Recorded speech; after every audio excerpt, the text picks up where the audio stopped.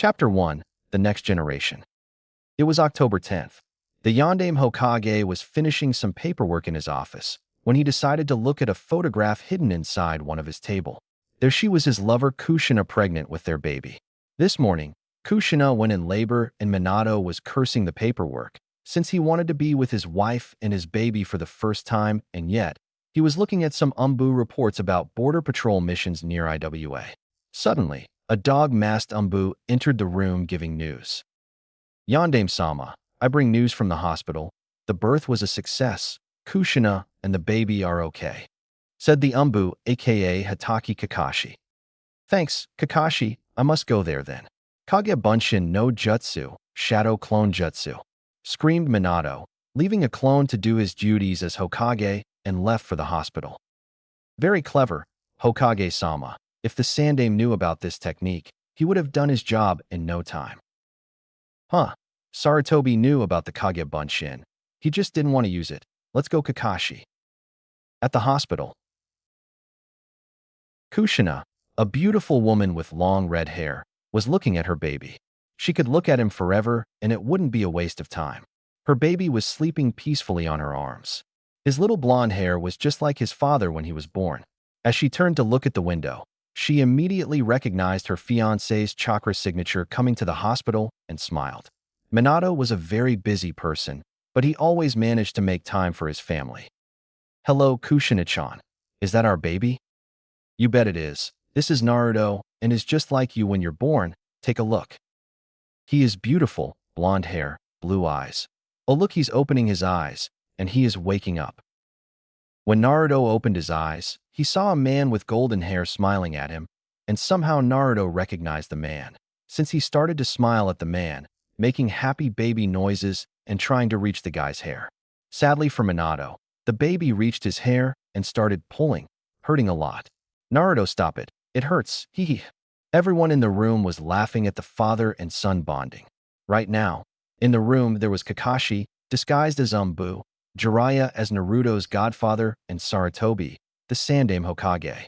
Kushina couldn't help but cry seeing that her fiancé and her son were already bonding like father and son, showing that their son will be raised with love and care from their father. Kushina-chan, he is beautiful, isn't he? Said Minato, earning a smile from his wife, while embracing her son. Of course he is. He is our baby. He is the most beautiful baby I've ever seen. After some time at the hospital and a few Jounin visitors, Minato and Kushina went home to take their Naruto and place him in his new crib, located at the Namikaze mansion near the Hyuga compound. Once inside, Minato was greeted by his neighbor Hyuga Hayashi, the head of the Hyuga clan. Greetings, Hokage-sama. How is Naruto? Greetings, Hayashi-sama. He is fine. Kushina is inside fixing his crib for him. It's great, Hokage-sama. Me and the Hyuga clan offers all the support and care for little Naruto, said Hayashi. It's good to hear, Hayashi-sama, but I'm worried about him growing up, though. I don't want for him to be spoiled by everyone. I want him to grow by himself. Oh well, for now there is no need to worry about that. Now don't you agree, Hayashi-sama? Said Minato, smiling to the Hyuga leader. The boy was just born, Hokage-sama. At least until he is 6 years old, you don't have to worry about him growing up spoiled, said Hayashi, laughing at the lack of father experience by the Hokage. After some talk between the leaders, both bid their farewell and each went towards their houses. Minato entered inside Naruto's room and saw the blonde little Gaki sleeping peacefully alongside Kushina. Seeing that, Minato just couldn't think on a better photo scene to remember by. That was the day that a new journey began, and having a family to look after and support was by no doubt Minato's dream, since he met Kushina back in Whirlpool Country. Meanwhile, at the Konoha Academy.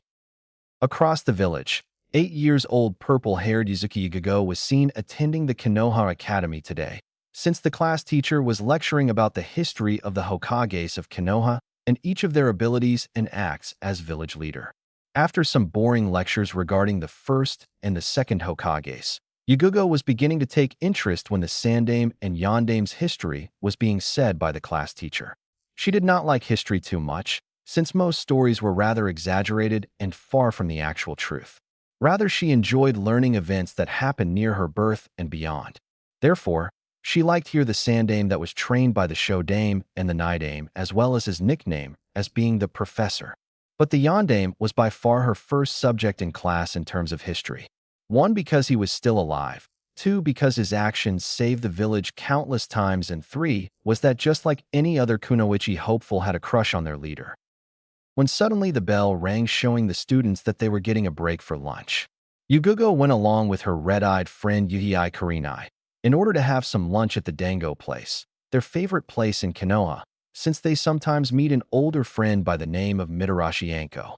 When they arrived there, they saw Anko chewing her second dango stick, showing her usual grin while scanning around the place. Anko was never known for being discreet about certain behaviors around people, and the two friends knew that aspect from early experience.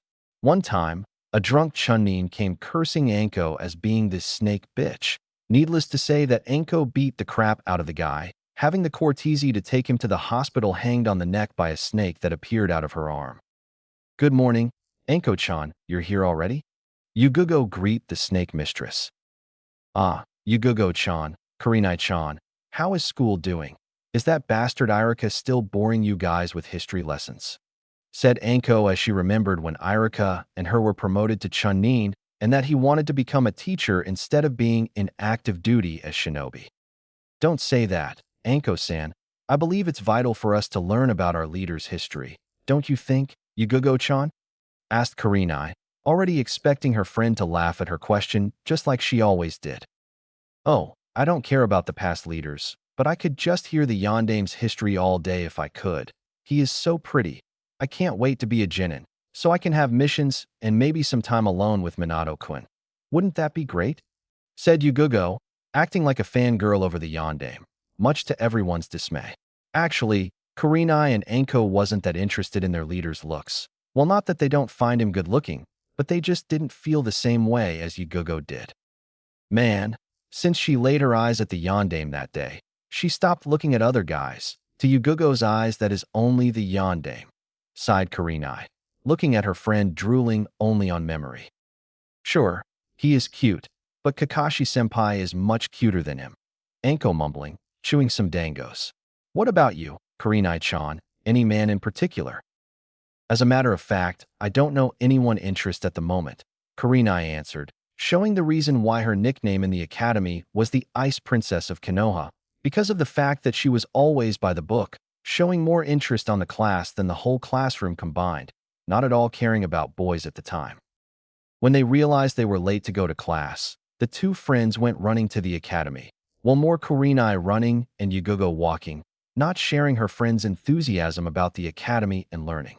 At the academy, they were learning about the elemental chakras that are within the elemental countries around the shinobi world.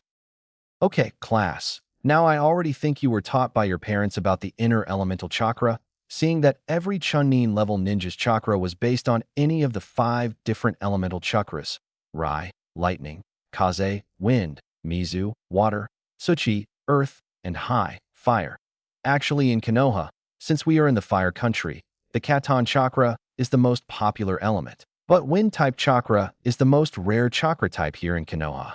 As a matter of fact, I happen to know only one wind user that is the son of the Sandame Hokage, Sarutobi Isuma." Irika went for another hour talk about the elemental chakra, then called everyone to go outside for weapon and target practice. Upon hearing that, Yugugo suddenly woke up. She wanted to grow up as a weapon specialist, and target practice was her favorite subject, and she happened to be the best, since she never missed a target. When she was called to practice, everyone just stared at the target in awe, seeing that every shuriken and kunai that Yugugo was through were being hit. Since she aced the test, the academy gave her a full set of recently made kunai and shuriken just for her. After school, Yugugo went home with a smile on her face. She was carrying her prize proudly when suddenly a couple of bullies arrived, demanding her to give them the weapons. "All right, you bitch, hand those kunai to us and we won't hurt you much. Now give them to us," one said with a strong tone, trying to make some killing intent. "Oh, and why would I succumb to a guy that failed the exams 3 times already?" said Yugugo, not showing any interest on the outcome of the situation. only wanting to go home and show her family the new kunais and shurikens. So, want to play tough, don't you, girly? It's your funeral, said another one of them, already trying to kick her stomach. Seeing this, Yugugo suddenly entered combat mode and took one of her new appointed weapons. After picking 3 kunais, she began to threat the bullies, feinting the threats so not to actually hurt them. Much to her fortune, the guys signaled defeat and ran away scared of the kunais, screaming "Crazy Lady" repeatedly. Jerks, word occasionally used by Yugugo to describe those who thinks that size and sex gender are everything. At the Yuzuki residence. A couple more minutes, she arrived home and went to show her father her prize won at the academy. Yuzuki Minato was a retired Umbu operative under the wing of Hitaki Kakashi's command in Squad 2. Nowadays, he fixed weapons for ninjas that were broken in battle. Yugugo's mother was a civilian, so she stayed at home, taking care of the house and her family. Suddenly, a beautiful girl with long purple hair entered the kitchen door, screaming to get her mother, Yuzuki Yakushi's attention. "Kasan, look, look," shouted Yugugo, showing her new display of kunai and shuriken that she won at the academy. "Easy, there Yugugo-chan, let me see what you got there." "Those are very beautiful, Yugugo-chan. Where did you find them?" "I won at the academy for acing the target practice," screamed Yugugo with all the joy in the world when she heard another footstep entering the house. "Tusan, look, look, I won them for acing an exercise at the academy." My, Yugugo-chan, you're becoming more like your old man by the minute. I remember when I earned a new seat of weapons like that. I was just like you, cheering all over the place.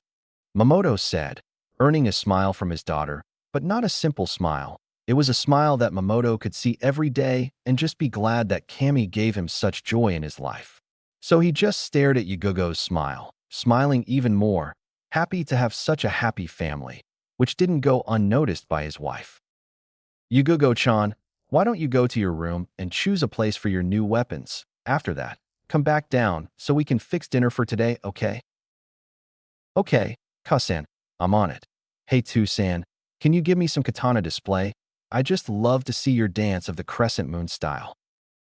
"Okay, Yugugo-chan, maybe after dinner. I'll show it to you, by the moonlight." After that, Yugugo went upstairs screaming like never before, just happy. Upon seeing her husband's bright smile, Yakushi couldn't help but see the man that he turned out to be, a very capable ninja, a good husband, and the best father figure for Yugugo. "You know, I just amused by the way that our daughter's smile brighten up your day, like that, Minato-kun," said Yakushi. "Jealous, aren't you? Hee hee hee. No, every time I see her smile, I just thank to Kami-sama that he gave me the best family a man could ever want to have," said Minato, watching to the clouds outside their house. Upon hearing this, Yakushi went to her husband and just gave a kiss on the lips, showing to the man just how much love his wife feels for him. When Yugugo came down the stairs, she saw her parents cuddling each other with kisses, hugs, as well as gentle whispers to each other's ears. Immediately, her heart showed Yugugo that the love of their parents were stronger than before, and she only wished that she could find a man who could be there for her, just as her father was for her mother. Actually, in spite of the kunoichi's way of life, every girl or woman's wish are the same. They wish to find the one true man that can hold them tight and treat them with all the love the man could muster, showing to the female thoughts of joy and happiness, finding the one to spend the rest of her life with. Yugugo, despite her crush on Namikaze Minato, the Yondaime Hokage of Konohagakure, she knew deep inside that it would never happen and wished to find the one when time comes. "Ah, Yugugo-chan, did you hear the big news?" shouted Yakushi, earning the interest of her daughter. "What is it, Ka-san?" "The Yondaime's son was born this morning. I think his name is Namikaze Naruto." "The Yondaime's son, could he be the one?" Yugugo was caught wondering, since she was thinking on the subject of finding a man just like her mother found her father. After some time, the Yuzuki family had dinner. Minato showed his daughter his kenjutsu dance under the moonlight, and Yugugo just looked amazed at her father's ability. But she wasn't the only one doing that, since her mother was watching her husband as well, remembering back the time when they met the first time, seeing him performing an exhibition to the Sandaime at the Umbu headquarters. Yugugo was again thinking, and she concluded what she wanted in the future. One was being a strong and capable ninja following her father's abilities and finding a suitable man that could show her what her father showed every day to her mother and me. Oh my God, I'm too young to be thinking about having kids. At the Namake's household. It was approximately 9 at night, and Minato was just entering his house. He was exhausted. After dealing with an Umbu mission that went wrong, the young Hokage had to calm the fire daimyo and assure him that not all missions are successful, and Konoha ninjas were taught to deal with the outcomes of battle should they encounter an obstacle during the mission. The daimyo sighed in anticipation for losing a precious cargo. Due to an army of bandits winning a battle against a recently promoted Chunin team and stealing the cargo, which consisted of important medicine to one of Fire Country's villages that needed assistance. Minato, for his part, was relieved that the Konoha ninjas' injuries weren't life-threatening and that they would recover in 2 or 3 days after some rest. Still, Minato didn't want to lose his shinobi's lives. He wanted to spare as many lives possible during his reign as Konoha Hokage, but he realized deep inside that his dream would be far from reachable, seeing that death was a part of a shinobi's way of life. Inside his room, his wife was deep asleep, as well as their Naruto. Minato was glad that he could come home after a stressful work and find his family smiling like they didn't have problems at all. Minato took a deep look towards his son and wondered if his son would follow his father's footsteps, entering the shinobi program. He sighed, thinking about sending his son on missions, worrying about his safety and everything. Minato sighed once again, thinking that he had to prepare the young generation better to face stronger enemies. So he went to his desk at home and took a scroll that he was looking at. The scroll involved the academy routine, as well as the exercises and tests. He was also looking at the way Konoha establishes the teams of genins fresh out of the academy. He needed to change that as well. He knew that the latter would be better to improve right now, since he already made up his mind as to what was his idea.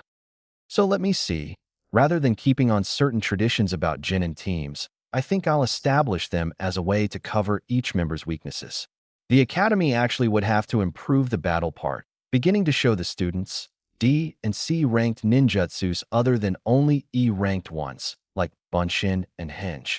The students would have to have access to a little introduction on elemental ninjutsu training, as well as Jinjutsu. Since the latter was beginning to crumble around Konoha, the ninjas seems to forget about the art of deception and only focus on the battle and destruction, therefore, focusing only taijutsu and ninjutsu. Based on the number of genins, Konoha can form different kind of teams, being a demolition team, information gathering team, full front team. The options can be rather promising. A full front team would resort to taijutsu and short-distance ninjutsu of all kinds. The information gathering team would be focused on jinjutsu and espionage, leaving demolition teams for strong and long-range ninjutsus.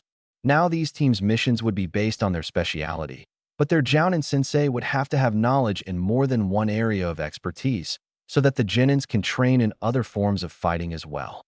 Wondered Minato for a while, resting on the house's couch, next to a glass of sake.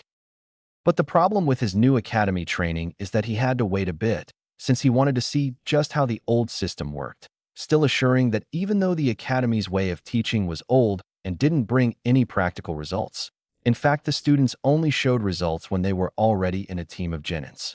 This was going to change, wondered Minato, but he sighed in defeat for the day, figuring that he had to consider a lot of aspects in order to change practically the entire teaching system of future shinobis that were designed originally by the Sandaime. In his first year as Hokage, he went to sleep, remembering to talk to the Sandaime tomorrow, since he was now Minato's chief advisor in political affairs and shinobi program. On the next day, inside the Hokage's office, Minato was handing the worst enemy of every Kage's existence right now, paperwork. Suddenly, a knock on the door, hearing his secretary informing the Sandaime is waiting for him. "Send him in, Matsumi-san," screamed Minato. "Oh, Yondaime-sama, it's nice to see you. What do you request to talk about?" said Sarutobi, with formalism. "Don't need to be formal here, Sarutobi. I was thinking about changing your school program, since our current don't actually train our students well enough to face our missions." Yes, at the beginning, the system was promising, but the students lacked motivation, graduating the academy by just performing E-rank jutsus. I believe as well that a small change should be welcomed, thought Sandaime. Read this scroll. In there are some of my ideas to change, said Minato, handing his scroll to the Sandaime. After careful reading, Sarutobi was thinking again. He considered all of Minato's ideas and was quite pleased with his successor for not putting the next generation to suffer at the academy. Instead, his plan formed a teaching more based on fighting than teaching theory lessons. Also a quite interest in updating the strategy lessons, showing the students situations on hypothetical missions to see how they would fare against obstacles in future missions. But Sandaime was getting second thoughts about teaching students C-rank jutsus, since he knew that they would have high responsibilities about fairly using them. Minato, for his part, actually sighed, thinking the same as his predecessor. If you're thinking about teaching them C-rank jutsus, scratch that. I think that D-rank jutsus would be better to teach, since not only the destructive rate and the chakra needed for it would be smaller, but the genin's hopefuls would have a better grasp out of elemental jutsu and not using them to a high level until they have experience with it. Don't worry. Yes, it would be rather disastrous if academy students were to send big fireballs all over the academy, destroying everything. I think this will be quite beneficial to our training program, Minato-san. Yes, it would. We can also improve our medical training, since over the years, Tsunade-sama made quite an impact on the young kunoichis, said Minato, remembering when he was a Chunin at the time and the meeting where Tsunade requested the improvement of the medical training. Yes, she is quite capable. If she was here, she would be heading our hospital and improving it like never before, but she lost her family here in Konoha, so it would be difficult for her to come back, sighed Sandaime, after the past 3 attempts of trying to reach her. That's a pity, but Sarutobi, we need to move on. If she wishes to come back, we are all arms for her. But right now, we have to think of a new academy regimen. There is a lot of aspects to cover. Right? So how is your son doing? He is doing great. Actually, he slept from the time I arrived home yesterday night, and he still didn't wake up. The doctor said he had a lot of stamina for a baby, so I believe he won't need more time to sleep. Minato said, remembering about his child. That's good to know, Minato. After quite some time talking about the changes on the academy, Sandaime left Minato in his office, and Minato just went to his agenda, as well as eliminating the paperwork that was killing him. He didn't want to use the Kage Bunshin, since that was considered cheating and it wouldn't help him much. He needed to understand the missions in order to send the best man for it. Sure, he wouldn't apply the new measures of picking teams based on what he discussed with Sandaime. Instead, he considered selecting the ninjas based on mission historical and success. At the Namikaze compound. Meanwhile, Naruto did woke up and he just had to tell everyone that he did it. He started crying and screaming, showing to Kushina that her work was just cut out for. Since her maternal instincts appeared, she was able to somehow know what Naruto was feeling, so she knew damn well what to do when he was hungry, feeding him with maternal milk. Now, Naruto wasn't an ordinary child. His physical measures were off the scale for a baby. He was 53.5 centimeters tall and weighed 4.8 kilograms. Not to mention that because of his stamina, Naruto could damn well suck Kushina dry and still be hungry. Seeing this, Kushina already had prepared spare bottles of milk so that her never-satisfying son could somehow manage to be satisfied. At seeing Naruto drinking non-stop, Kushina sighed, wondering if Minato was ever like this when he was a baby. After 2 bottles, Naruto stopped drinking, showing that he was full. After some burps on his account, Naruto went to sleep again, giving some temporary vacation for Kushina. She actually had quite a lot of stamina for a kunoichi, but Naruto was just too much for her. She was caught wondering what would be when he would be bigger, as if the stamina would naturally increase. Still, Kushina was smiling.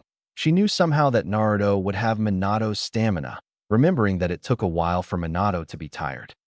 Suddenly, Kushina sighed, hearing that Naruto somehow managed to wake up and started screaming again, this time, wanting something else. When Kushina saw it, she sighed seeing what her son did, and she had to change his diaper. Yeah, Kushina was going to work like hell to raise the stamina-like baby in front of her. Chapter 2, Playing Ninja. 4 years time skip. Naruto, now 4 years old, woke up from his bed, running to the kitchen, where his mother and his father would be taking today's breakfast. When he got there, he was greeted by their two fathers as well as a third person who appeared to be reading an orange book while zipping a cup of coffee. "Good morning, Tusan, Kasan, Kakashi, Nissen," said Naruto in a cheerful manner. "Good morning, Naruto." The three responded in unison. After that, Naruto sat on his chair and a well-served breakfast with some milk mixed with coffee and some bread. He finished it in less than 10 minutes and was already bouncing on the living room, going to the garden to enjoy the beautiful sunlight that was displaying in Konoha. Yeah, Naruto had a family who took care of him as well as play with him. He even made friends with the son of Hyuga Hizashi, Niji Hyuga. In fact, they've met about 3 weeks ago, when the Hokage asked Hayashi to watch Naruto for the day, since Minato and Kushina were to travel to the Fire Daimyo's house in order to establish some connections with the Earth Daimyo for trading commerce and merchants. During this time, a Kumo ninja infiltrated the Hyuga manor, wanting to kidnap the daughter of Hyuga Hayashi, and was going to succeed had Naruto not screamed the name intruder, as well as saying loud for the guards to show, "Why are you kidnapping Hinata?" After hearing this, the entire Hyuga's guard appeared and captured the Kumo ninja, therefore rescuing Hinata from the hand of the Kumo ninja. Suddenly, both Hayashi, Hizashi, and Hizachi's son congratulated on saving the Hyuga heir as well as the Byakugan's secrets. That's when Naruto and Neji met, and since they are the same age, they became friends in an instant. Actually, the boys started sparring since then, so Naruto began his ninja training with his father, seeing that he made a rival out of Hyuga Neji. Right now, Naruto was doing his morning routine, running 10 laps around the compound, as well as making 100 push-ups. After that, he trained with a little wooden dummy, the taijutsu style that his father taught him. Even though Naruto was excitedly overjoyed, you could see him concentrating on the hitting the enemy, rather than start punching and kicking the dummy without any coordination whatsoever. Minato had finished his breakfast and came to see his son practicing taijutsu just like every day since the Hyuga incident. He was just amazed at the display of commitment that Naruto displayed when he trained like that.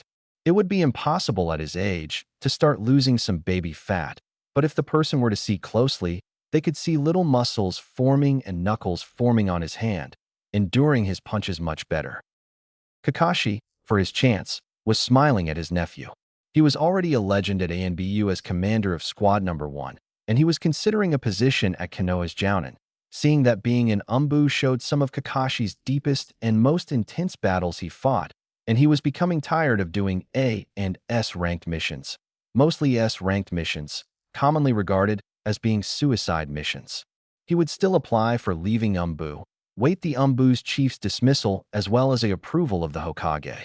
But seeing that he was late, he signed for his sensei the Yondaime, who just sighed and went back inside to put on some clothes and leave to go to the Hokage Tower.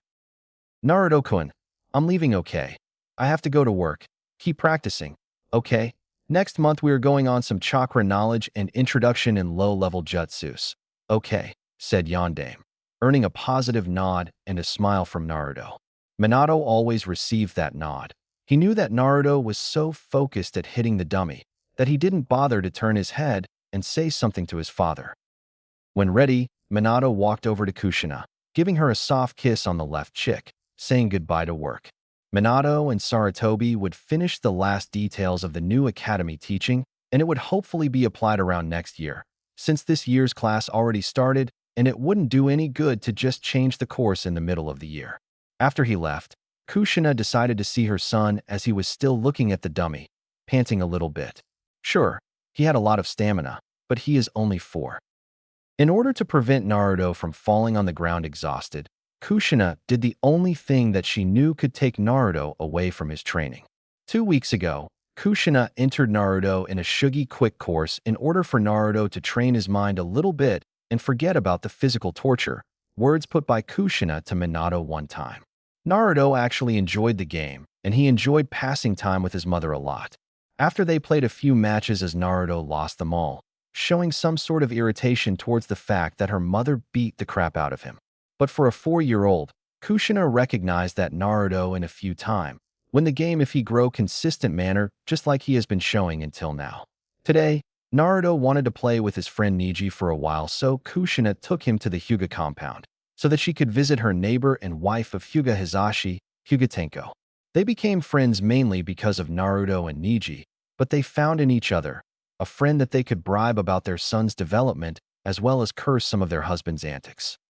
After some time and a quick spar between Naruto and Neji, with Neji winning by very little, Naruto and Kunisha thanked everyone for their stay and went to the Nara residence. Kushina wanted to introduce Naruto to Nara Shikamaru's son of Nara Shikaku, since not only Kushina's friends with Shikaku's wife, called Nara Yoshino. Upon walking on the streets towards the Nara manor, Naruto realized that they were going to a whole different place. "Ka-san, where are we going?" asked Naruto in a polite manner. "Ah, Naruto-kun, I'm taking you to meet Nara Yoshino's son Nara Shikamaru. He is the same age as Hinata, but I can see that you're going to be very fond of each other." The Naras trained their child in strategy since they were 1 year old, so Shikamaru likes to play Shugi a lot. "Wait, you're finding a partner that I can beat in Shugi?" asked Naruto, wondering if his mother was done playing with him. "No, Naruto-kun, I'm just introducing you to him. Also is the fact that I wanted to talk to Yoshino a little bit. Since we haven't talked to each other in ages, you can meet her son. He's quite smart for a 2-year-old. When they reached the house, Nara Yoshino, wife of Nara Shikaku, greeted them good morning and motioned them to enter the compound.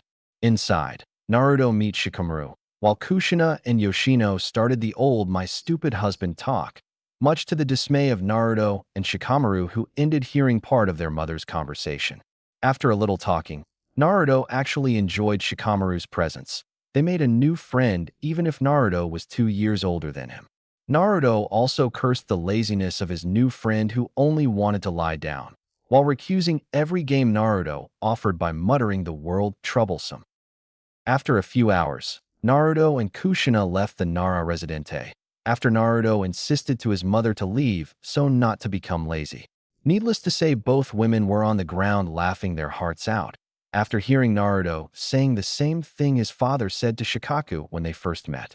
Now, Naruto and Kushina entered the library so Kushina could buy a new book for her to read, while Naruto was looking around. Noticing that the library was divided in shinobi and non-shinobi literature, he of course went straight to the shinobi section. To say that Naruto was surprised, it would be an understatement. He was literally drooling at the books. "Oh my god, there is so much I could see here to learn. What to pick? What to pick? Let's see. Intro to chakra molding, hand signs and their importance, jutsu making. I think I'll pick these ones."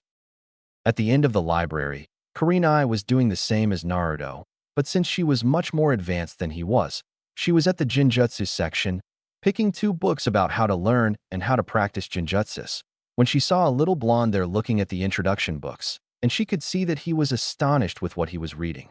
How old is he? He appears to be around 5, and he is already interested in reading books. Huh, if only Yugugo were like us, right, little Gaki? She was awake from her thoughts when a beautiful woman with long brown hair appeared behind the infant and smiled at him. Must be his mother. "You want to buy those, Naruto-kun?" said Kushina with a smile on her face, seeing if Naruto would follow the same steps as his father, remembering that her husband was a genius shinobi when growing up. "Can I? Please, Ka-san, I really like them, please," screamed Naruto, using the puppy eye jutsu to his mother, much to Kushina's delight. "At least I don't have to worry about his studies. Of course you can, Naruto-kun. Let's go pay for this, shall we?" After leaving the store, Naruto and Kushina returned to the Namikaze compound, with Kushina showing an ear-to-ear smile on her face, seeing Naruto reading the book the whole way home. The first one that he was reading was chakra molding, since his father would teach it to him in a month, and he wanted to show his father what he will learn from the book. Upon arrival, Naruto and Kushina settled down, and Naruto asked for a quick lunch while he was reading the chakra molding book. "Ka-san, can I have a sandwich while I read this book?" said Naruto, never taking his eyes off the book. "Of course, Naruto-kun. I'll make one for you. But don't get too close to the book. Your eyes can hurt a little bit." "Okay, Ka-san. It's just that this book explains how to mold chakra, as well as explains some chakra control exercise at the end of it. I can't wait to read it," said Naruto. "Chakra control, huh? Tell you what about you read a little, and then we can discuss the book," said Kushina, handing Naruto a sandwich. "Sure thing, Ka-san, thanks a lot." After that, Naruto just sit on the lunch table and started reading for about 3 hours when Minato entered the room. He was about to say hi to his son when Kushina waved him off, saying that Naruto was studying. Needless to say that Minato was indeed surprised to see a 4-year-old studying about chakra molding, but he was slightly scared about it, since Naruto was only 4 and he should be outside playing, enjoying his childhood a little. Remembering the past, Minato wasn't worried about his son. The kid played a lot with Niji and Shikamaru, from what Kushina told him. Add to the fact that Naruto considers practicing taijutsu and learning what it takes to be a shinobi like playing and enjoying life. At the academy. Today's class ended early, since all the class had to do was practice some low-level jutsus and then deliver a report about one of the Hokages. Seeing that the class had some free time, Yugugo and Kurenai rushed to the dango place so to grab something to eat.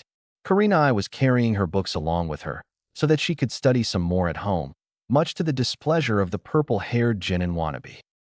"Kurenai-chan, why didn't you leave those books at the academy? Why do you study so much?" "I like to study, plus I've been interested to learn about Jinjutsu and the art of deception. I think it's really cool," said Kurenai with a proud face. "Whatever, Kinjutsu is so much better than Jinjutsu, plus Jinjutsu relies on the mind, while Kinjutsu does more damage," said Yugugo, trying to win the argument. "If the enemy's mind is damaged, how can he fight anyone? He would be rendered useless." "Whatever, Kurenai-chan. You know, I happened to see a blonde kid buying some books at the library. You should be more like him, Yugugo. I'm sure that there is tons of books about Kinjutsu." "Blonde kid, what does he look like?" said Yugugo, remembering about Anko's description of the Yandame's son. "He appears to be 4 to 5 years old, golden hair, deep cerulean blue eyes. Oh, and his mother was very beautiful. Yes, she has this long brown hair. Well, I think she was his mother, since he called her that. But I was impressed with him. Nonetheless, he bought on Chakra Introduction and some other books." "Kurenai-chan, isn't that boy's name Naruto?" asked Yugugo, just waiting for the confirmation. "Now that you said it, his mother did call him Naruto-kun. But why do you ask?" "Baka, Naruto is the Yandame's son," said Yugugo, cursing her friend's density and the same time wondering about Kurenai's news on Naruto. She already heard from Anko that the boy trained very hard every day on his stamina, as well as taijutsu. Also, Anko told her that he almost broke a wooden dummy after some consecutive hit on the dummy's chest. She was impressed nonetheless with the little Gaki's determination, since he was only 4 years old and was already interested in becoming a shinobi. "What? He is the Yandame's son?" exploded Kurenai, now wondering about his face and the fact that he did resemble their leader's attributes. "Now that you said, he did resemble Yandame-sama. He is an interesting kid. When I was his age, all I wanted was to play around." "Yes, he is, Kurenai-chan. You do remember what Anko said that day about his taijutsu, didn't you?" said Yugugo, trying to picture a little boy hit a wooden dummy with such force. "Yes, I remember. Actually, I don't believe that a 4-year-old could almost break a wooden dummy," answered Kurenai. "Why would Anko-chan lie about that? She doesn't know him. She haven't even met him." Point taken. For quite a while the two remained talking, and after lunch, then both of them went separate ways. But both of them were thinking about the 4-year blonde and what they did when they were his age. "When I was his age, all I did was play with dolls and help my mother at the garden," Kurenai.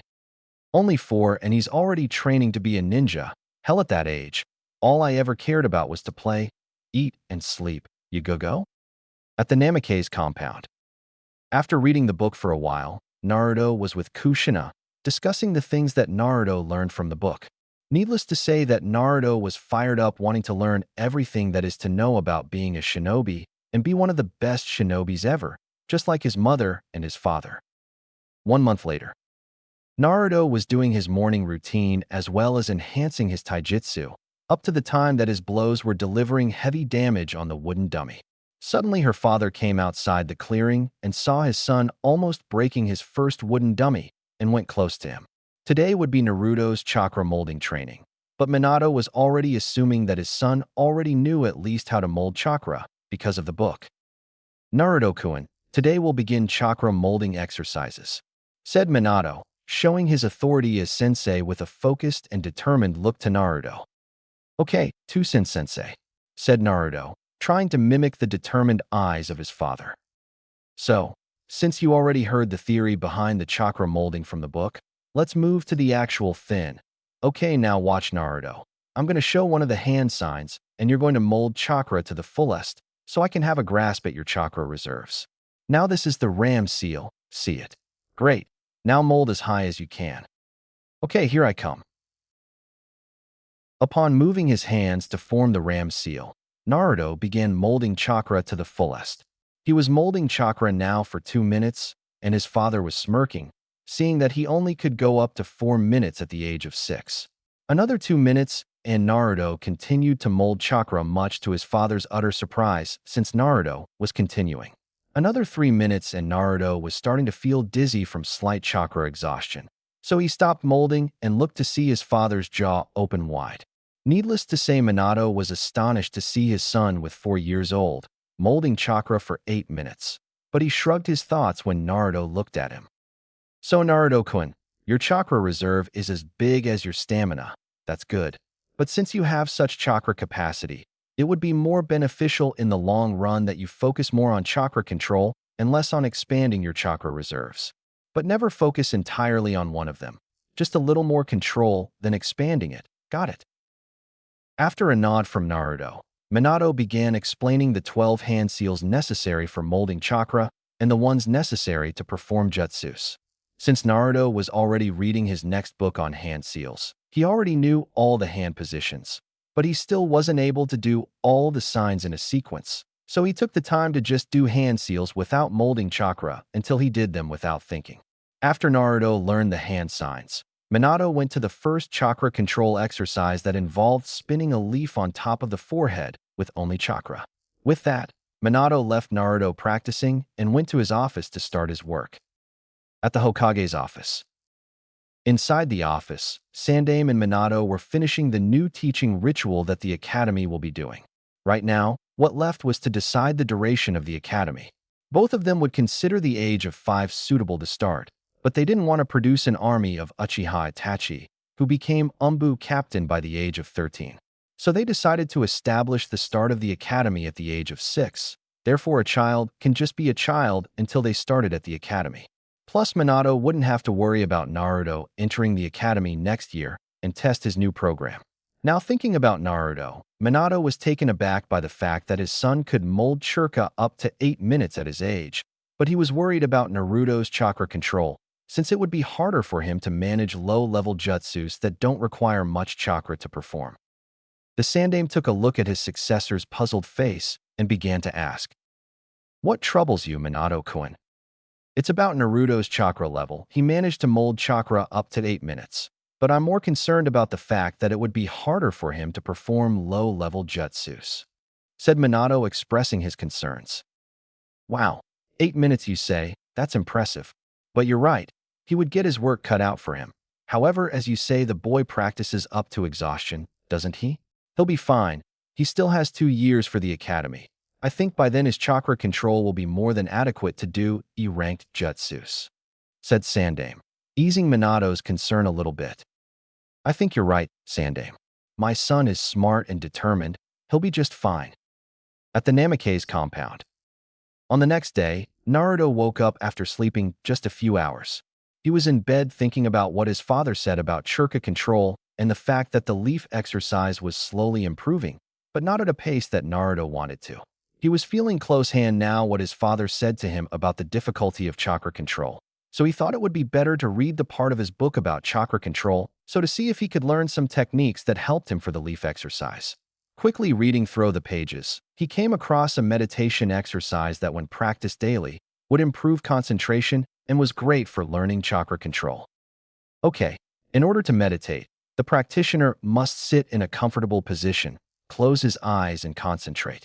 The place of meditation is necessary in order for the exercise to be effective, so outdoors would be perfect. When outside, close the eyes and concentrate on hearing sounds you wouldn't normally focus on, like the sound of water dripping, the sound of the wind blowing and the sound of nature," said Naruto, reading the book loudly. After reading, he got out and started to meditate. But before that, he did his morning routine, improving his stamina and punishing the wooden dummy. After that, he just sit on the grass and closed his eyes. Because of the energy of the taijutsu, Naruto was having trouble concentrating and closing his eyes. But because of his determination, he focused his mind on hearing the sounds that the book described. After 20 minutes, Naruto was having no luck since he couldn't hear those sounds. But with a clear mind, he managed to come up with a plan in order to hear the sounds. He began channeling chakra through his ears and was amazed at what he was listening. Apart from feeling the breeze at his face, he was able to hear it traveling in air. He was concentrating and felt really good for him. This exercise managed to calm his nerves and eased his mind to the task in hand. Okay, I learned how to meditate, but how can I learn chakra control from this? Meanwhile, Neji arrived at the Namikaze compound, reaching for his friend, who according to Kushina was at the garden training. Neji was quite fond of Naruto over the years. They sparred a lot and played together. Upon arriving the garden, Neji managed to see Naruto in the middle of the garden, just sitting there with his eyes closed. What the hell is he doing with his eyes closed? Wait a minute, Byakugan. Neji was considered the Hyuga prodigy, and he was able to use the family's Kekkei Genkai at the age of 4 already. What he saw Naruto doing, he couldn't figure out. Naruto was channeling chakra through his ears, and his eyes were shut. Seeing this, he decided to go up to him and ask what he was doing. When he arrived, Naruto slowly opened his eyes and let the sunlight slowly enter his corneas, hurting a little bit because of the sudden light and a presence of a certain person. "What are you doing, Naruto?" Neji started. "Oh, Neji, I was meditating a little bit," said Naruto with one hand on the back of his head and smiling. "Meditating, what for?" "You see, my father said that I have high chakra reserves, and he said that my chakra control would be harder to manage. So, seeing I was having trouble with the leaf exercise, I read on a book that meditating helped improving concentration and focus. And as I was meditating, I started channeling chakra through my ears in a way as to hear sounds that you normally wouldn't hear. And since I managed to channel chakra through a part of my body, I think my chakra control improved a lot," said Naruto, explaining his reasons to Neji. "Huh, only you to do that for chakra control. Hey, I was looking for some morning exercise. Want to help me?" said Neji, smirking and getting in a taijutsu stance. "Sure, but I believe that this time we'll see who is better, huh, Neji? Let's go." Suddenly, Neji charged at Naruto with a punch aiming Naruto's chest, but was dodged with ease by Naruto by changing the direction of the punch with his arm as well as quickly swift to the side, turning with a wide kick to Neji's stomach. Seeing this, Neji continued the way he was heading for and rolled to the ground as to avoid the tackle. Seeing how Naruto was faring in battle, Neji tried to fight using his Kekkei Genkai like his father instructed a while ago and then charged Naruto once again. Neji suddenly saw Naruto channeling chakra to his legs and was amazed when Naruto suddenly jumped away from the tackle and appeared on Neji's side, aiming a punch at Neji's face, which was avoided by the Hyuga with his arms. "Wow, Neji, you managed to fight with the Byakugan. That's great," said Naruto, never taking his eyes of his opponent. "Yeah, but tell me how you channeled chakra through your feet like that." "Oh, I was testing something. Since when I channeled chakra through my ear, my hearing was better. I figured that channeling chakra through my legs, I would jump higher and get away from your blow. I guess it worked, huh?" said Naruto, showing a grin that somehow grew on him, and it became his characteristic grin. "I don't know if I should be impressed or not. For once you changed your strategy in the middle of the battle, but also you tried something you never knew it worked before." "Hee," just laughed Naruto. For a little while, they sparred some more and Neji went home satisfied about the exercise and his rival's quick improvisation skills. For Naruto's part, he went back to his room and decided to rest a little bit before playing a little bit. Actually, he was only 4 years old and already quite advanced in terms of abilities, but Naruto also played with some toys, since he is still a child no less no more. 2 hours later, Naruto went downstairs to have dinner with his family and managed to see Minato and Kushina in what could be described as a couple on a movie inside. Almost every day, he was caught wondering, while sitting on a chair and continued to stare at the couple having some time together. Even though this was not a very pleasant sight for him, not that he didn't like to see his parents together, but he didn't want to intrude their moment. So he went outside and looked at the full moon at the sky, shining with all intensity and illuminating almost everything. Now this was a sight that Naruto enjoyed as much as training. The moon always calmed him down, and the excess of energy in his body just seemed to vanish, even if it is for a second. He was so caught on the sight that he didn't hear his mother calling him to get some dinner. After the third attempt, Kushina was getting worried about his son, since he didn't come like he was used to, so she went upstairs. Meanwhile, Minato went outside for a little while and just feel the night breeze wash away his worries. When he stepped outside, he saw his little one staring at the full moon smiling. "She is beautiful, isn't she?" Minato asked, sitting close to his son, scaring Naruto a little bit. "Otu-san, you're here." "Yeah, it's very beautiful, especially on a day like this with no clouds to stop her from shining like the sun," said Naruto, almost hypnotized by the view on the moon. Then, father and son was looking at the moon at the same time, when Kushina came outside, screaming for her son's name, finding not only Naruto, but Minato as well looking up. "What are you two doing outside?" Kushina said, amazed at the resemblance of Naruto and Minato with just the height and the clothes that were different. "We're appreciating the full moon. Kasen, sit with us. Take a look for yourself," said Naruto. "Okay, but I don't." It was all that Kushina said, before she looked at the moon and understood what Naruto and Minato were so amazed at. It was really beautiful. Kushina was right now thinking two things. "I never paid attention to the moon like that. It's so beautiful, but I would have never known that a 4-year stamina freak like Naruto could meditate as well as stare at the moon like this." Kushina then stopped looking at the moon and looked at her son. He was showing the most sincere smile she has ever seen him showing. It appeared that Naruto was in love with the full moon. Kushina looked at his son's eyes and became terrified for him. Those eyes, how can he show those eyes at his age? It's the eyes from someone passionate, someone thoughtful, someone relaxed, someone peaceful. Kushina was afraid of seeing her son at the moment. She felt like he was growing faster than ever before, and she was fearing that his childhood would end sooner than normally expected. I better talk to Minato about loosening up his training a little bit, so that he could at least be a kid for once. "Okay, dinner is on the table. Let's go, you two," said Kushina, getting up. "Okay, let's go, Naruto-kun. I'm hungry and I know you are as well," said Minato, carrying his son inside on top of his shoulder, listening his son cheer for his father, and smiled. After served, the Namakazes were eating when Naruto shoved the question that made Minato and Kushina drop their chopsticks on the floor and Minato choking the food. "So, just what were you doing here in the kitchen just a little while ago?" said Naruto, mentally laughing his ass off, seeing the looks that his parents were displaying. What are you talking about, Naruto-kun?" Kushina tried to cover from their son. "When I came downstairs, I saw you two just close to each other, hugging and stuff. It was before I went outside and saw the moon." "Oh, that. I was just hugging your mother, Naruto-kun. Why are you asking?" said Minato, not wasting time trying to lie to his son. "No reason, just curious, I guess," said Naruto, dismissing the subject. After a while, they finished dinner and Naruto tried to help his mom by taking the plates and handing to her. Kushina smiled at his son, saying that he didn't need to help, but he insisted and she smiled again. Such a gentleman. When Naruto finished everything, he went upstairs towards his room, while Kushina found the perfect time to talk to Minato. "Minato-kun, can we talk about something?" "Sure thing, Kushina-chan, what is it?" "It's about Naruto-kun. I don't know. I think he is growing too fast. If he continue this way, he won't have a happy childhood, and I'm afraid of that. Can't you loosen up a bit on his training or just let him play with his toys like a normal boy? I've never seen a boy just stare at the moon like he did." "Minato-kun, I could see his eyes. It wasn't a kid.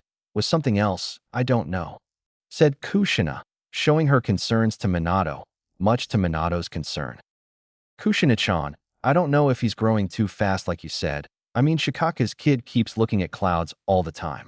As for his training, I'm not forcing anything. It's he who keeps wanting to train all the time. Don't worry, Kushina-kun.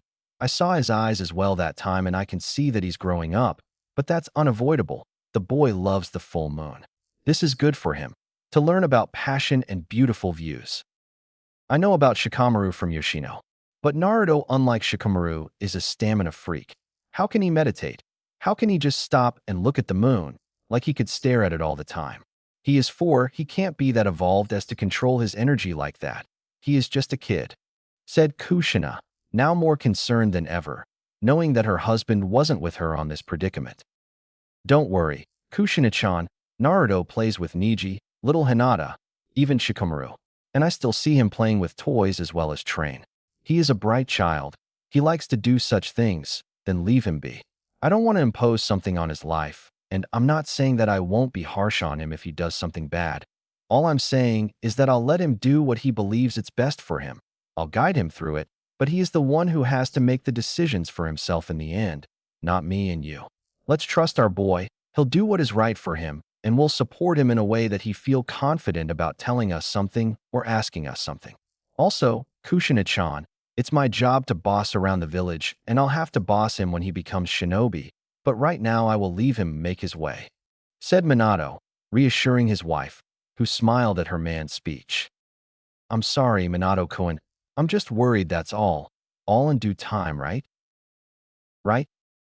So, Minato-kun, are you going to hug me again or not? We are not finished, you know, said Kushina, with a devious look at her husband, asking him to follow to the bedroom.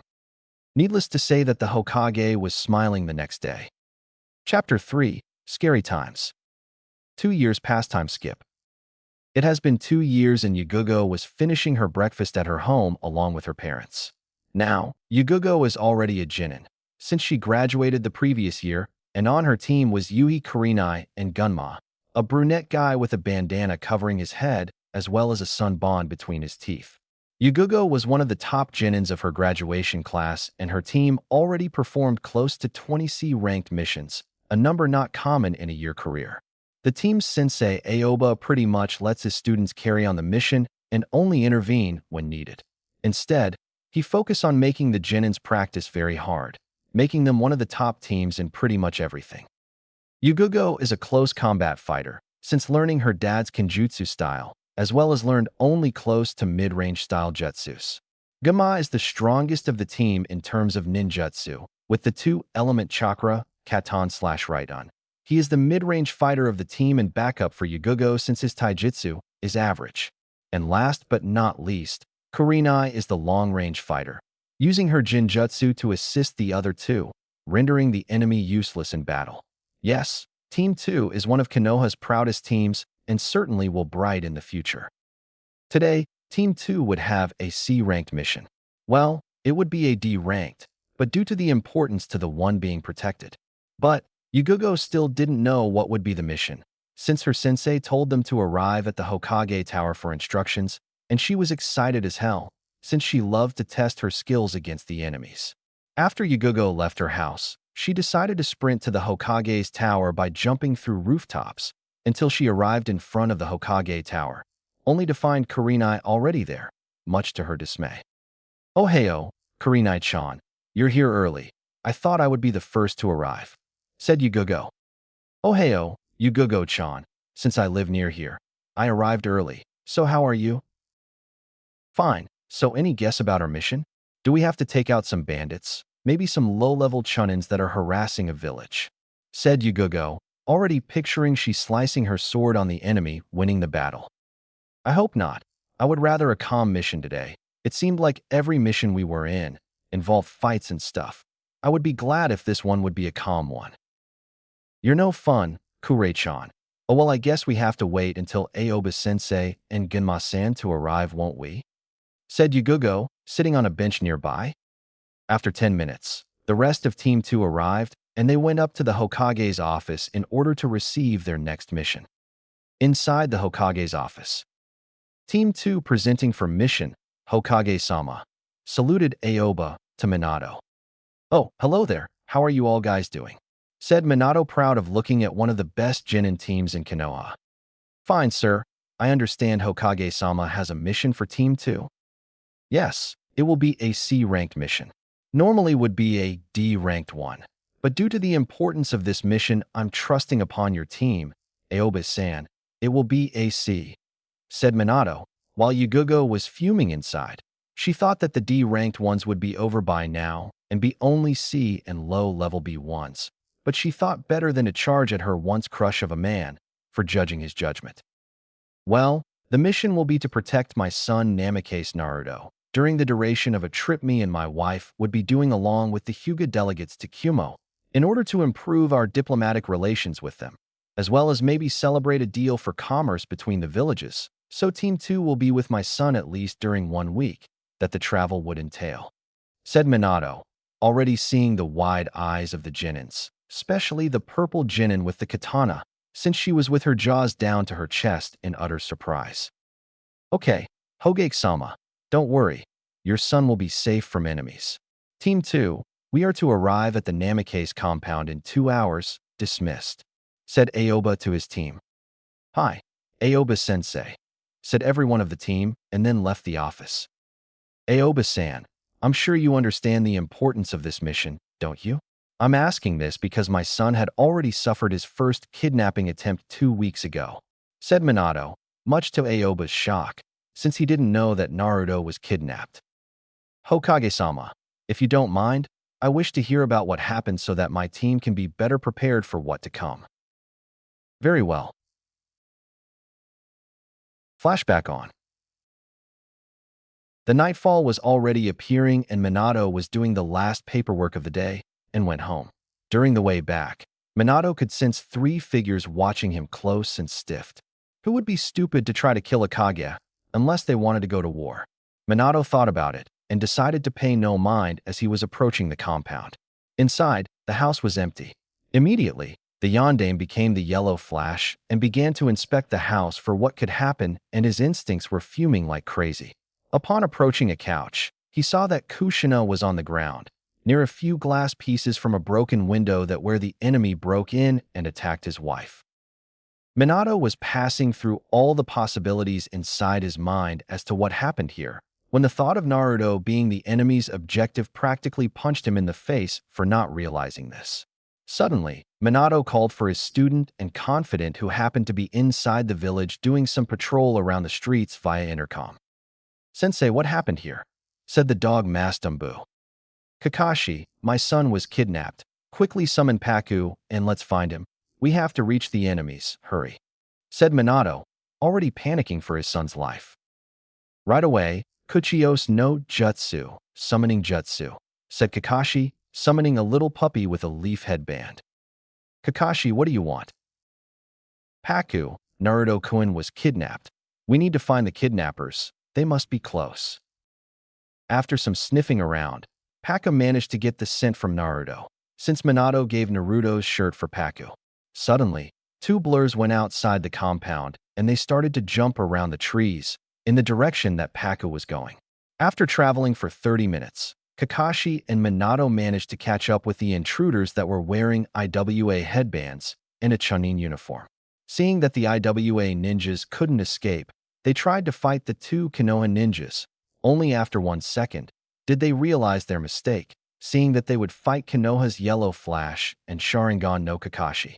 With the use of the Hiraishin and a Kunai, Minato disposed of the enemies and saved his son. Damn IWA, how could they do this to my son?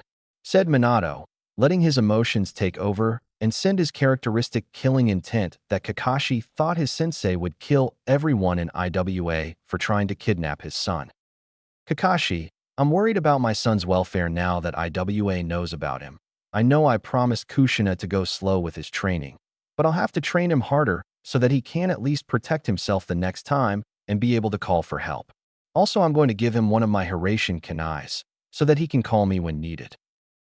Are you sure, Sensei? Naruto is just 6 years old. He may call you to every little trouble he is. Are you sure he's only calling you in dangerous situations? Asked Kakashi, knowing what a regular 6-year-old boy could do. My son knows better than that, Kakashi. Besides, he pretty much trains by himself with his books and stuff. I think I'll start teaching him D-level jutsus so that he can better protect himself. Let's head back. Sensei, Kushina must be worried sick for Naruto, said Kakashi, awaking Minato from thinking about Naruto's new training. Let's go. Flashback off. After Minato finished telling the story, Aoba sighed and concluded why the mission is a C ranked. If IW, a Chunin or higher came to try again, his team would be there protecting the little blonde Gaki. But Minato was also asking a favor to Aoba in order to train his son while he was gone, having some spars with the Genin teams and see where he stands on chakra control and jutsu. Needless to say, Aoba agreed to it. He figured the mission would be plain boring in case Iwa didn't try anything, so he could take the time to train his team as well as see what Naruto could do. Don't worry, Hokage-sama. Team 2 will protect your son and will train him as well, don't you worry. I'm counting on your team, Aoba-san. Thank you. Dismissed. Inside the Namikaze compound. Inside his house, Naruto was just reading a book on advanced chakra control. In fact, Naruto already had a little library inside his bedroom. He was lucky his parents bought him lots of books on shinobi and shinobi arts. He even bought one about strategy and tactics, and he was fascinated with what the book said about the many strategic victories Konoha had won during the two great shinobi wars. As regarding to his training, his morning training was enhanced by his father. Now he had 2 wooden dummies and all the exercise doubled in length, as well as a gravity seal on him, courtesy of his father's knowledge of Fuinjutsu. He already learned the Henge no Jutsu and the Kawarimi no Jutsu, and would be just a matter of time before he learned the Bunshin no Jutsu, because of his excess amount of chakra, which was growing since his chakra coils were in expansion. For last, his chakra control increased as well.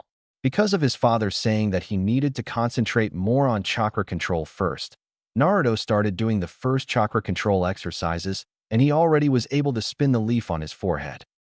Suddenly, he heard the doorbell and stiffed a little bit, remembering that he was kidnapped once and he didn't want to just open the door to the enemy, seeing that would be a very stupid thing to do.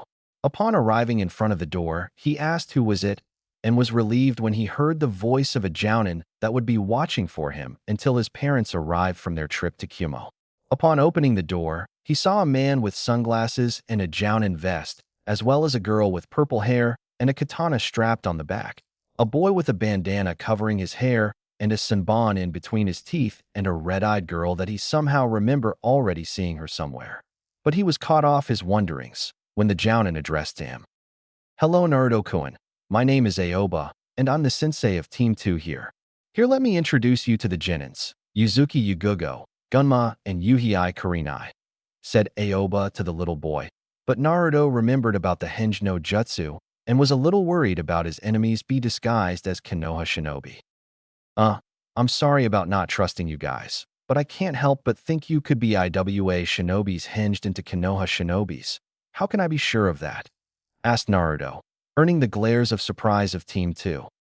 Needless to say that everyone of Team 2 was looking at Blonde with astonishment, since he was only 6 years old and already trying to see the underneath of the underneath, a lesson only taught at the age of 11, at the academy when the students would be close to graduate and become Genins. Seeing that the boy actually needed reassurance, Kurenai spoke to him about the time they met at the library about 2 years ago, and Naruto was relieved once again. Oh, yeah, I knew I already saw you somewhere before. I'm sorry about the suspicion. Is that because what happened to me in the book I was reading about tactics and strategy got me thinking about what may appear it's not what it is in the end? So I became a little suspicious. But please come in. I'll introduce everyone to the rooms in the house, so you can get comfortable, and I can guarantee to all of you that I won't be bothering you guys. Come in, said Naruto with a wide smile on his face, and entering the house. When they entered the house, Yugugo was caught talking to Kurenai, since she was somewhat interested in what the blonde could do. She was surprised that he was suspicious by only looking at her team, showing a shinobi ability that many Chunin still didn't have, and she was impressed with him. Kurenai, on the other side, was impressed as well, but with the book he said he was reading, she became interested about it on the spot and figured that he could have a lot of books for her to read throughout the week. But most of all, both of them was thinking about his age and the fact that he is growing faster than them combined. Meanwhile, Gunma was impressed with Naruto. Gunma was smiling a lot, figuring that he would try to fight him in a fight to see if the rumors of him being able to break the wooden dummy at the age of 4 was in fact true or not. When they got outside, Naruto showed his little training ground, and Team 2 was once again impressed to say the least. In the middle of the garden, there was two wooden dummies, and they could see one with a hole between the chest area. Upon seeing further, they saw some leaves on the grass and asked Naruto why they were piled like that, and Naruto said that he was doing multiple chakra control exercise by spinning more than one leaf at the same time, much to Aoba's surprise. Needless to say, Team 2 was very lucky to get picked to this mission. Not only Naruto was a good host, but he wasn't a pain in the ass in comparison to the other times they had to babysit. On top of that, Naruto displayed a sense of humbleness, much to the surprise of the Genins, who figured Naruto would be acting like the son of the Hokage, bossing around and saying that they should do what he said. Quite on the contrary, seeing that the Genin team would be training, he humbly asked if he could watch them train as well as participate if possible. Aoba already said that he would be training him as well, and Naruto was literally jumping with happiness, showing that he was eager to practice and train with Team 2. To say all of them was surprised, it was an understatement. Neither of them thought that this mission would be so cool, as well as the fact that they could train a lot. After a little tour from Naruto, he told them to feel at home and that he would be reading one of his books for a while. Kurenai, already seeing an opportunity to spend the week, asked if she could go with him to see his library and pick one to read, while Gunma and Aoba would spar a little bit on the garden. Yugugo, for her instance, chose to practice some kenjutsu katas by herself for a little bit, since it was already getting dark, so they should all be inside the compound in case something happened. Meanwhile, inside Naruto's room, he and Kurenai was looking at Naruto's library with big smiles. Then, Naruto picked one on chakra control, while Kurenai picked the one of strategy and tactics. She learned from Naruto that his parents bought him lots of books for him to learn, and he was very thankful. Kurenai, for her instance, said Naruto was a very interested kid, seeing that his level of literature was very advanced for his age, and she didn't think twice about saying to him about it, resulting in a blushed Naruto and an amused Kurenai, thinking how cute the little blonde was when he was embarrassed like that. A few hours later, everyone was having dinner together, eating what Naruto's mother left for them inside the freezer. They talked about all sorts of things.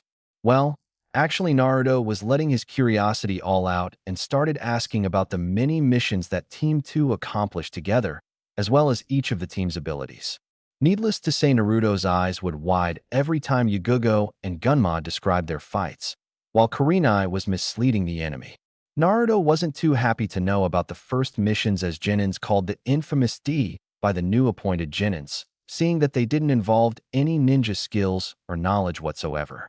Seeing that the team would show Naruto the wrong idea about the D-ranked missions, Aoba decided to intervene, saying that these missions existed in order to improve teamwork among the Genins, and that Konoha was well known throughout the shinobi land because of the three-man cell like the legendary Sannin and the Inoshikacho trio. Later, everyone went to sleep, and Aoba decided to take the room closer to Naruto's, since he would hear better and see if the enemy would try to appear. On the next day, Naruto was the first to wake up and start doing his routine exercises. He learned from his father the theory behind the gravity seal, and now he knows that in order for the seal to activate, one have to channel chakra through it, and the contrary for deactivating. Upon activated, Naruto felt his weight increase and felt his knees bend a little bit in order to get used to the extra weight. He only used it to train alone, but when he was sparring with Neji, he needed all the strength and speed he could get, because the Hyuga prodigy was always all out when they practiced. Once completed 30 laps around the compound with the seal on, he started practicing some advanced taijutsu moves on the dummy still with the gravity seal on. According to Naruto, this exercise was invigorating, and even though at the end of the training he was sweating like a pig, he felt like he had no care in the world, just exhaust himself to the fullest. Upon entering the compound, so to have some breakfast, he saw that Aoba, Yugugo, Kurenai, and Gunma were getting up, and all of them looked at the sweating blonde, wondering just how stamina this boy has. Out of them, Aoba was generally the first to wake up, and all of them thought that their sensei didn't sleep at all. But seeing Naruto, Team 2 believed that the boy was actually a stamina freak, just like his mother called Naruto once to Minato, upon seeing a 4-year-old training himself to exhaustion and then continue after a 30-minute break. Now, Another thing that only Kurenai and Yugogo saw was that Naruto was pretty buff for a 6-year-old kid. They had to focus very hard in order to see a little baby fat around the kid's body. "Oh man, that's good workout. I can tell you, it's invigorating," said Naruto, panting a little bit and showing a big smile, letting them know that training to him is like playing with toys or doing stuff kids should be doing at that age. "Wow, Naruto, your father told me you worked pretty hard, but I never thought you would be this hard as to wear a gravity seal on you while training. Tell me, what do you do for, as you say, morning routine?" asked Aoba, seeing the fiery spirit and determination on the Hokage's son. "I start with 30 laps around the compound, following with 100 push-ups, 100 sit-ups, then 2 hours practicing taijutsu on the 2 training dummies as a way of fighting against 2 opponents. Oh, and all this with the gravity seal, which by the way increased my body weight up to 20, explained Naruto, only beginning his day.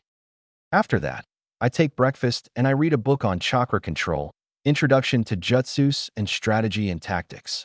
I also play shugi with my Kasan and I practice jutsu and chakra control all afternoon."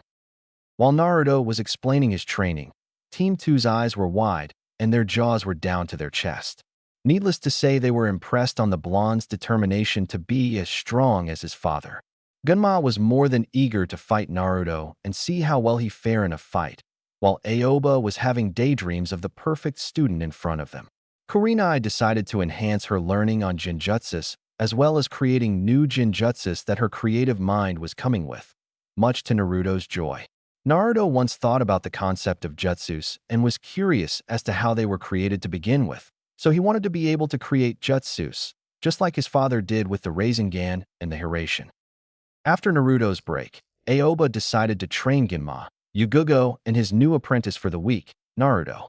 But first, he needed to see what Naruto's level was, so he called Gunma for a spar match to see their level in taijutsu and in ninjutsu. To say that Naruto was happy, it would be an understatement. He was smiling from ear to ear from the thought of sparring against a genin. First, Gunma thought he could go light with the blonde, seeing that he was 8 years younger than him, so he wouldn't go all out on this fight. Little did he know that Naruto already turned the gravity seal off and his speed had doubled since the first time he activated the gravity seal. When Aoba showed the authorization to start the fight, Gunma charged Naruto to test his defenses. Gunma started with some mid-level punches straight to Naruto's areas that would affect the opponent the most, like the spleen, the lungs, the face, and side stomach. Since Naruto could see the speed of the attacks, he managed to defend himself, while attacking as well with his knees and feet on Gunma's stomach and side stomach. Meanwhile, Yugogo and Aoba was seeing the spar with a smile. The boy had good moves and was faring well against Gunma, even though he wasn't going all out. But Naruto, somehow, was faster now than before the last time he fought Neji, and he assumed that was because of the gravity seal, so he asked Gunma to put up a notch a little bit, demonstrating guts towards a much older opponent. Hearing this, Gunma decided to add ninjutsu to the fight, making some hand seals and exhaling a fireball with less power so to scare the boy a little.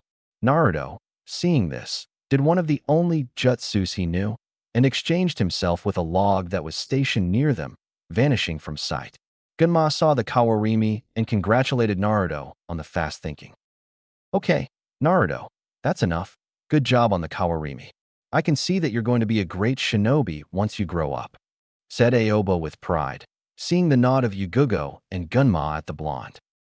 "So, Naruto, we're going to train on your chakra control during this week, as well as teach you some jutsus. Now I understand that you already mastered the Kawarimi no Jutsu, as well as the Hinge no Jutsu, am I right?" After a nod from Naruto, Aoba continued.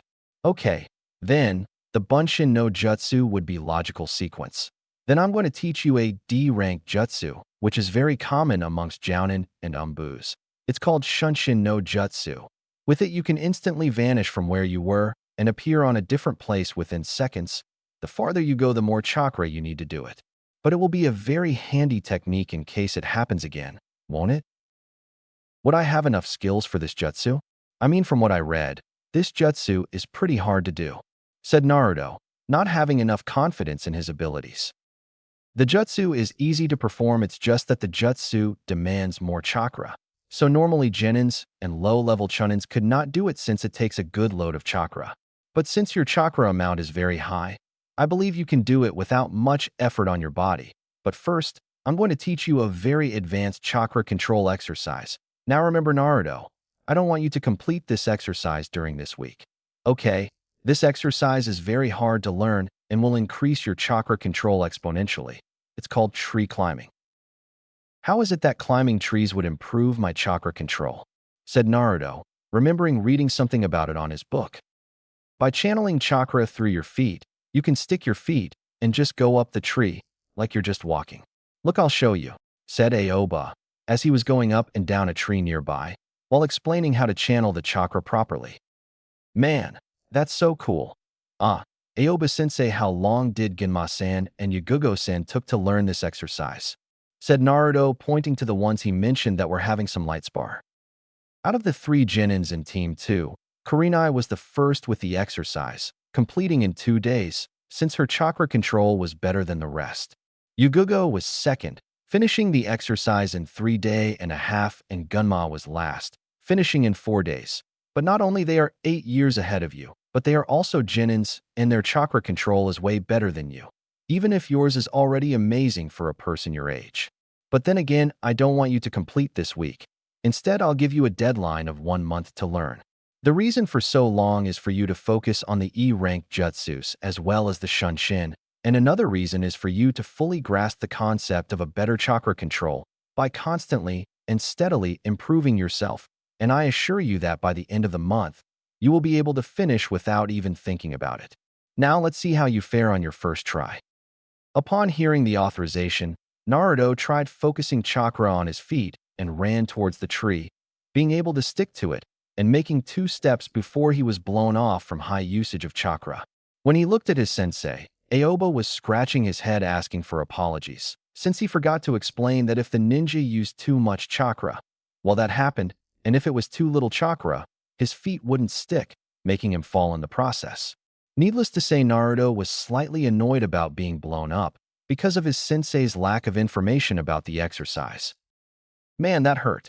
Oi, Aoba-sensei, a little more advice would be nice. Over here? Shouted Naruto at his teacher. Sorry, Naruto-kun, but even though you know how to do it, does not mean that you will stop falling on your butt like that. Once you'll be able to stick your feet and go up a few times, then you'll stop falling like that. If you don't want to fall again like that, try training evasion techniques. When you feel that you are about to fall, just use the tree for impulse and balance to land on your feet, explained Aoba, earning a little grin from Naruto's face. Well, at least Naruto was sure he could not fall on her, but anymore, since evasion techniques was very used as a defense from Naruto's taijutsu. The day went by and Naruto had only improved up to 4 steps before he had to do the evasion technique and landed tired from trying. Aoba, upon seeing this, told Naruto to stop for the day and focus on mastering the Bunshin no Jutsu. Because of Naruto's abnormal chakra capacity and difficulty to use the little chakra needed for the jutsu. When he performed the jutsu, the clone appeared lying on the floor all dead and without consistency. When Aoba asked him to do it again, the same result happened. Upon seeing this, Aoba sighed and crossed his head. He has never seen anything like this. He actually tried to think of something to help the young prodigy, but he couldn't think of anything. He was already admitting defeat and therefore saying that Naruto's chakra control need to improve first, when all of a sudden Yagugo decided to help. Aoba-sensei, what about the Kage Bunshin no Jutsu, Shadow Clone Jutsu? Said Yagugo, smiling to the blonde, and seeing that Aoba was dumbfounded for the fact that one of his genins just mentioned a B-ranked kenjutsu that happened to be sealed inside the Forbidden Scroll. Yagugo, how do you know the Kage Bunshin? It's supposed to be a forbidden technique. Turned Aoba, actually thinking about his genin's idea for Naruto. My dad mentioned once to me, but he said that it consumes lots of chakra, but Naruto-kun may be able to do it. And this technique was sealed inside the Forbidden Scroll just because of the chakra consumption, not because it's dangerous. Yagugo explained and smiled upon seeing the big smile and eagerness that Naruto was displaying once he heard it from the purple head genin. Wow, thank you Yagugo-san. Aoba-sensei, please let me try once. If it really consumes my chakra like you say it does, then I'll never do it again, until I complete the tree training exercise. Negotiated Naruto. Huh. Okay, Naruto. I'll teach you, but you'll have to focus on your chakra control, even though you can make the Kage Bunshin. Got it? Chakra control, it's a good ally in battles, but it's also the worst enemy if you don't learn how to control it and waste a lot of chakra in the process. Okay, now the Kage Bunshin is the same principle as the Bunshin, but there are two differences. First is that you have to use much more chakra, and second is that you don't have to focus on an image of yourself, but rather focus on your entire body, since a Kage Bunshin has everything you has, from organs to chakra coils. The technique only needs this seal that I'm showing you with my hands. Now try it. Naruto then focused the way he focused on the Bunshin, but now without feeling the need to contain a little bit. He did the necessary seal and screamed Kage Bunshin no Jutsu, Shadow Clone Jutsu. What appeared after the cloud of smoke, much to the utter surprise of everyone counting Aoba, Kurenai, Genma, and Yagugo, for Kage Bunshins appeared and started a little chorus, singing, "I did it" multiple times. Not only Naruto managed a B-rank jutsu, but he also was jumping in a crazy way, as if he still had tons of energy to stand, jump, and do stuff. Needless to say that Naruto managed to do the technique without suffering strain on his body. Aoba was the first one who managed to speak. Okay, Naruto, keep it down please, my ears are killing me. Now, since you managed to do this technique, you already have a clone technique at your arsenal. Let's rest for today. Gamma, let's see first if you manage the Katon Hausenka no Jutsu, Fire Style, Phoenix Flower Jutsu, and the Katon Gyakyu no Jutsu, Fire Style, Grand Fireball Jutsu. Hi Aoba Sensei, screamed Gunma as he was doing the hand seals needed for the Gakakyu no Jutsu, and spilled a huge fireball of his mouth up to the air. Good job, now the next one, instructed Aoba. Katon Hausenka no Jutsu, screamed Gunma again, as he did the necessary hand seals, spilling small fireballs in different directions. Good work, Gunma-san. Now let's head inside the compound for dinner. Just as Aoba was about to touch the door, something was amiss. For instance, the door was in front of him, but his hands passed straight by, giving the impression of an illusion. Seeing that, Aoba remembered about the Snicker member of his team who was falling in love with Jinjutsus. Kai, said Aoba, dispelling the Jinjutsu Kurenai casted on the door, as well as looking at the face of the female illusionist in front of him, smirking as she mastered yet a new Jinjutsu technique. See, Sensei, I mastered the Kokohi no Jutsu, illusion technique, false surroundings, said Kurenai, smiling like crazy. So I saw. Good job, Kurenai. Now let's head inside. I guess everyone is hungry, especially Naruto, said Aoba, hearing Naruto's stomach manifesting and Naruto putting his hand behind his head in embarrassment, making Team 2 take a little rise out of the blonde. Sorry about that. I guess the Kage Bunshin just quadruplicated my hunger. Now my mom will be worried. She usually sighs seeing what I eat by myself. Imagine 4 times. I bet she would crumble to the floor, said Naruto, scratching his head.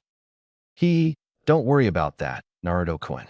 I bet your cousin would be worried at first, but seeing that you are the Yandame's son and a stamina freak, she will just add 2 and 2 together, said Aoba, grinning a bit. After some time, they all went to sleep. 2 hours later, a blonde was seen on the compound's main living room, just staring outside at his preferred sight of his life, the full moon.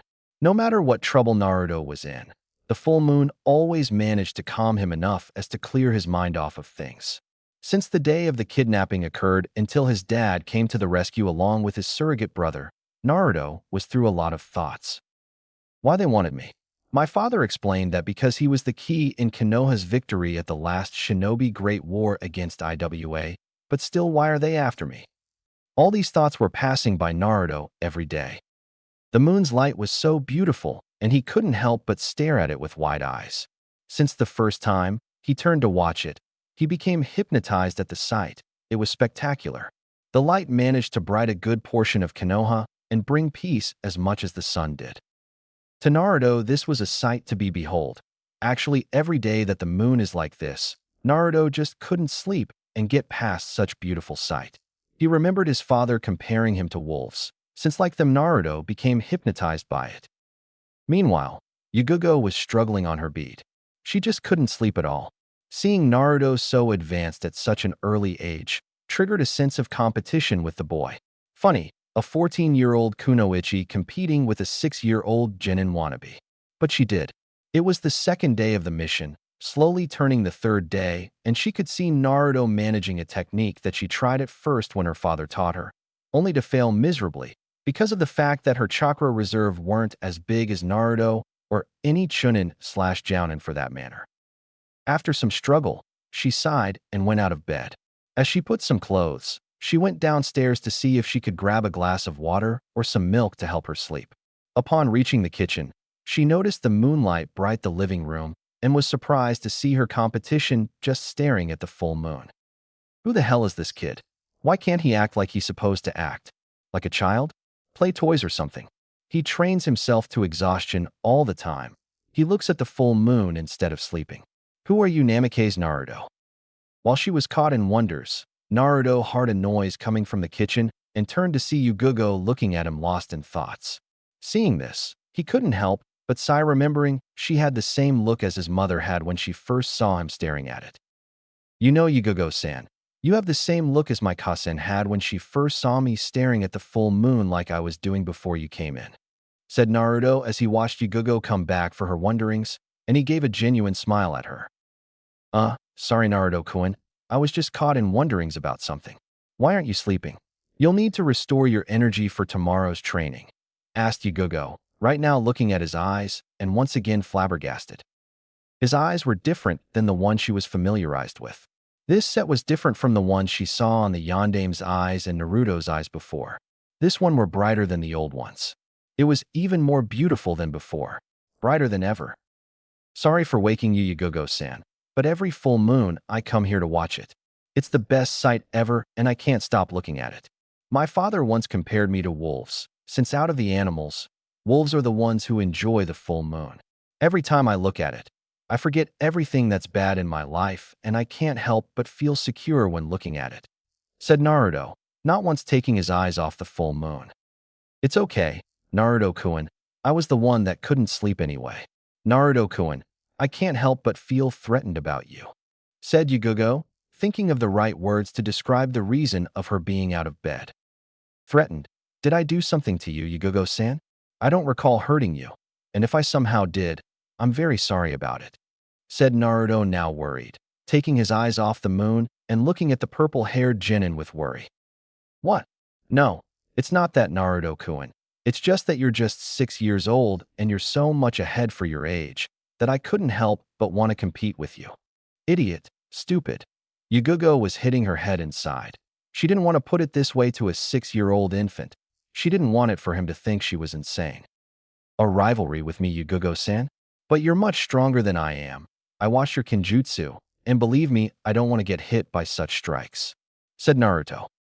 Thank you, Naruto-kun, but if you with 6-year-old were able to do a technique that I couldn't do with 14, that means you are pretty strong yourself. I'm sorry, but I can't help but want to compete with you. You're the first one that I thought about measuring my ninja abilities with. Rivalry is very good for ninjas to grow stronger and better, Yugugo-san. But what about Genma-san? He is pretty capable, said Naruto, trying to calm Yugugo, but to no avail, since he saw her nod her head in a negative manner. Genma is very strong and a capable ninja as well, but he is my age. The Katon Jutsus that you saw him doing was his first high-level ninjutsus. You managed a B-ranked ninjutsu with just 6 years old. Please don't take me the wrong way, Naruto-kun, but I want to be considered your rival, if it's okay with you, said Yugugo. Do you really want this, Yugugo-san? I mean, I would be glad to be your rival, but are you really sure you want to? Asked Naruto. Yes, I do. In fact, we can train together. Why do you say, Naruto-kun, with my kinjutsu/ninjutsu against your taijutsu/ninjutsu, it would be beneficial for both of us. I would get stronger and you would get faster. Let's try at least for this week. Why do you say? Yugugo said, almost sounding like begging for training from a 6-year-old boy. Okay, Yugugo-san, said Naruto, giving up trying to understand why the hell does she want to train with a 6-year-old boy. On the third day, Naruto went out of bed and dressed up his training gear. He thought about Yugogo's moves, and he was dead frightened. But on the other side, he was eager to start. The only rival he had was Neji, and even though Neji is very strong, Naruto didn't want to be proficient against the Byakugan. So he increased his routine as well as pumped a little more chakra through the gravity seal, increasing his body weight as well. After some running around and some exercises, Naruto was more tired than before. When he started his taijutsu exercises, he felt the weight get in the way a little bit.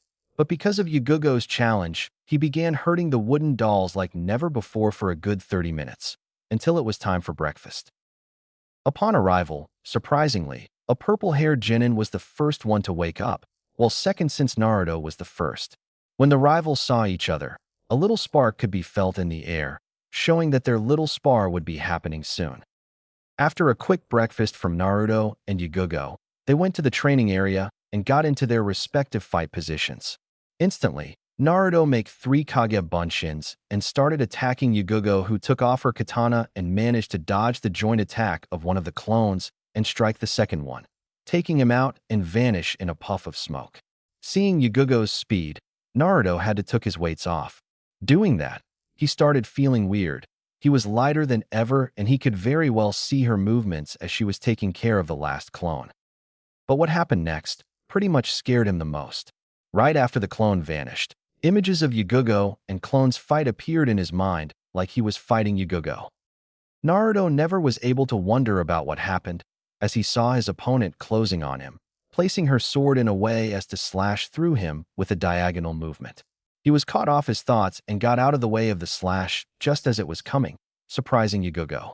Since they were close, Naruto started attacking Yugogo with the same mercy as he had with the wooden dolls.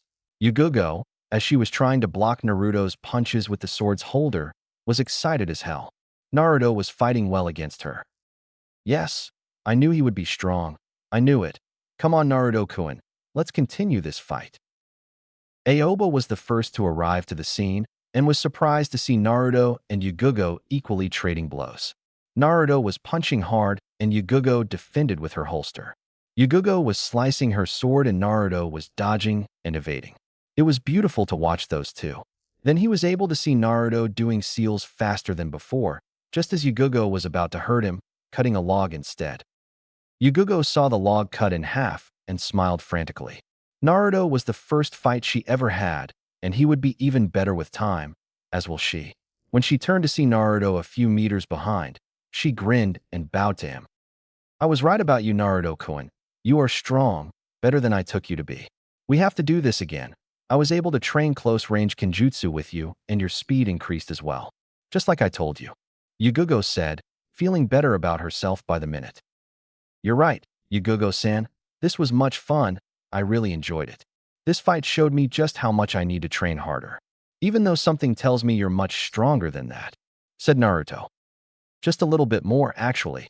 But with the pace that you are growing, you'll surpass me in no time, my rival, said Yugogo, feeling proud of herself, since she discovered what her dad said to her a while ago. Flashback on. Yugogo and her father were training in Kenjutsu and evasion techniques. Well, more like Minato was beating the shit out of Yugogo, but it was with a wooden sword, still hurt as hell. Shit, why can't I hit you too, San? You're too fast. Yugogo-chan, don't be silly. I have 10 times more experience than you. Plus I know all there is to know about our style, while you only learned a few katas. Trust your father on this, Yugogo-chan. It'll be a while before you can hit me. But I don't expect you to beat your old man, at least not right now, said Minato with a smile. I know that, too, San, but you're the only one I can test my abilities with. The academy didn't bring me a challenge, and the fellow Genins do not have the skills necessary. I have only you to measure my level, said Yugogo, looking down in shame. Yugogo-chan, if you really want to test your skills, you have to find someone who can measure up to your abilities. You find yourself a rival, said Minato, remembering of a certain Umbu captain. In fact, Yugogo-chan, you don't have to be the same age. Let me tell you a story of a child prodigy that I had the privilege to know back in Umbu duty. His name is Hitaki Kakashi, a genius. He was your age when he became a jounin, and a year after that, he joined Umbu. Back then, I was best fighter in Umbu, and I was just as you are now, in search of someone to whom I could test my skills with. Since Kakashi's record was practically common knowledge, everyone was talking about him, so I challenged him to a spar. I tell you, Yugugo-chan, that spar entered in the Umbu headquarters history as one of the most beautiful fights they've ever witnessed. But something happened since that day with me and Kakashi. We didn't stop growing as ninjas. Both of us got stronger, both of us became faster. But since I was older than him, the time was the winning factor and I just didn't have the strength to continue with the rivalry. 3 years after I retired from ninja duty, Kakashi was released and become a full-time jounin, since today, doing missions for the village. Do you know, Yugugo-chan, that the Yandame was Kakashi's jounin sensei? Yes, he was. So, all you need to do in order to grow stronger is to find yourself a rival, finished Momoto. I will try Tusan, and then when I'm strong enough, I'll challenge you again. Flashback off. Tusan, I did it. I found my rival just like you found Kakashi-san. Thought Yugugo, looking at the sky. Suddenly, Aoba arrived clapping his hands at the magnificent display of ninja skills between Yugugo and Naruto. Congratulations, you two. Naruto, how did you get so fast all of a sudden? Well, since Yugugo defeated my clones with much ease, I had to take the gravity seal off so I could fight her with all my speed and agility, said Naruto, pointing to the seal place at his chest. Oh, I see. So, Yugugo, tell me, what about Naruto's skills, and did I hear correctly? Did you consider Naruto to be your rival? Said Aoba, flabbergasted that out of all strong genins that graduated, Naruto, a 6-year-old boy, could be Yugugo's only rival. As to your first question, Aoba-sensei, Naruto's skills with taijutsu and agility was very good for his age, as is his ninjutsu skills. Now as to the rival thing, you heard right. Aoba-sensei, Naruto was the first one that I was able to test my abilities with. And I'm really looking forward to having another fight with you again, Naruto-kun, someday. So you better train harder, because I'll be training harder as well, said Yugugo. Next time, I'll win, Yugugo-san. Challenged Naruto with a wide grin, pointing his fist with all might to the purple-haired rival. We'll see about that, Naruto-kun, smiled Yugugo. After Yugugo settled for another position to update her training program, she reached 2 scrolls, one from her father and the other from Aoba. The one from her father included some kenjutsu katas, of course, but the one from Aoba included ninjutsus. So far, Yugugo's elemental ninjutsu is none, so Aoba made a scroll of C-ranked non-elemental jutsu, such as the Kage Shuriken no Jutsu, Shadow Shuriken Jutsu, and the Kanai Shuriken no Jutsu, Shadow Kanai Jutsu. Meanwhile, Naruto was trying the tree walking exercise but with the gravity seal back on. This time, he managed up to 10 feet, and like Aoba said, Naruto was improving in a steady manner, fully grasping the concept of the exercise. Naruto, come here, it's time for you to learn the Shunshin no Jutsu. Actually, the concept is pretty easy, but the real key to this exercise is chakra amount. In order to do this technique, the ninja must focus on a specific place to be. For instance, if you are to go to your room, you'll have to imagine yourself inside that room. Once that's done, focus a considerable amount of chakra, and voila, said Aoba, vanishing in a swirl of leaves and appearing behind Naruto in less than a second. Wow, it's very cool. Yes, it is. Now you try. For the first time, try imagining yourself in front of the same tree you practice tree walking. Imagine yourself staring at it. For the jutsu to work, all of the place's surroundings and your sight position must be put into consideration. For instance, if you want to go in front of the tree, you have to imagine yourself looking at the tree as well. Now try, explained Aoba. In order to do the technique, Naruto closed his eyes so he can imagine what it would be like standing in front of the tree, as his sensei told. At first, it was difficult since he never thought of looking at the tree before, so he would play a creative game and just figure that out. Once done, he started to focus almost the same amount of chakra needed for 4 shadow clones, and suddenly a swirl of leaves appeared below him, and he vanished, only to appear with his face smashed through the tree with great intensity, almost breaking his nose because of the impact. Very good, Naruto. But tell me you didn't imagine yourself smashing your face at the tree, now did you? Said Aoba, trying his best not to laugh at the picture. What? Do you think I take pleasure in hurting myself? Have you gone mental? Exploded Naruto. Sorry, he. Now try to stare at the tree from a certain distance. Then try it again. You almost nailed it. If it wasn't for the fact that you almost broke your nose. Laughed Aoba. I'll show him what to laugh about. Just you wait, Aoba-sensei, mumbled Naruto, before staring the tree and trying again. On the second try, Naruto appeared only centimeters from the tree, almost hitting his nose again, but he already showed improvement, nonetheless. At his fifth try, he managed to do the technique and appear a good distance from the tree, staring at her, just like he pictured in his head. Good work, Naruto-kun. Now, from today until the last day of this week, we'll be practicing the Shunshin no Jutsu until you master it. You'll be appearing in almost every place of the house. Now, apart from that, we are focusing on increasing your stamina and your chakra control. Now I know your stamina is very high for a person your age, but that doesn't mean you shouldn't train stamina. But Aoba-sensei, what about my morning routine? Don't they count as stamina training? Yes, they do. But we'll practice other exercises that can improve that area as well. Like, for example, expand your chakra amount by the constant usage of it, and when you restore it the other day, your chakra level would increase. Explained Aoba. Now let's do the Shunshin again. With that, Naruto practiced the Shunshin until the end of the third day, until Naruto had to be carried to his room by Genma, because of a little chakra exhaustion and a little dizziness from doing the Shunshin so many times. So, Team 2 was alone for the first time, and they had dinner without Naruto this time. Aoba-sensei, aren't you pushing Naruto too hard? He is just 6, and he had his first chakra exhaustion too early in his life, asked Kurenai, a little worried about the little boy. I know I am, Kurenai-san, but I am under orders from the Yondaime to better prepare him, so he can take care of himself when another kidnapping attempt is to be made. I sometimes wonder if Naruto ever intended to have a normal life. All I see of him is either studying or training. Of course, it's good to do all that. It's more important for a boy to be just a boy, but I'm not his father. Sighed Aoba since he didn't want to see a 6-year-old training to death, even before the academy. No, Aoba-sensei, he likes to play too. When I go to his room and pick a book to read, sometimes I see him playing with his toys. Now I wonder, is Naruto doing this for him, or to live up to his father's expectations?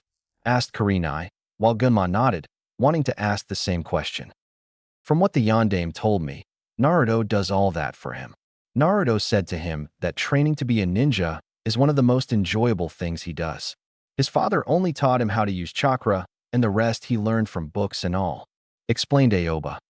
Yugugo, who was eating quietly, since she didn't have questions about that anymore. Naruto was like her. They wanted to be strong. They wanted to be good as shinobi.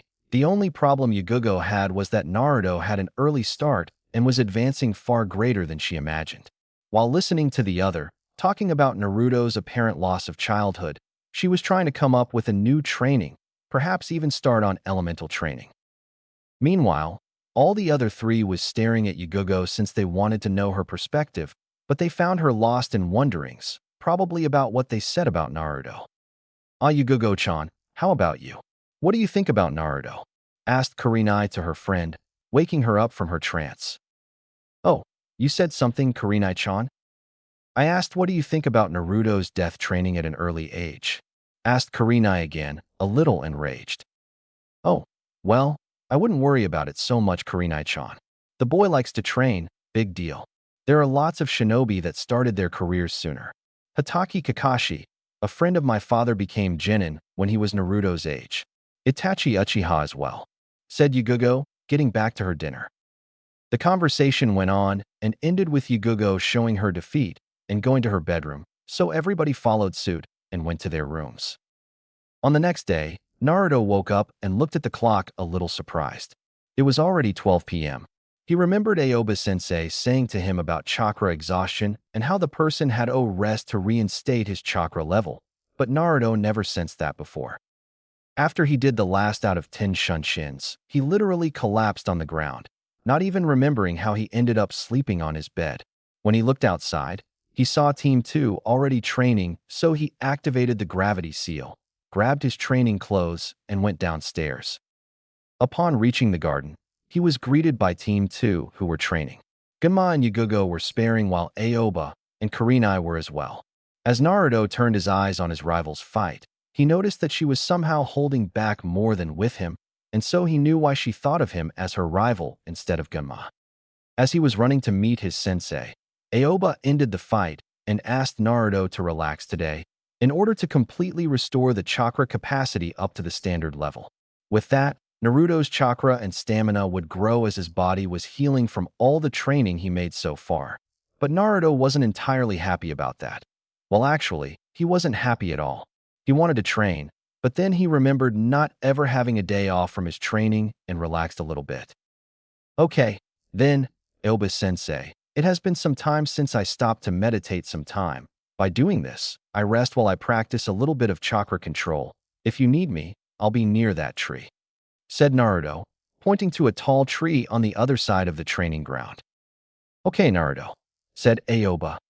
With that, Naruto reached the designated tree and just seated in meditative position as well as closing his eyes, so as to clear his mind first. Meanwhile, Yugugo and Ganma was taking a break and catching their breath. But Yugugo was watching Naruto close his eyes in that weird position and became confused beyond level. Now that's a first. A person like Naruto meditating. I wonder how can he possess such stamina and just sit there doing nothing at all. I would be with cramps by just sitting there for 10 minutes, and he was already going up to 30 minutes. As usual, full of surprises, thought Yugugo, while grinning towards her rival. Aoba, even while sparring with Kurenai, managed to see that Yugugo was looking at Naruto with a confused look on her face, and he laughed a bit. Motioning for Kurenai to stop the attack for a while, turned to Yugugo. What's the matter, Yugugo? Wonder what Naruto is doing. Actually, yes. I was wondering how the hell a stamina freak such as Naruto could stand being on that weird position for such a time, said Yugugo, never taking her eyes off Naruto. You see, Yugugo, the yondaime told me that Naruto, at the beginning of his training exercise, did meditation a lot. Actually, he quite liked it. By doing that, Naruto managed to focus chakra through any part of his body. But according for what I was told, Naruto for the most part, focused chakra through his ears. Why the ears, Aoba-sensei? Asked Kurenai, demonstrating quite interest on Naruto's meditation exercise.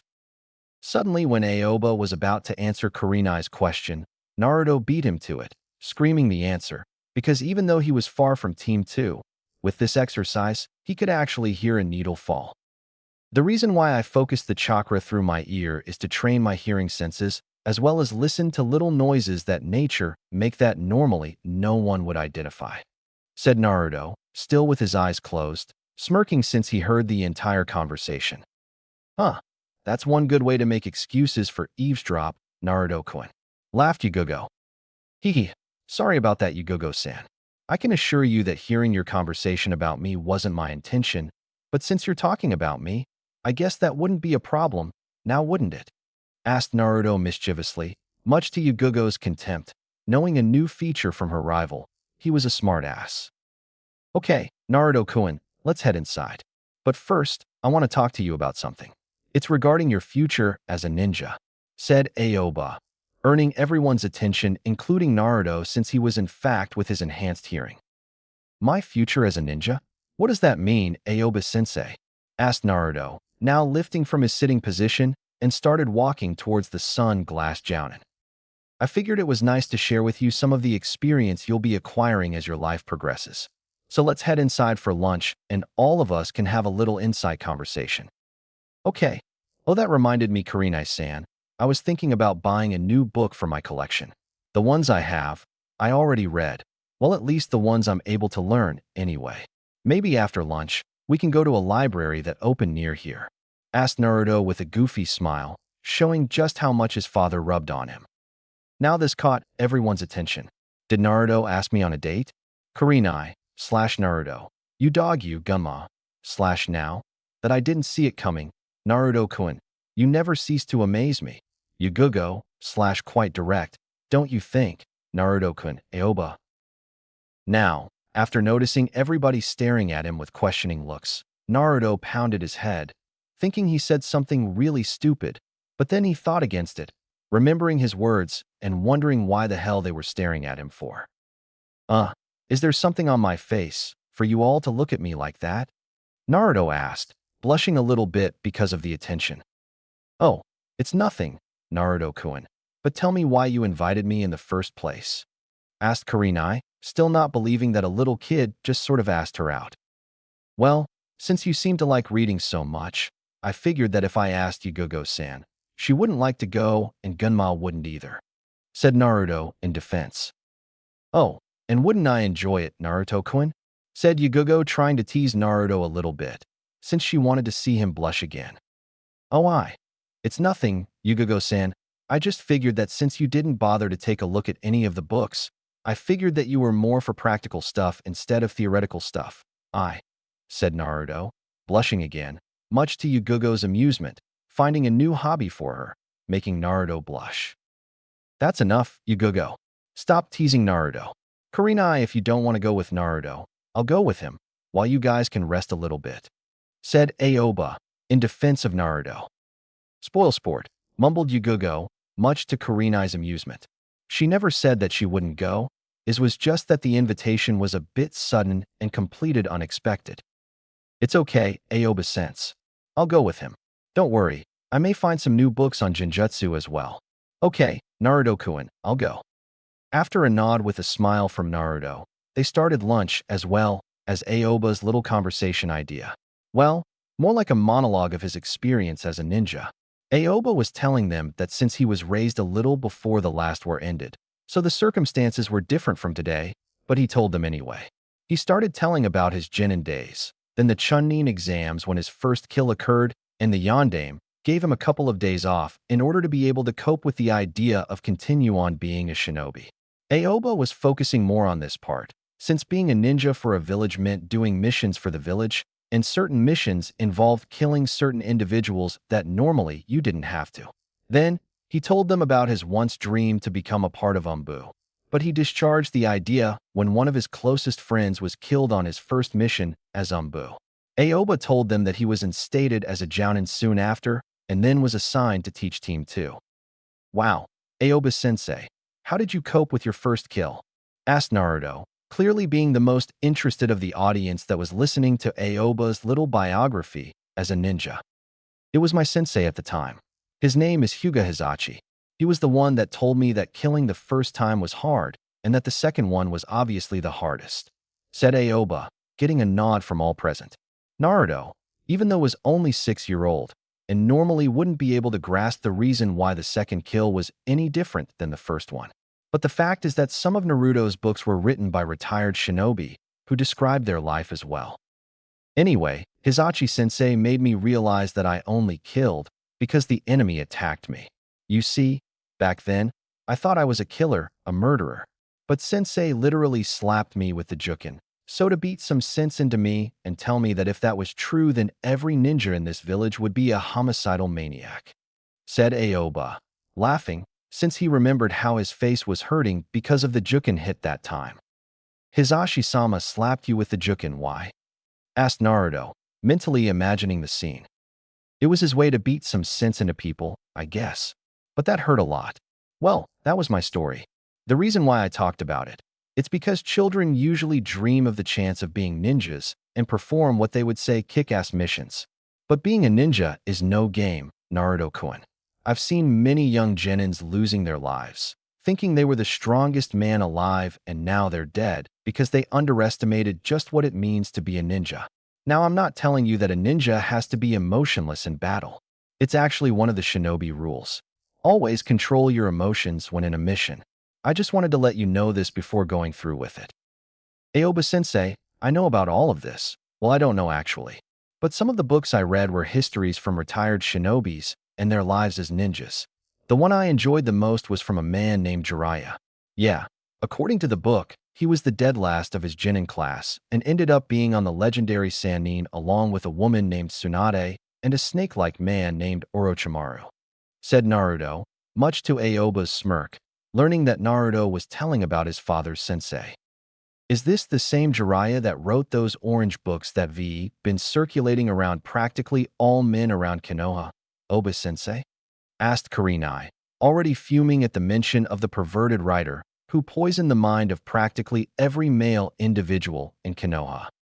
Unfortunately, yes, Kurenai-san, he is, sighed Aoba, remembering one of his friends' ride-on that was pretty much blabbering about scenes of the book named Aika Aika. Well, Naruto-kun, shall we go to the library? I want to see if a new book on Genjutsu arrived, asked Kurenai, eager to go to the library. Do you think that they have books on Kenjutsu, Naruto-kun? I was thinking on developing my own style, said Yagugo, earning some wide eyes from Kurenai. I think they have. Do you want to come as well, Yagugo-san? How about I race you there? Oh, and no shunshin allowed, challenged Yagugo, smiling from seeing Naruto smiling and then mumbling soon after. Okay, then, the library is a few blocks to the right. Kurenai-san, want to race too? It will be fun, said Naruto smiling. After receiving a nod, Naruto released his gravity seal, and the three of them rushed out of the house and jumped to the first rooftop available. Since Yagugo and Kurenai had more experience jumping from rooftops, Naruto at first was getting behind. Seeing that he was losing the race, since the library was coming into view faster, he channeled the most chakra he could at the moment through his feet and got a big impulse, getting only inches distant from the two girls, who smiled upon seeing him landing 1 second later than them in front of the academy. Inside, Naruto was mumbling a little bit after losing the race, but the sight before him managed to put a smile on Naruto. He was in front of the biggest ninjutsu scrolls section of his life, and he was drooling. Naruto once remembered his father telling him not to buy strong jutsu scrolls since he was very young and inexperienced with such a thing.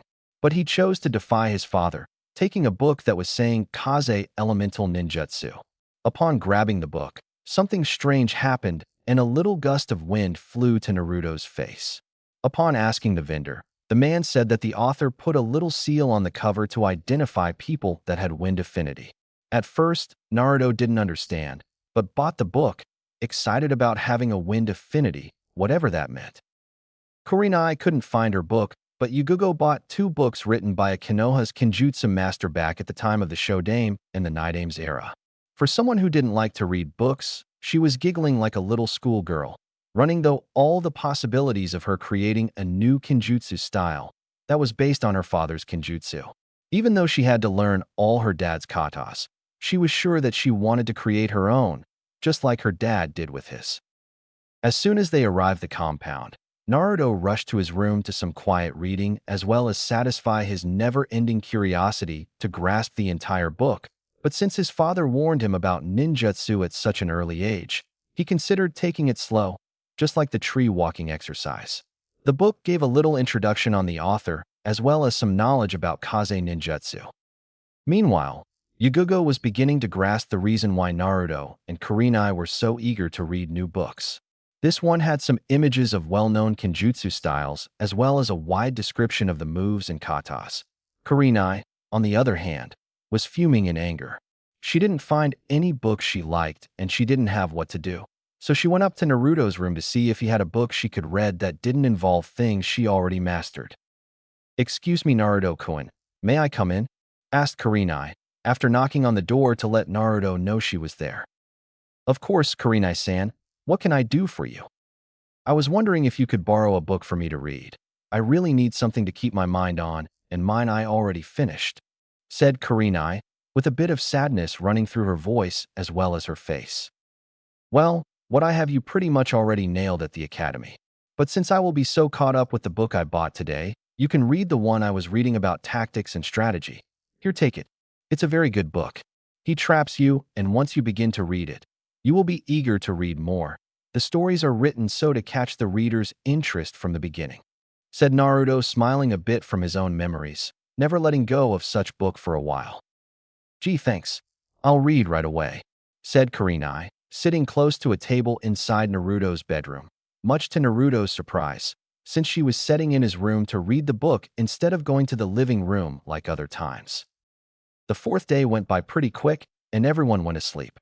On the next day, since Naruto was with his chakra and energy restored, he woke up early and proceeded to his exercises on the training ground. After that, he started his new taijutsu training. This time, Naruto summoned 2 shadow clones to work as sparring partners, instead of relying on the wooden dummies. Upon asking from the two to fight him, each of them went to identical stances, since they were all the same person and the two clones went to attack Naruto at the same time.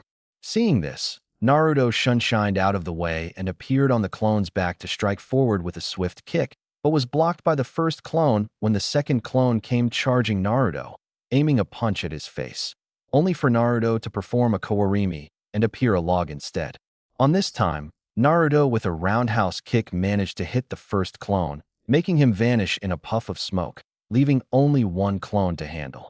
Suddenly, the clone channeled chakra through his feet and appeared in front of Naruto really fast, shortening Naruto's time of response by quickly blocking his face from a very strong punch that would seriously hurt him. After some blows exchanged between the Narutos, the real one was able to feel the adrenaline inside his body, and he was feeling better than before. When the clone tried to kick the real one, Naruto ducked and did a low lick hitting the clone's legs, winning the battle. Wow, that was awesome, but maybe tomorrow I could try to take on 3 clones. Meanwhile, Aoba was seeing the whole thing proudly of little Gaki's progress. As he was lost in wonderings, he never saw Naruto managing to go up to half the tree before having to evade and land on his feet in safety. Being on time with his routine, Naruto shunshined inside the living room and appeared inside out of the blue, scaring Kurenai, who was holding a side dish. "Naruto-kun, don't do that. You almost gave me a heart attack," said Kurenai, catching her breath a little bit. "Sorry there, Kurenai-san. I was just practicing the shunshin," said Naruto, scratching his hair, grinning a little bit. "Oh, I see you're almost mastering the shunshin, Naruto. Good for you. That training of yours with the Kage Bunshin was a very good idea. With that, you can see your movements being performed in front of you and learn how to counterattack your own style. Very ingenious," said Aoba, overestimating Naruto, since the little blonde didn't think about that at all. "Well, actually, Aoba-sensei, I never thought it like that. The reason why I did was to put some movements on my taijutsu partner, because the training dummies just don't do it for me anymore. But I'll think about what you said, Aoba-sensei," said Naruto, earning laugh from the other genins and an apologetic look by Aoba. Their afternoon went on with Yagugo and Gunma sparring against Aoba and Kurenai in order for them to improve teamwork and learn how to work effectively with the partner. Meanwhile, Naruto was training in speed. By focusing chakra through his feet, he was running laps around the compound a couple of times, as well as doing a couple of dashes to left and to the right. After 20 laps, he was getting tired and a little dizzy, so he stopped to meditate some time. At night, Naruto started to read his book on Kaze, Wind, Ninjutsu. While going through the pages, he was literally imagining the words that he was reading in his mind and imagining him performing such techniques. He mumbled something about having to grasp at least water-walking level chakra control in order to start doing chakra elemental manipulation. But he could learn what to do in theory, so he only had to practice what he learned when his control was to be good enough. Since Naruto discovered about his natural wind affinity, he decided that when he finished the tree walking exercise, he would jump right on the water walking exercise. Upon looking at the clock, he realized it was getting late, so he went to bed, not knowing that his worst fears would come barging on his door one more time. Close to Konoha's border. Close to one of Konoha's border, for IWA Chunins and IWA Jounin were setting up camp. They were on a mission. The mission was to kidnap the Yellow Flash at all costs. Since the first mission went in disaster and the Hokage didn't want to start another war because of this, IWA were putting all their efforts into this mission. They couldn't afford to go to another war against Konoha's Yellow Flash, since nowadays Konoha got themselves new legends like Sharingan no Kakashi, as well as an Umbu captain by the name of Itachi. Uchiha Itachi, even though supposed to be an Umbu, his name spread wide across the ninja nations and got himself a considerable reputation. His team is famous since they were successful in every mission they encountered so far. Back with the IWA team, each of them were resting, pretty confident that Konoha wouldn't suspect of their mission to kidnap the Hokage's son. Little did they know that not only Team 2 were protecting Naruto, but also a seal that was secretly placed inside the compound that would alert an Umbu team that was taking place near the house. Near the Namikaze compound. A couple miles away from the Namikaze compound, a team of Umbu officials were guiding the house. Their captain, no other than Uchiha Itachi, was chosen by the Hokage himself in order to assist Team 2 in case the enemy would be too strong for them to take. Itachi, on his part, ordered his team to be close and that he would scout the compound to see if everything was in order. From time to time, he did just that, and now he landed near a tree and surpassed his presence in a way that not even Aoba could detect. Right now, Itachi was observing a little blonde running around the compound, as well as training his agility. From some time, Itachi was taking a big interest in Naruto. He is a proud member of one of the first clans in Konoha, the Uchiha clan. But for some time, the Uchiha clan began too proud of their bloodline, the Sharingan, and they were beginning to become sloppy. Once they developed the Sharingan, all they did was copy others' abilities and get stronger by doing just that. This fact enraged Itachi to no end. He was perhaps the only one who got stronger by not relying on his Jujutsu and actually train his body like no other did before. In Naruto, he could choose to use his father's name and become just like those lazy bastards on the Uchiha clan, but he chose to train in order to get stronger. That's why Itachi got interest in Naruto, and he would wait to fight him in a battle to see who is the strongest. Inside the compound, Team 2 had already wake up and saw Naruto just finishing his tree walking exercise. This time, Naruto managed up to 3/4 of tree, and he was damn proud of his accomplishment. He vowed to quick the steps a little bit and surpassed his sensei's advice on the exercise. But the real motive of grasping the exercise step by step was to feel the chakra on each step on the tree, and Naruto was doing just that. Right now, Naruto summoned 3 Kage Bunshins and started a taijutsu match with them. This time, Naruto got bruised considerably, so Kurenai did a little curative on him.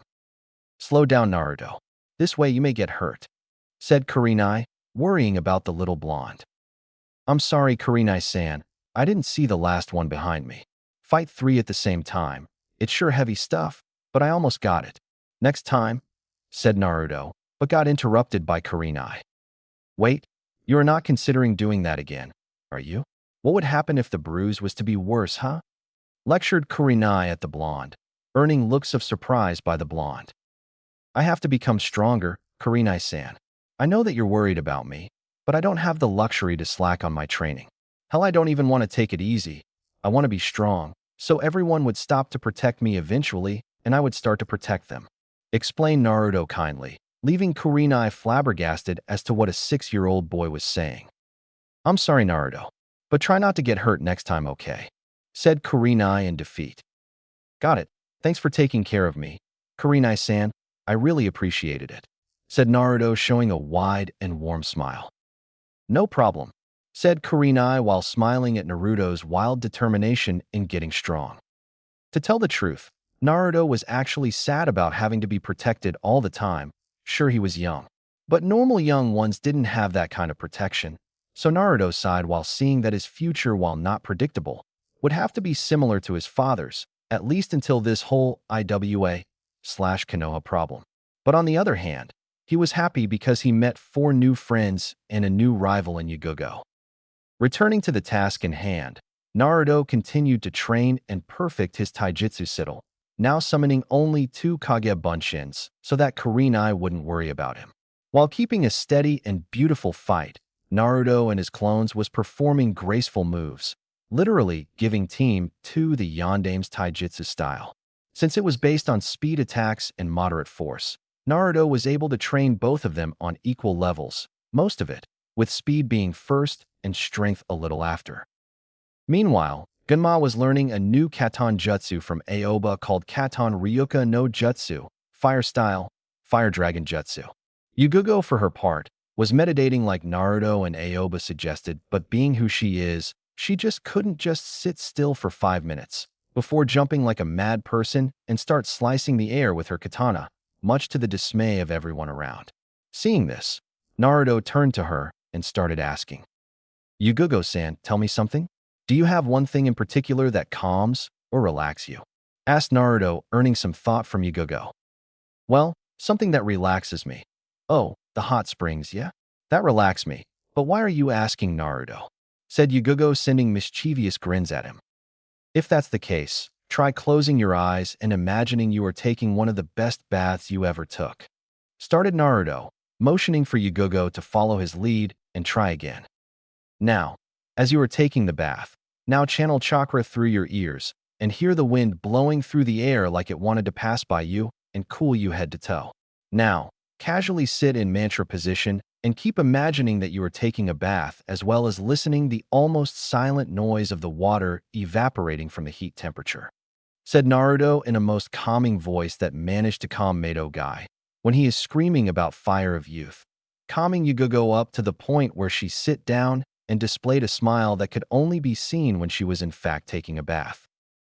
As Naruto managed to calm Yugogo down, he resumed to his tree walking exercise a little bit and got up steady 3/4 of the tree, just like before, but easier. After that, all of them went inside to have some lunch. 3 hours later, the sun was almost setting down and Naruto was just training some of his agility to end the day. Seeing the blonde outside, Team 2 could only sigh inside, since they pretty much were exhausted just by seeing Naruto practice. But none of them was prepared to hear the sound of a giant boulder coming down and almost smash Naruto pretty good. Upon seeing the shadow of the boulder, the blonde jumped away of the course, saving himself from it. But from out of the blue, a team of IWA shinobis appeared and smiled towards their objective. Since Naruto was alone on the garden, the IWA shinobi had a big advantage by blocking all the entrances of the house, so that Team 2 couldn't stop them. "Why are you after me? What did I do to all to you?" screamed Naruto, showing a little bit of fear since the IWA shinobis were laughing at his face while approaching to him in a threatening manner. "It's not you, kid. It's because of your father and what he did to us," said on the Chunins. "It was war. My father wouldn't do that if it wasn't. And it's not like each of you would kill him if an opportunity appeared," asked Naruto, remembering about a book that he read on the last Shinobi War and the legend of his father in IWA.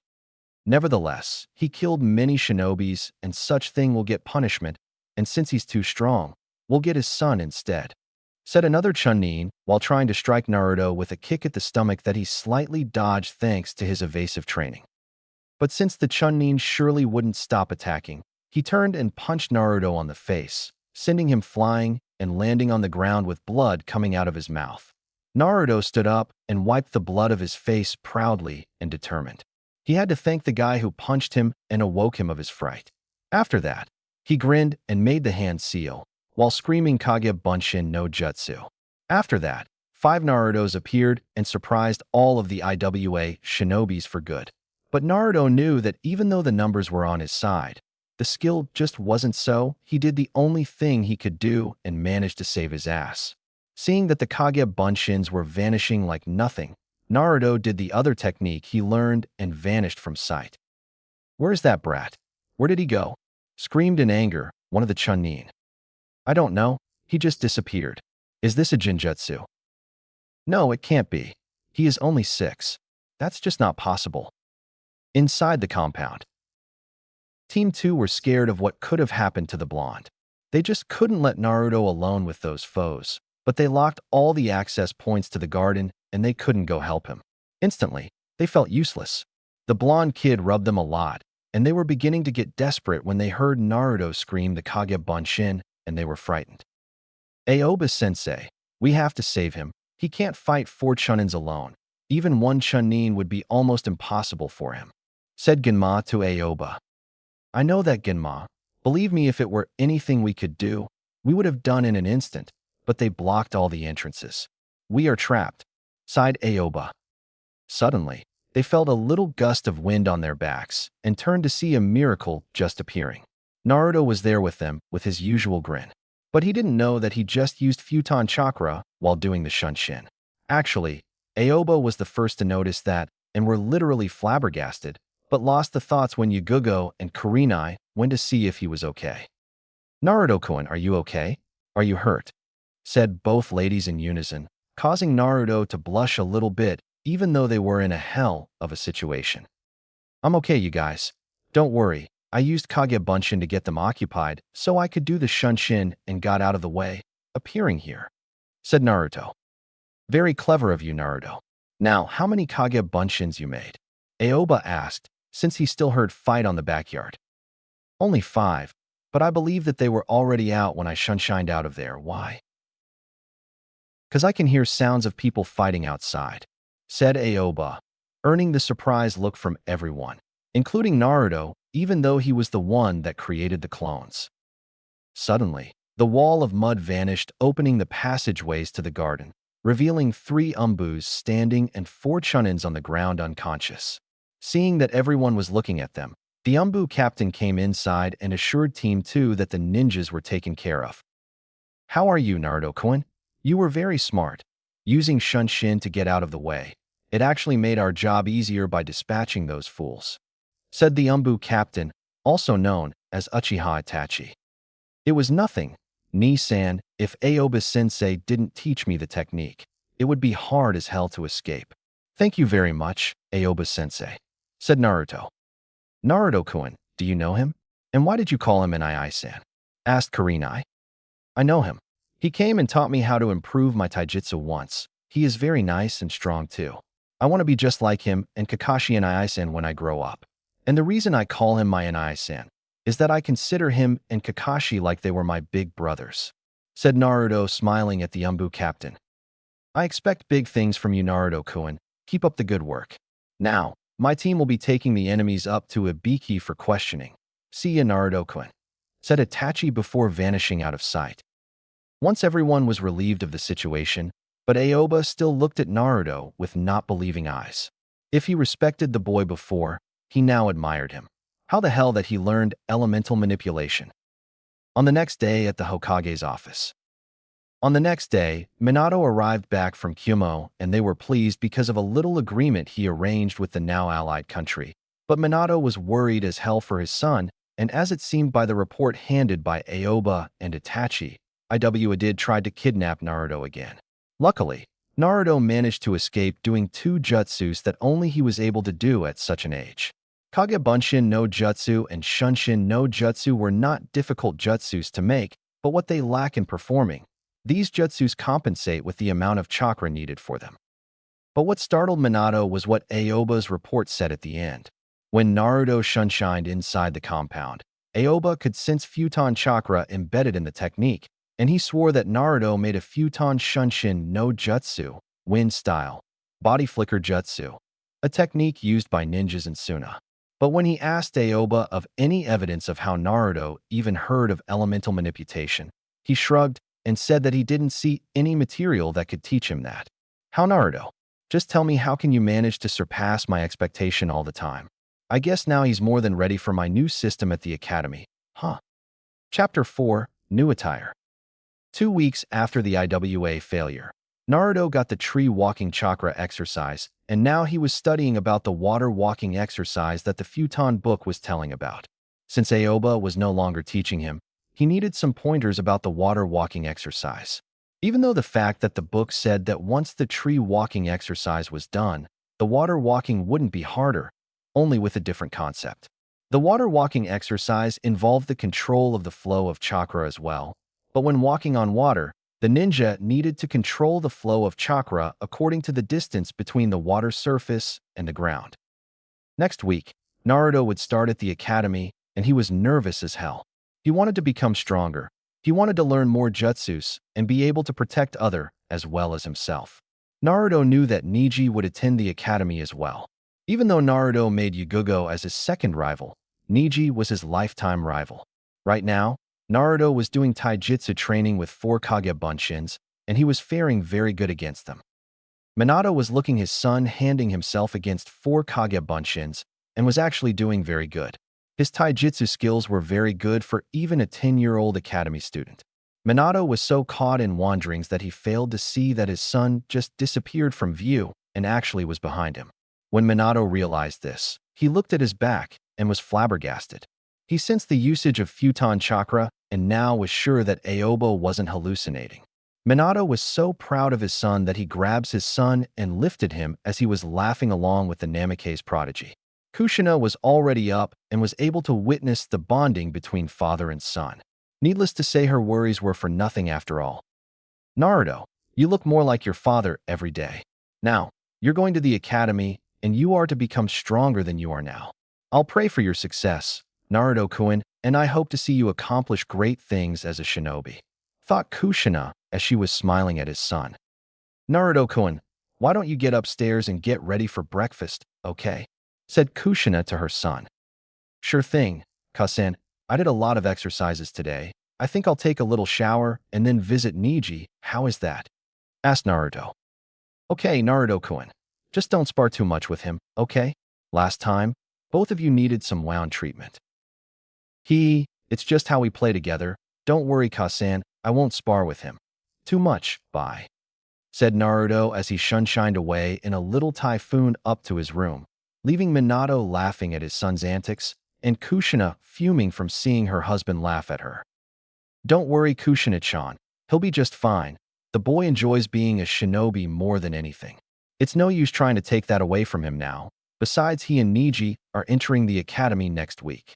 Plus, our little son is growing, said Minato, still smiling while remembering about Naruto's Win Shunshin. I know Minato-kun. I no longer wonder about him in that way. He knows how to have fun like a kid. He'll just continue to play like that his entire life. That's all, said Kushina in an ironic manner. Yeah, you're right. Also, I came to know that our son is already earning some female attention, if you know what I mean. Way to go, my boy. Why are you looking at me like that, Kushina-chan? Explain yourself, Minato Namikaze. What do you mean by that? Demanded Kushina to the yondaime, demonstrating to the blonde leader who is his worst enemy out of the shinobi world, much to Minato's dismay. He was in trouble, and he knew it. Honestly, Minato wondered about putting Team 2 for taking care of Naruto because of Kurenai and Yugogo. Such teenagers were very good-looking for their ages, and he knew that Naruto's personality would shake such girls a little bit. But what Aoba said left Minato wide-eyed for a moment, as he wondered how they would do when they see Naruto in the future.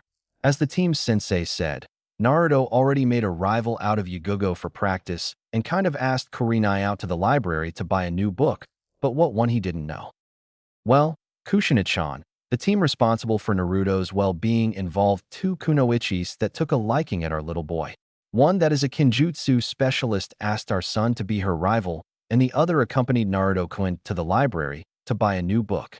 No need to worry, Kushina-chan, said the yondaime, putting his hands behind his head, smiling like a maniac, much to Kushina's sigh, since she couldn't resist that goofy smile of his. If you say so, Minato-kun. Well, me and Naruto-kun are heading to visit Niji-kun, and after that I think I will surprise him with some ninja equipment for the academy, right? He's starting next week, so it would be best to buy all the stuff he needs like shuriken, kunais, ninja outfits, said Kushina, smiling from ear to ear, while thinking about her little son as one of Konoha's finest one day. Good idea, Kushina-chan. Well, I have to go to the office. Saratobi and I are finishing the new academy plan, and we need to finish it until the first day of the academy, when the new academy is to be presented to the new students. With this, our shinobi will be more prepared and much stronger to deal with tough situations. Well, good day at work, Minato-kun. Thanks. Have a nice day as well, Kushina-chan, and I love you, said Minato as he waved his wife goodbye. Love you too, Minato-kun. Just as Minato got out of the compound, Naruto got downstairs and set for breakfast with Kushina, keeping him company while he ate the equivalent to a little battalion in order to replace the energy lost, which, by the way, Kushina wondered if her son would ever be exhausted one day. Because of the gravity seal still on, Naruto got accustomed with the new weight and was moving normally. Actually, with the tree walking exercise, Naruto learned a great deal of chakra control as well. So he managed to get used to walking with extra weight by channeling chakra through his legs for better moving and without much restriction. After breakfast, Naruto and Kushina went outside and both looked at the sun radiating Konoha like never before. It was a very hot day that, even though Konoha is situated at the fire country, the temperature was higher than normal, attracting all the Konoha citizens to the lakes around town, so to refresh. At the Hyuga compound, when Naruto and Kushina arrived at the gate, the Hyuga guards bowed and allowed them entrance, since not only they were the Hokage's family, but the Namikaze family was really close to the Hyuga main family, as well as the fact that Naruto and Kushina have a bond with Hyuga Tenko and Niji. Once inside, the Namikaze waited patiently at the main garden until Hizashi and Niji appeared to greet them. Hizashi told Kushina that Tenko was at the living room having some tea, so Kushina went inside to chat with her friend and have a little talk to catch up. Meanwhile, Naruto and Neji were eyeing each other with the regular intent of a little spar, but because of the last time they fought, Hizashi prohibited them to fight for a little while, serving as a little punishment from Kushina and Tenko, much to the infants' dismay, since when they fought each other, they improved. Neji, since the last time, was training with his father in advanced instances of the Hyuga style of fighting and got a lot stronger as a result. Because of the fact that neither Naruto or Neji could fight, both of them decided to talk about the upcoming academy and the fact that Naruto overheard his father saying that they were to be a part of the new academy, but since Minato didn't talk in details, Naruto didn't have more to say about it. So Naruto, I believe that you're entering the academy, isn't it? Good, because I intend to enter as well, and I want to see just how you improved since the last time you and I fought. I'll have you know that I've been training with father in the advanced ways of the Jukin, said Neji, earning a fire inside Naruto since he was desperate for a spar between them, but sighed, thinking that they could fight like crazy once at the academy. Yeah, Neji, I'm entering as well, and believe me, I've been training as well. Let's wait until the academy arrives, then we can test our strength against each other. Hee, I can't wait. Grinned Naruto, remembering the last time they fought. Hizashi, long since hearing the conversation with his son, and the Hokage's son, could only laugh at such a rivalry that was built and hoped that these two would be the ones that guided the next ninja generation to success, if they don't get themselves killed when fighting at the academy, that is. Hizashi was looking at the blonde with the Byakugan, and he was amazed to see that the blonde's chakra coils were more improved than it's supposed to be for someone his age, but something he saw near the chest area just confirmed the fact that the Yondaime was indeed a madman, since there was place a gravity seal, which the Hyuga could only figure that since Naruto was so at ease by walking around that the infant was already used to using it. Yes, these two will be very strong indeed. So tell me, Naruto, why do you want to become a ninja? I already asked Nae that, since it's important to follow the family tradition, but it's more important to follow your instincts and know what you want to do in life, asked Hizashi, showing the infants that the shinobi world is nothing sort of a game to be played. Well, Hizashi-sama, I would like to be a ninja in order to protect other as well as myself. You see, ever since the first IWA attempt of kidnapping, I found that if I was strong enough, I wouldn't need to be protected anymore, and I believe helping others is what I intend to do once I become a shinobi. After all shinobi missions are requested by people who need help, isn't it? Said Naruto, with a hand behind his head and smiling. Very well, good answer, Naruto. It's important to know what you want to be in life. It's important to plan ahead and remember, children, the shinobi world is no fun and games. Once the mission gets out of hand, it's up to the shinobi to use his skills in a way to run damage control, if need be. There will be times when you guys have to kill in the name of the village, or at least defend yourselves from powerful ninjas out there. Naruto, since you are the Yondaime's son, watch out for IWA shinobi. Once you're outside the village, they won't hesitate to capture you.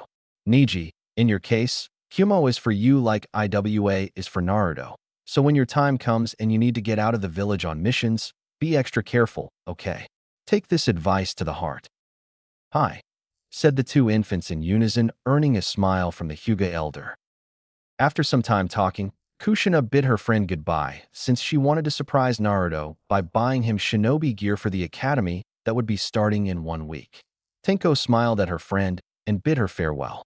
Once outside, Kushina called for Naruto so that they can go back to the Namake's compound, but little did Naruto know that his mother had something in storage for him. At the Yuzuki residence. In the garden, a purple-haired kunoichi was practicing some kenjutsu katas while her father just watched in amazement as his daughter was faster and stronger by the minute. He smiled, remembering when Yugugo came home 2 weeks ago telling them about her team's mission protecting Naruto as well as training alongside him. Back then, Yugugo came rushing at him with a smile that could be seen all over Konoha as she was describing her newest rival, which, by the way, was the 6-year-old Hokage's son, who not only managed to gather her interest out of all her Jonin peers, but also seemed to fare pretty well in taijutsu/kenjutsu spar with Yugugo. Yuzuki Momoto never would have thought that the Yondaime's son could be advanced like his daughter described his skills. He was flabbergasted upon hearing that Naruto had immense chakra reserves and was able to do the Kage Bunshin as well as the Shunshin, being the latter added with Futon chakra according to his daughter's sensei Aoba.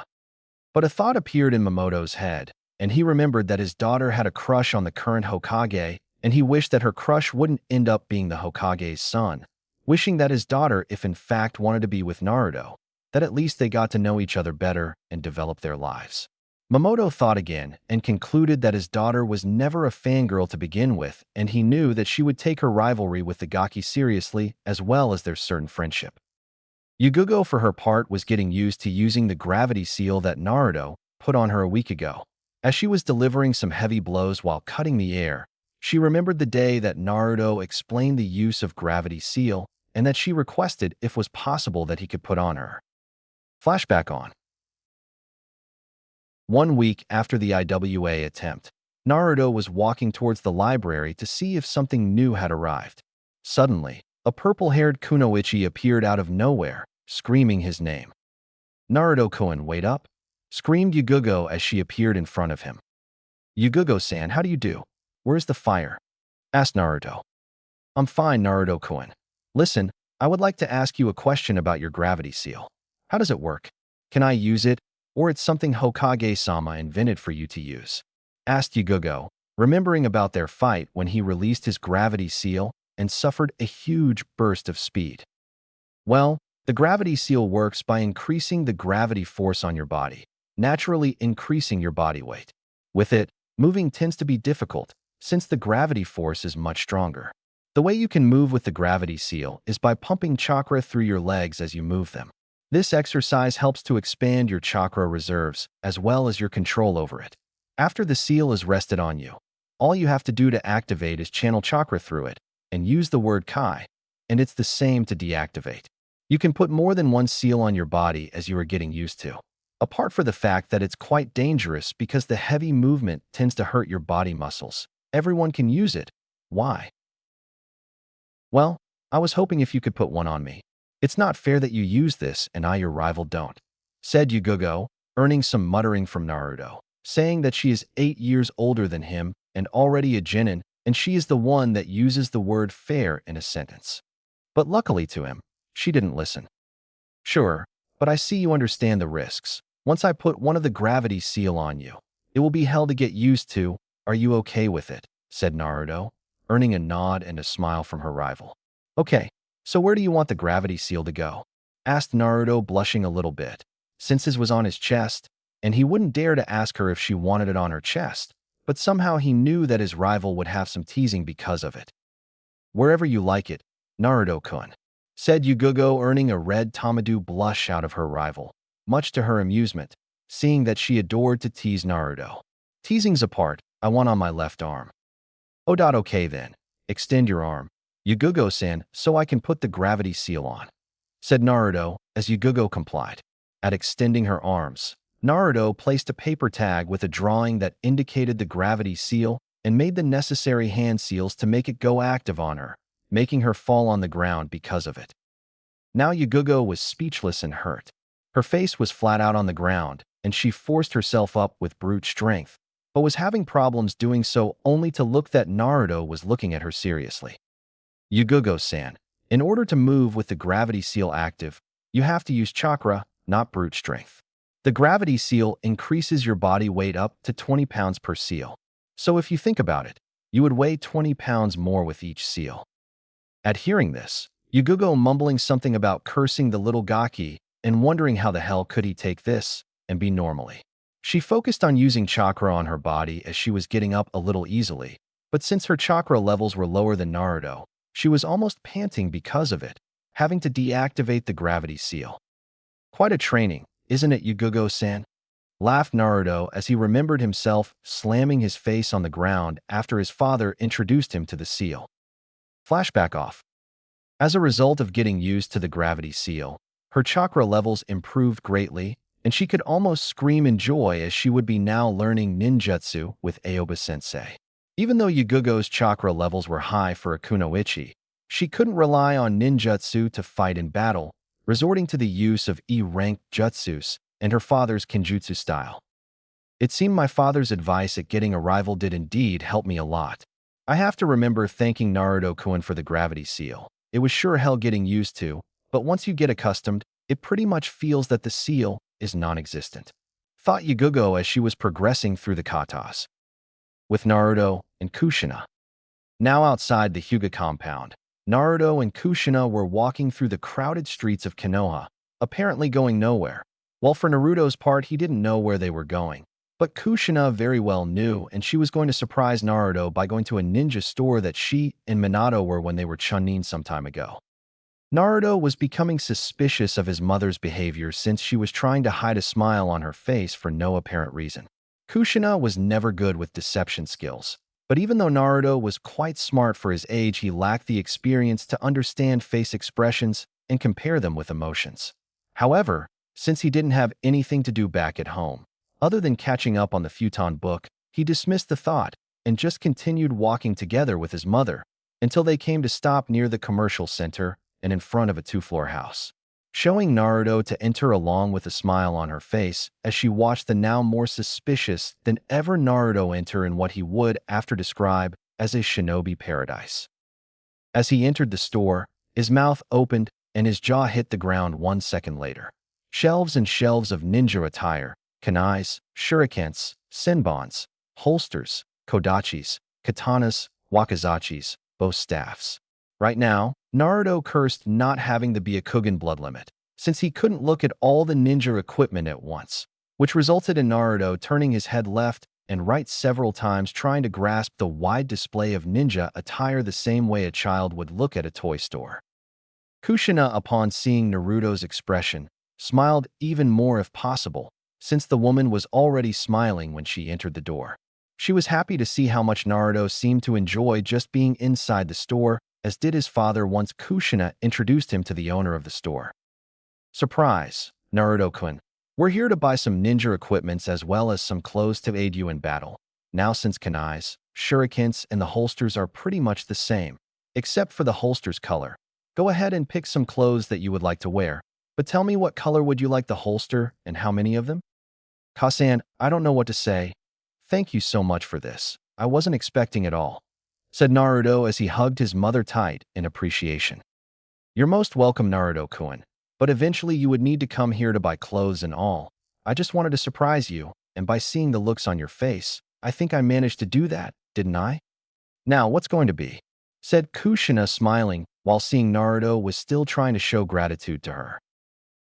Black holster, and I would like 2 of them. Thanks, Mom. I'll go to see some clothes now, said Naruto as he went to the shinobi wear section and begun to look around, already picturing a very cool outfit for him. While Kushina was ordering the usual, that being a set of kunai, a set of shuriken, and the 2 black holsters. For Naruto's part, he was first choosing his paints. Naruto wasn't too fond of much details concerning clothes. He wanted it to plain and simple, a color that would not attract attention but also didn't scream experienced shinobi.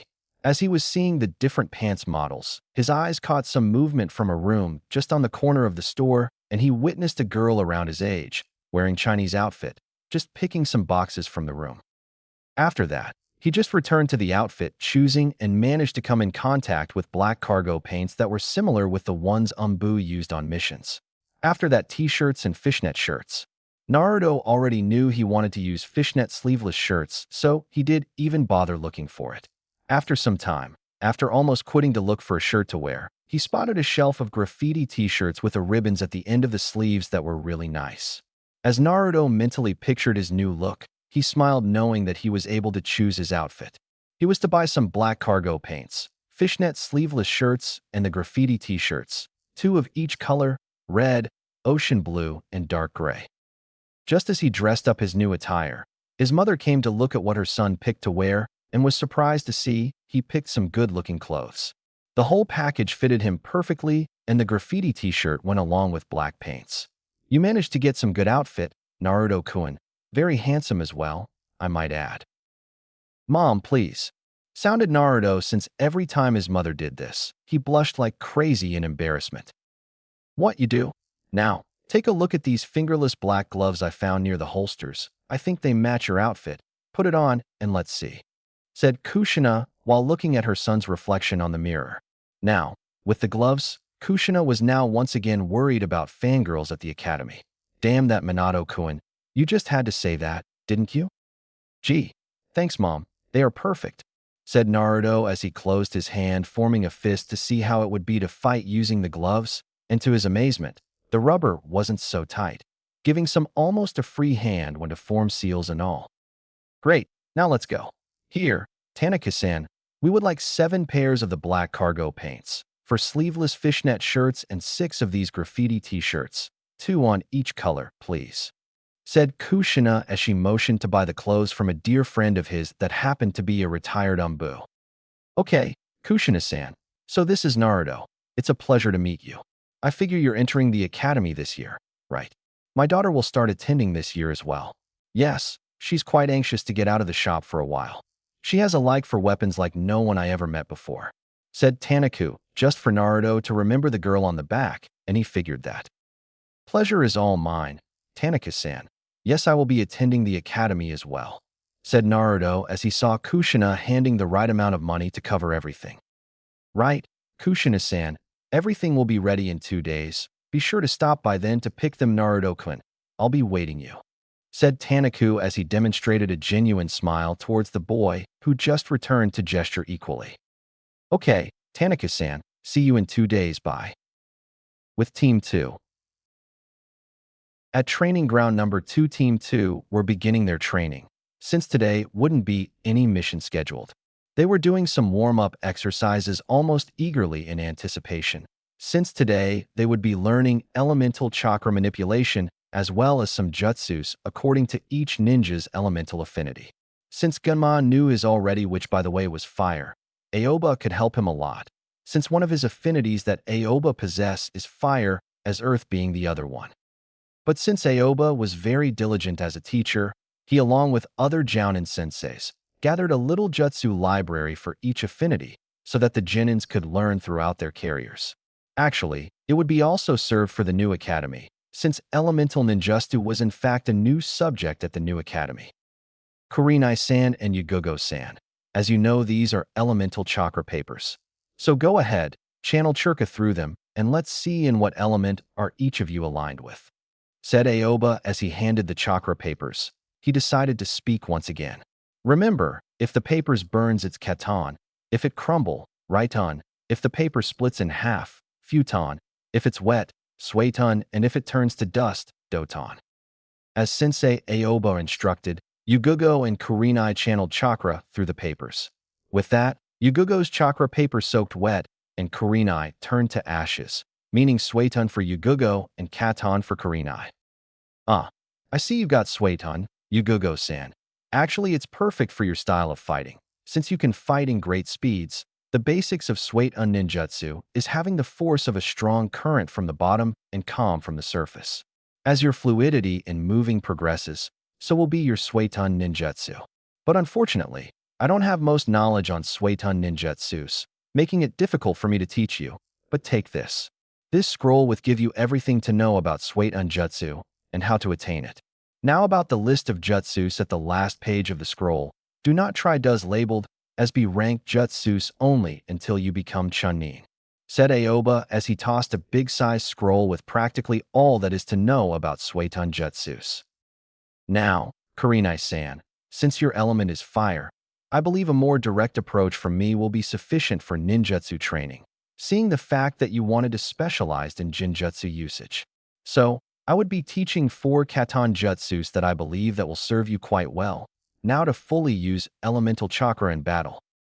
Kurinai, for her part, was a little bit sad about hearing from Aoba that resorting only to jinjutsu in battle isn't enough, but she dismissed the thought when he clarified, saying that it wasn't a problem with jinjutsu. Aoba explained that if a ninja resorts to one specific ability in battle, the enemy can overpower him easily. So in order to surprise the opponent, the ninja must have more than good ability. Hence the fact why a Jounin must master at least 2 chakra elements to pass the Jounin test. Now, Yugogo, since you have sueton affinity, here is a scroll that explains everything you need to know about sueton ninjutsu. Also, try to find someone who could explain them better or to answer any doubts you may have. I'm terribly sorry I won't be able to teach you about it, but I promise to help when I can, okay? It's okay, Aoba-sensei. My father has Swait-un affinity as well. I'll ask him, said Yugugo smiling to her sensei, making him relax a little bit, since he was truly depressed that he wasn't able to help one of his students. Since Aoba was more of a Katon user and much less a Doton user, Swait-un ninjutsu simply was the complete opposite of the ones he mastered. At the Namikaze compound. Now back at home, Naruto left his shopping bags on the table, since it was time for lunch. Actually, Naruto was really hungry a while ago, but somehow the quest for having cool ninja stuff, said by himself, made him forget about the fact that his stomach was calling for some assistance, which was surprising for both Naruto and Kushina, since his stomach growled practically the entire time they were at the ninja store and Naruto didn't make a single complaint. After some lunch that he ate together with his mother, Naruto ran upstairs to learn some more about Futon Chakra. The reason why he was eager with excitement was simple. The next page on the book was an E-ranked ninjutsu called Futon Kaze no Jutsu, Wind Style, Wind Breeze Jutsu, and he was desperate to try his first Futon ninjutsu. But little did Naruto know that he already did his first one by subconsciously adding Wind Chakra when using the Shunshin, which could be counted like a blur. Naruto entered his room, shut the door, picked the Futon book, and proceeded to his desk in less than a second. After the book recognized Naruto's affinity, which in fact is necessary since the book doesn't has a memory seal to know Naruto's chakra before check, he opened and proceeded to read where he stopped last time. As he was reading, he came to learn that D-ranked Futon ninjutsu could be learnt by having mastered the tree walking exercise as opposed to C and higher techniques, which required at least water walking exercise, which according to Naruto, he wanted to take it easy at keeping up nonstop on intellectual or spiritual exercises such as chakra control and using ninjutsu. Because of a little incident with Kage Bunshin while trying water walking, he suffered some extreme headache after dispelling the clones. So now he focused mainly on harnessing physical skills, like taijutsu and now target practice since he just acquired kunais and shurikens. As he progressed through the book, he reached his objective for the day, which was to read about D-ranked Futon ninjutsu and how to use Futon Kaze no Jutsu. Reading intently, trying not to miss any information regarding the technique, he read the information twice. Futon Kaze no Jutsu D-ranked. With the seals as showed below, the ninja throws a wind breeze by focusing a little quantity of Futon chakra through the ninja's lungs and then exhale it through your mouth. This is a weak version of the Futon de Tapa no Jutsu, which even though has the same concept, is labeled as a C-rank jutsu because of further use of chakra. Figuring he had down the concept of the technique, he went outside for training. The day was a little chilly, which proved to make it hard for him to see if he was able to do it or not. Deciding to turn to the book once again to see if he missed anything, he came to a part which could really help him see if he managed to do it. In order to learn this technique, you have to use against an object who wouldn't move because of the air breeze like leaves. Use instead a little piece of rock which by your wind breeze could move it. Finding a rock as described on the book, he closed his eyes and started doing the meditation part in a way so that Futon chakra starts running through his tenketsus. After 10 minutes of it, he began to feel Futon chakra travel inside his body like he was traveling through the air, certainly relaxing every part of his body in the process. Actually, this new meditation exercise of Naruto, which was described in the book, made his body relax in a way that Naruto could swear that he was lighter than normal. His body was so light that he thought that if he jumped he would just float back on the ground. Now waken up from his meditation and with Futon chakra running through his body, Naruto remembered the hand signs as he progressed through them, molding his chakra for the technique. For his first try, he didn't even felt any breeze coming from his mouth, and only after a while did he realize that he not gathering enough chakra through his lungs, which showed him that even though the book stated that such technique could be learned from having tree walking level of chakra control, it wouldn't be impossible to do it, just difficult. As determined as he was in the fact that he had nothing else to do, he tried again and again. At the third try, he was able to feel the breeze through his throat. Now happy and even more determined, he did once again the hand seals for this time, making the rock move, but only slightly. Now fuming with rage for not getting the rock to move further, he decided to have a different approach, pumping more chakra through his lungs, and see what happened. After he did it, when he opened his mouth, actually of a little wind breeze, Naruto's was more like a gust of wind, throwing the little rock far away, as well as yank a little tree from the ground that his mother had just planted a while ago. Seeing this, he was frightened to death. Somehow Kushina developed a passion for gardening, and he began buying book after book about it, trying to learn how to plant and create a beautiful garden. Now remembering his mother's reaction when Minato accidentally stepped one of her plants, and Naruto was now terrified but also happy. Happy because somehow if the book was right, Naruto just made the Futon de Tapa no Jutsu, wind style, great breakthrough jutsu. Since Naruto read a lot, his intellect was further developed, and he now was using his thinking only to conclude that the more chakra needed for the technique, the less chakra control he needed for it, being that a theory to him, since he did his supposedly first Futon ninjutsu, an AC level no less. Nevertheless, Naruto was terrified, but he decided not to tell anyone, since it would be him on Kushina's target. With Minato, all she did was chase him with throwing kunais at him, but since Minato was way faster than Naruto, he feared that he wouldn't be able to dodge the kunai and will be certain death for him. But he figured that being his mother, she wouldn't go to such a state. Or would she? Thinking nothing of it, he turned to see the living room as he heard Minato's voice announcing his arrival. Instantly, he sunshined in a little tornado and appeared in front of his father, trying to scare him or catch him off guard. Just as he arrived where he would catch his father off guard, he didn't count that Minato, being the Hawk aka strongest ninja on the village, as he sensed Futon chakra, just gave 2 steps further from where he was and turned out, now facing a clueless Naruto trying to search for his father. "Trying to scare me, Naruto-kun?" said Minato, earning a scream from Naruto, who was caught by his father by only walking some steps. "Oh, Two-san, how did you know what I did even before I appeared?" shouted Naruto, now slightly mad about being busted from his little joke with his father, as well as interested on how the hell did his father knew where he would appear even before he appeared. Little did he know that his Shunshin was different than the regular, since it used elemental chakra, therefore being easily noticeable. "I sensed you coming, that's all. Why were you trying to scare me is what I would like to know, huh, little fellow? Would you think you could scare a Hokage, Naruto-kun?" smiled Minato, not knowing of his son's quick response, as well as the fact that Naruto scared him once. "Okay, first of all, I did already scared you back when I shunshined behind you. But tell me, how were you able to know where I would be appearing?" "I mean, the Shunshin's supposed to be an evasive technique," answered Naruto, earning mumbles from the Hokage which sounded like smartass. "Well, Naruto-kun, a normal Shunshin would be an evasive technique, but what you did wasn't a regular one," said Minato, before looked at his son's face to realize that what he just said didn't make any sense to Naruto. "What do you mean normal Shunshin? I thought that was only one kind. Aoba-sensei taught that to me while his team was here," said Naruto, not using his intellect even the slightest, because if he did, he would conclude that every time, since he started reading the book, he tended to apply Futon chakra as well.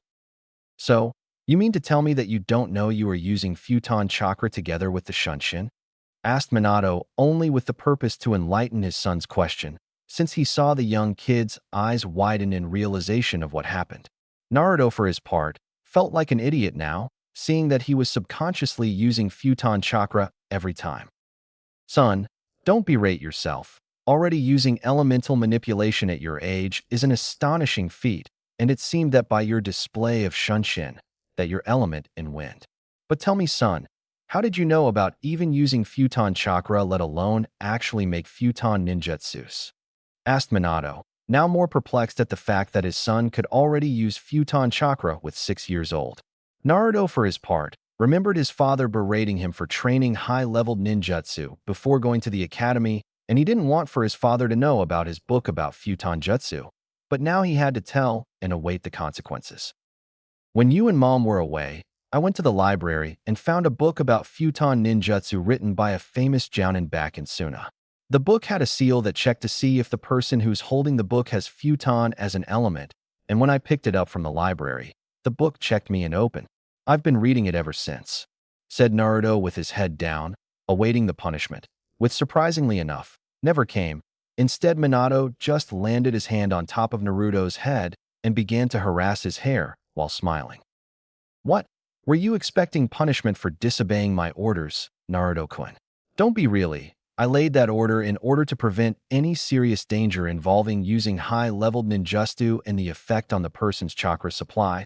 But since you were precocious either by understanding the concept behind futon ninjutsu, as well as tree-walking chakra level of control mastered, but I'm sure that the book said to have at least water-walking exercise chakra control. Be proud of yourself, Naruto-kun. You are growing, and soon you will be a great shinobi. I can pretty much see it, said Minato, extremely proud of his son's early accomplishments, and soon to be considered a genius just like Itachi. Now wondering about the Uchiha genius, the Yondaime was worried about him. It's been some time since he was upgraded to Umbu captain, and according to the head of the Umbu division, Itachi seemed to be getting somewhat bored about doing what seemed to be almost suicidal missions. Minato strongly believed that putting a 13-year-old into Umbu was pure madness. Umbu can surely be stressful to say the least. Few hours to sleep every day, constantly locked in death battles and war zones. Being an Umbu wasn't just because the guy had skills as a shinobi. Experience on the battlefield was vital for an Umbu to survive while serving as an Umbu. Itachi, some time ago, told Minato that he saw great potential in Naruto as a future shinobi, and now Minato figured that Naruto was actually the main reason why the Uchiha genius didn't go nuke Nin or something like that. Itachi, considered a genius among shinobi, had an advanced growth, so to say. Graduated at the academy with 7 years old, being Chunin by the age of 10. He was the reason why Naruto didn't go to the academy at an early age. Taking it easy sometimes helped more than push up the limit. The mind has to have time to grow. Every step in life should be taken one at a time, so as to not backfire and the ninja snap and lose his sanity in the process. Itachi eventually cursed in front of the Yondaime about shinobis being too damn proud of their Kekkei Genkais or heritage, and the fact that all of them, with very few exceptions, didn't even bother to train harder or even progress the bloodline. Now looking at his son, he figured the answer to a doubt he brought up to the Sandaime about what to do in order to grow the future Genin skills as well as intellect, mind training. Like Naruto, every academy student must form his little library of books to read about shinobi aspects, or at least have in weekly attendance at Konoha's public library. Sometimes, the search for information can overcome some doubts, as well as harness the ninja's way of thinking so to get out of a tough situation or come up with a strategy to complete the mission. For Naruto's part, he was watching his father as he was lost in thoughts about something he couldn't put his mind on. San. What? Oh, sorry about that. Tell me, Naruto-kun, how much of futon chakra usage you know, and more importantly, is futon shunshin the only technique you know how to do? Asked Minato, awaiting the answer only to confirm the last piece of the puzzle that was to come up with a new academy.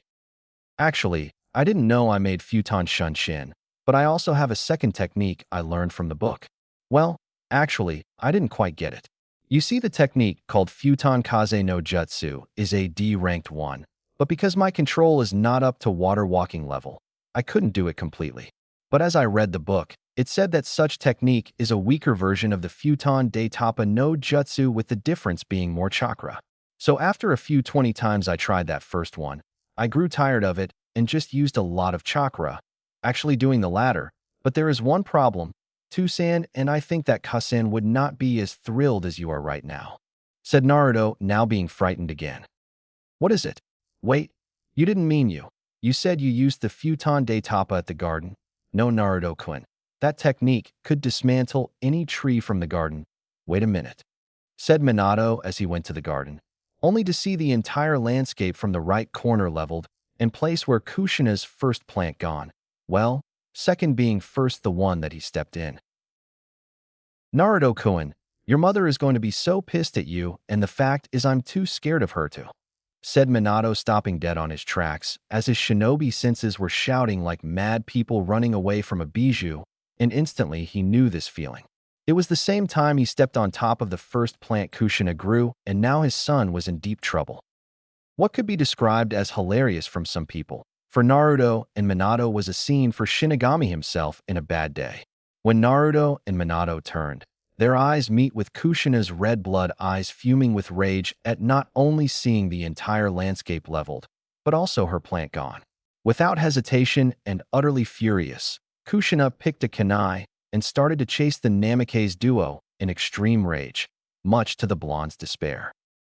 Naruto-kun, deactivate your gravity seal this instant and run for your life, screamed Minato as he, along with his son, was sprinting around the now leveled garden, with Kushina chasing them with a kunai in hand and screaming for blood. Meanwhile, at the Hyuga household, Hyuga Hizashi and Hyuga Niji were sparring when suddenly they felt a major killing intent coming from the Namikaze residence. "Tusan, did you feel it? It's coming from Naruto-san's house. Do you think they are in danger? Should we help them?" asked Niji before seeing that his father was trying hard not to fall down laughing like a maniac. After a little struggle, he gave up and held his stomach, laughing his ass off at what he spotted with his Byakugan. "Niji-kun, do me a favor. Try to use your Byakugan a little further, and you will understand why I'm like this, haha," said Hizachi, almost not able to even talk because of all the laughter and the sudden loss of air while laughing. As Niji activated further the Byakugan, he came to a scene of Naruto and the Hokage running away from what seemed to be a possessed Kushina, holding a kunai in a threatening manner towards the two.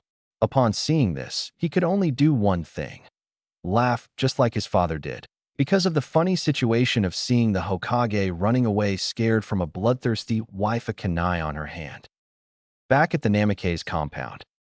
After some 30 laps around the Namikaze compound, a tired Kushina just went inside, having given up from getting angry at the blondes, since she came to realize that while they used the garden as training, a lot of damage could be done, so she figured that she would open a garden store or buy a little land just for gardening.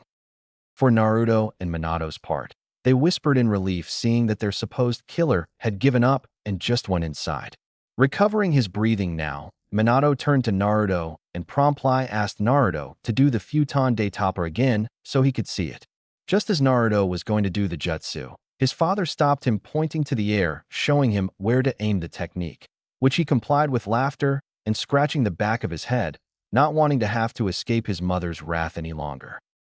"Futon de Toppa no Jutsu," said Naruto as he exhaled now a larger gust of wind from his mouth up to the sky, earning some applauses from his father.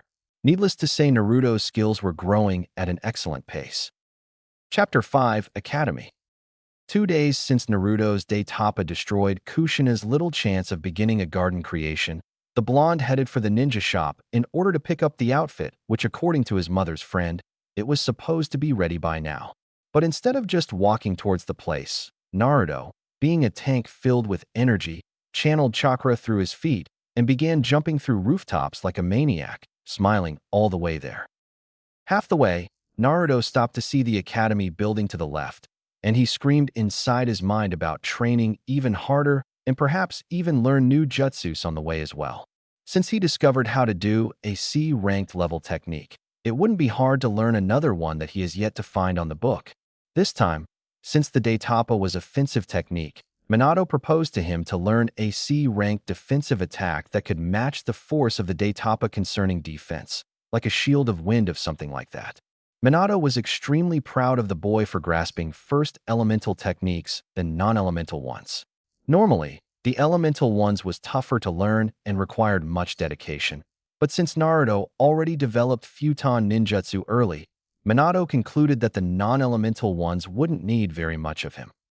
His father thought of teaching him other Kage, shadow, techniques, like Kage Shuriken no Jutsu, Shuriken Shadow Clone Jutsu, but he thought better of it. Naruto was growing fast, but not only the fact that Naruto was keeping his own pace, adapting while learning from his books, but also he wanted for Naruto to choose his jutsu arsenal, just like he did when he was growing up. Minato was all in favor of his son asking for help on a certain jutsu than for him to just choose one and teach it to Naruto.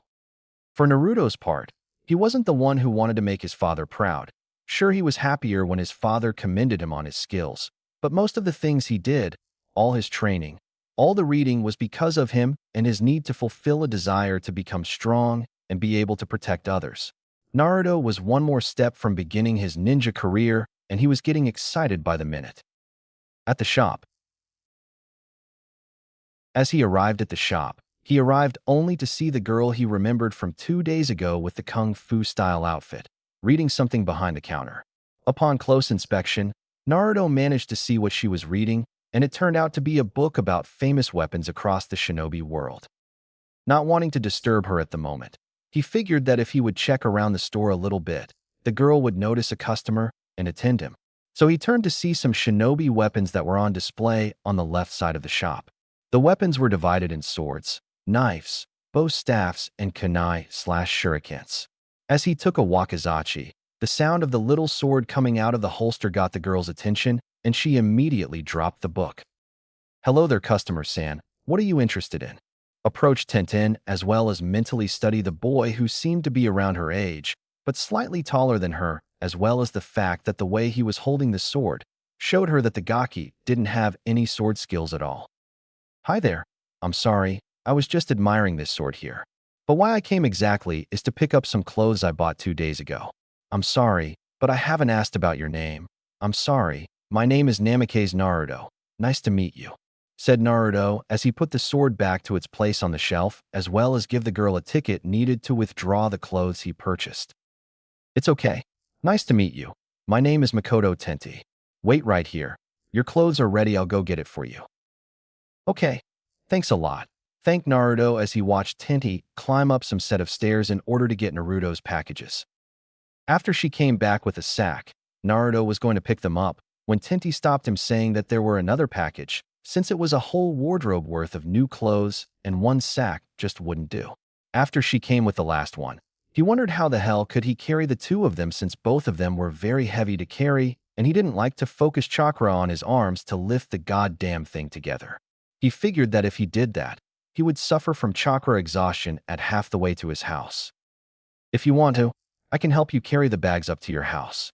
You know, 2 people can carry it better than 1 inch," said Tenti, offering help for Naruto, not at all realizing that she just gave him an excellent idea. While he didn't want to become a burden for her, he acknowledged the idea of 2 people being better than one to carry. "Thanks, Teni-san, but it's no problem. I just need 2 new pair of hands to carry them. Kage Bunshin no Jutsu," screamed Naruto, making the hand seal necessary for the clone to appear and pick one of the sacks, while the real Naruto went to pick up the other one, leaving a perplexed Tenti. "Thanks for the clothes. See you around, okay?" said the 2 Narutos in unison, earning a simple "huh" from Tenti as she processed the information on the fact Naruto had created a clone of himself which appeared to have a life on his own, quite different than the regular Bunshin, which was basically an illusion. "Okay, see you." After walking away from the store, the Naruto duo jumped up to the rooftops and started heading to his house, so to drop the stuff and find a defensive futon jutsu to balance the odds when fighting. With Yugugo. Yugugo was traveling through rooftops as well, heading for the training ground that her team met every day. She was remembering about her Suiton affinity and the scroll's teachings.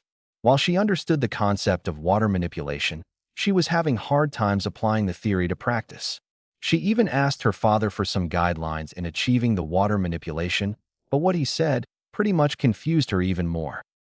Flashback on.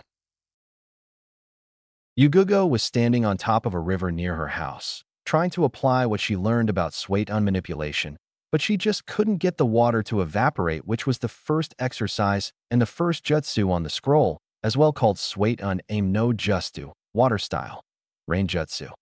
With this jutsu, the ninja could create a little rain cloud and form a little rain. But since she couldn't even make the water to move to her call, she as hell won't be able to do the technique.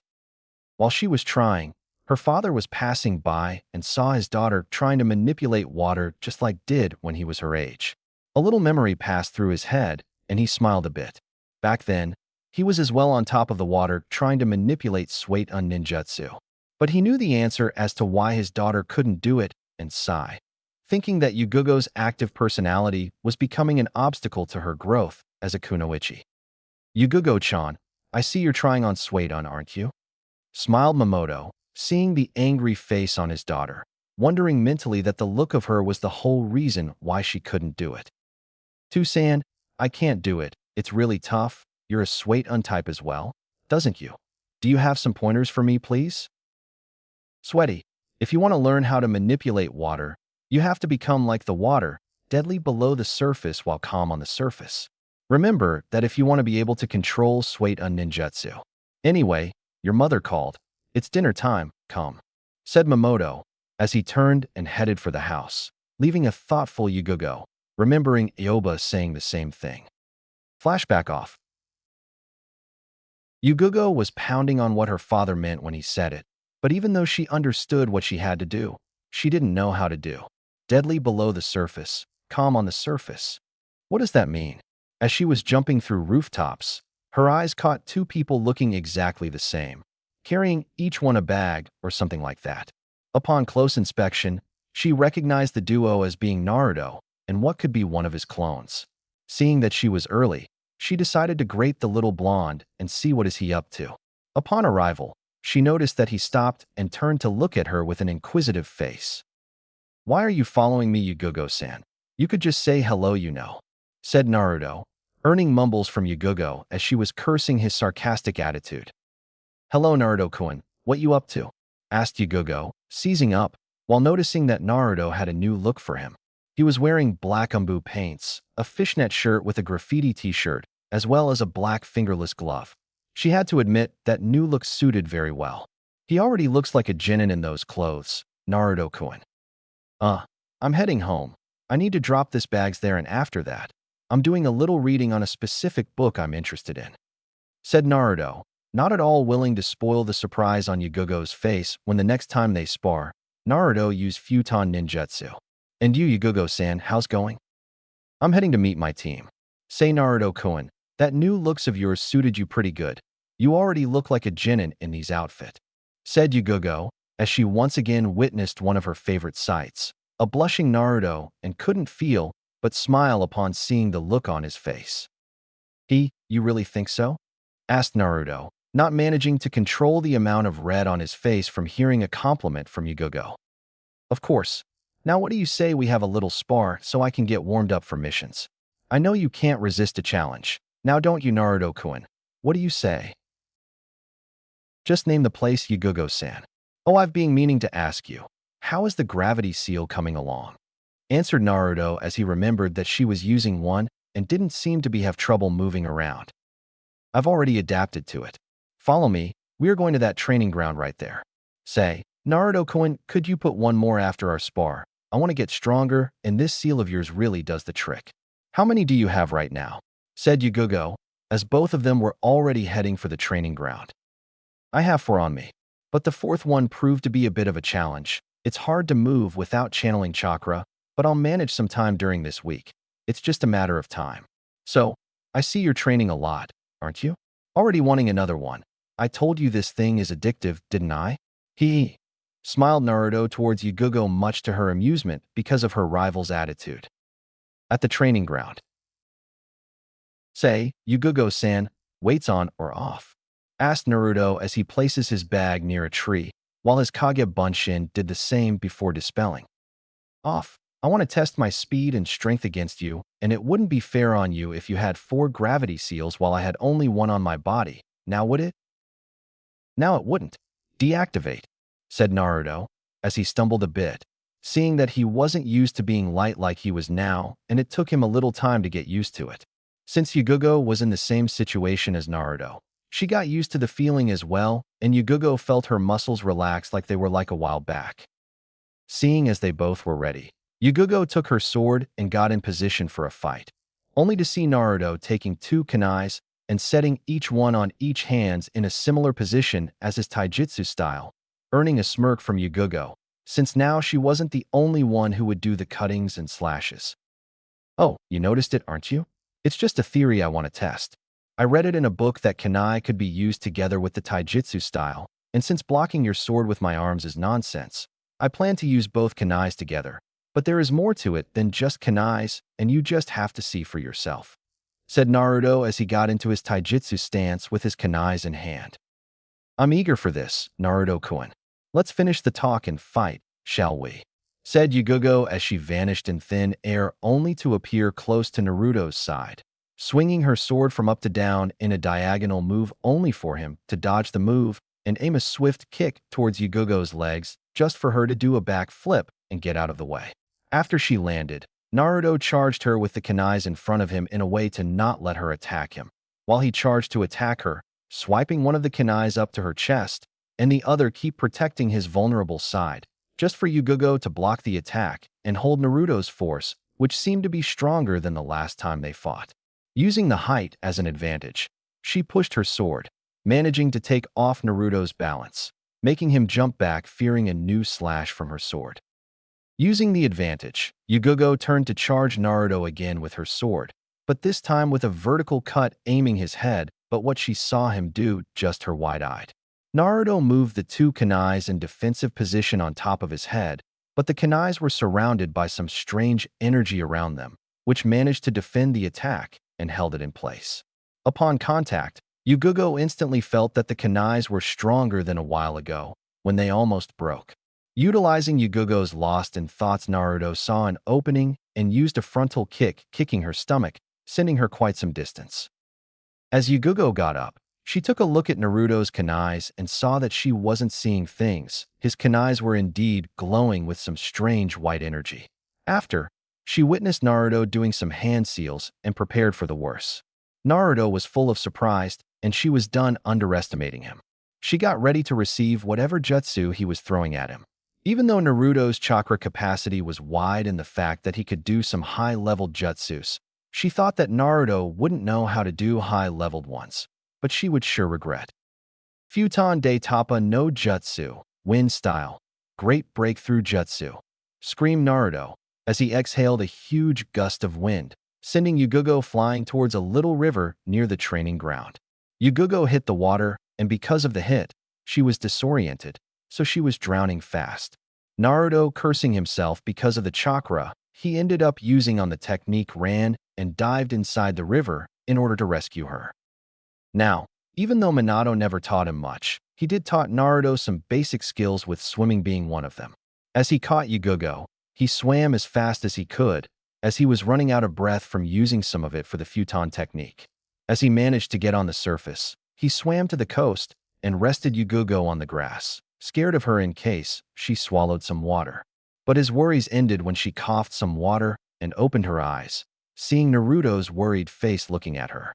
As she got up, memories immediately rushed back to her, and she remembered Naruto exhaling a huge gust of wind, sending her flying. "I'm sorry, Yugugo-san. I used too much chakra on that technique. Please forgive me. You could have died. I'm really sorry," said Naruto, looking down in shame from instead of protecting others, he ended up hurting Yugugo. Yugugo, for her part, was astonished to see Naruto's reactions. He is apologizing. What for? I was weak and lost the battle. Why is he apologizing to me? Naruto-kun, why are you apologizing for? It was my fault. I underestimated your jutsu. It was my fault and not yours. I want to appreciate you for saving me from drowning here, said Yugugo as she gave a kiss on his cheek in appreciation, earning a blush from the blonde, but the shame didn't end. But I wanted to become strong to protect others, and I ended up hurting you, said Naruto, but got interrupted by Yugugo, who nodded her head. You did nothing wrong, you hear? You are becoming strong, Naruto-kun. I'm sure as hell to never underestimate your growth. Now tell me what the hell were that glowing kunai and that jutsu of yours? Asked Yugugo. That was Futon Ninjutsu. I channeled Futon chakra through the kunais, making them stronger and harder to break. As to the jutsu, it's called Futon de Tapa no Jutsu, and what it does, it's exactly what you saw.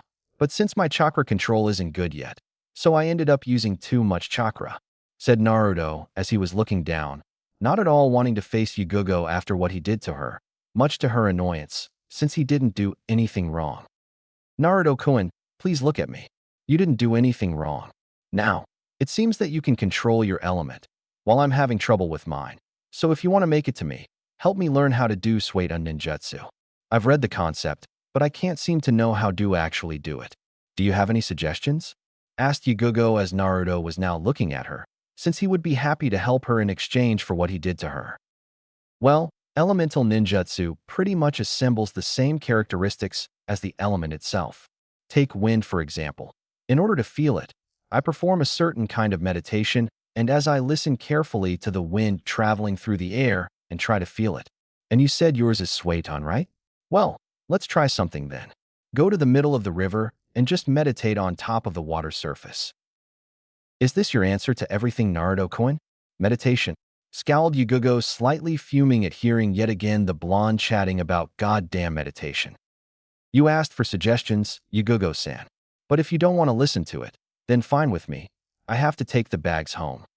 Mumbled Naruto as he was slightly angry at the purple-haired Kunoichi for asking for advices and then throw his advice downhill, leaving a slightly surprised and apologizing Yugugo behind. Wait, Naruto-kun, I'm sorry. I didn't mean to offend you. Please, sorry. Now, what do I have to do while meditating on top of the water? Said Yugugo in a way of trying to convince the boy to help her, which for her happiness, he complied and turned his teacher mode, remembering general elements and theories. I happened to read once that in order to learn Sueton ninjutsu, you have to become like the water, powerful below the surface and plain calm on the surface. While you meditate on top of the water, try to hear the sound of the water current traveling. Think of yourself as if you were the water itself. Explained Naruto, earning some stares from Yugugo before she complied and set out for the river and sit in lotus position. Naruto, for his part, took this opportunity to try water walking, as he slowly walked to where Yugugo was sitting in order to talk to her and guide her towards feeling the water.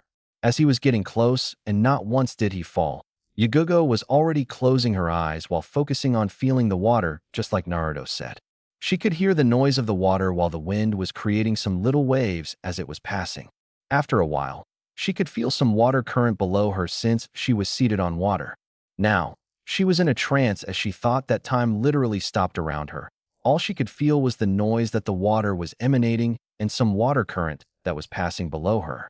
She remembered reading on the scroll that in order to manipulate the water, one have to become a part of the water itself, and she was getting the grasp of it. Now trying to manipulate the water, she did what the scroll said and focused chakra towards the water only to smile upon hearing a little typhoon being created around her. As she opened her eyes, she saw Naruto standing there clapping his hands, commending her for her skills. It seemed that my suggestion worked after all, Yugugo-san, don't you agree? He smiled Naruto, once again with the smart-ass attitude, much to Yugugo's sudden smile on her face, and surprisingly as well. She never liked such attitude, but now she saw Naruto smiling. She couldn't help but wonder that was more to Naruto than the eyes let on. It seems so, Naruto-kun. Thanks, I appreciate. Now, I must go to the training ground. I'm 20 minutes late, and my team must have been waiting for me. Okay, then Yugugo-san, good luck with the Sueton, and next time, I would like to see some elemental jutsus, okay? Said Naruto as he raced towards the sacks, while making a Kage Bunshin in order to carry the other one, leaving a smiling Yugugo who was waving goodbye for her now respected rival. Okay, Naruto-kun, I will, said Yugugo as she turned to the other side, traveling towards the training ground. With Team 2. Gunma and Kurenai were already pounding over the fact that Yugugo was late, and she was never late.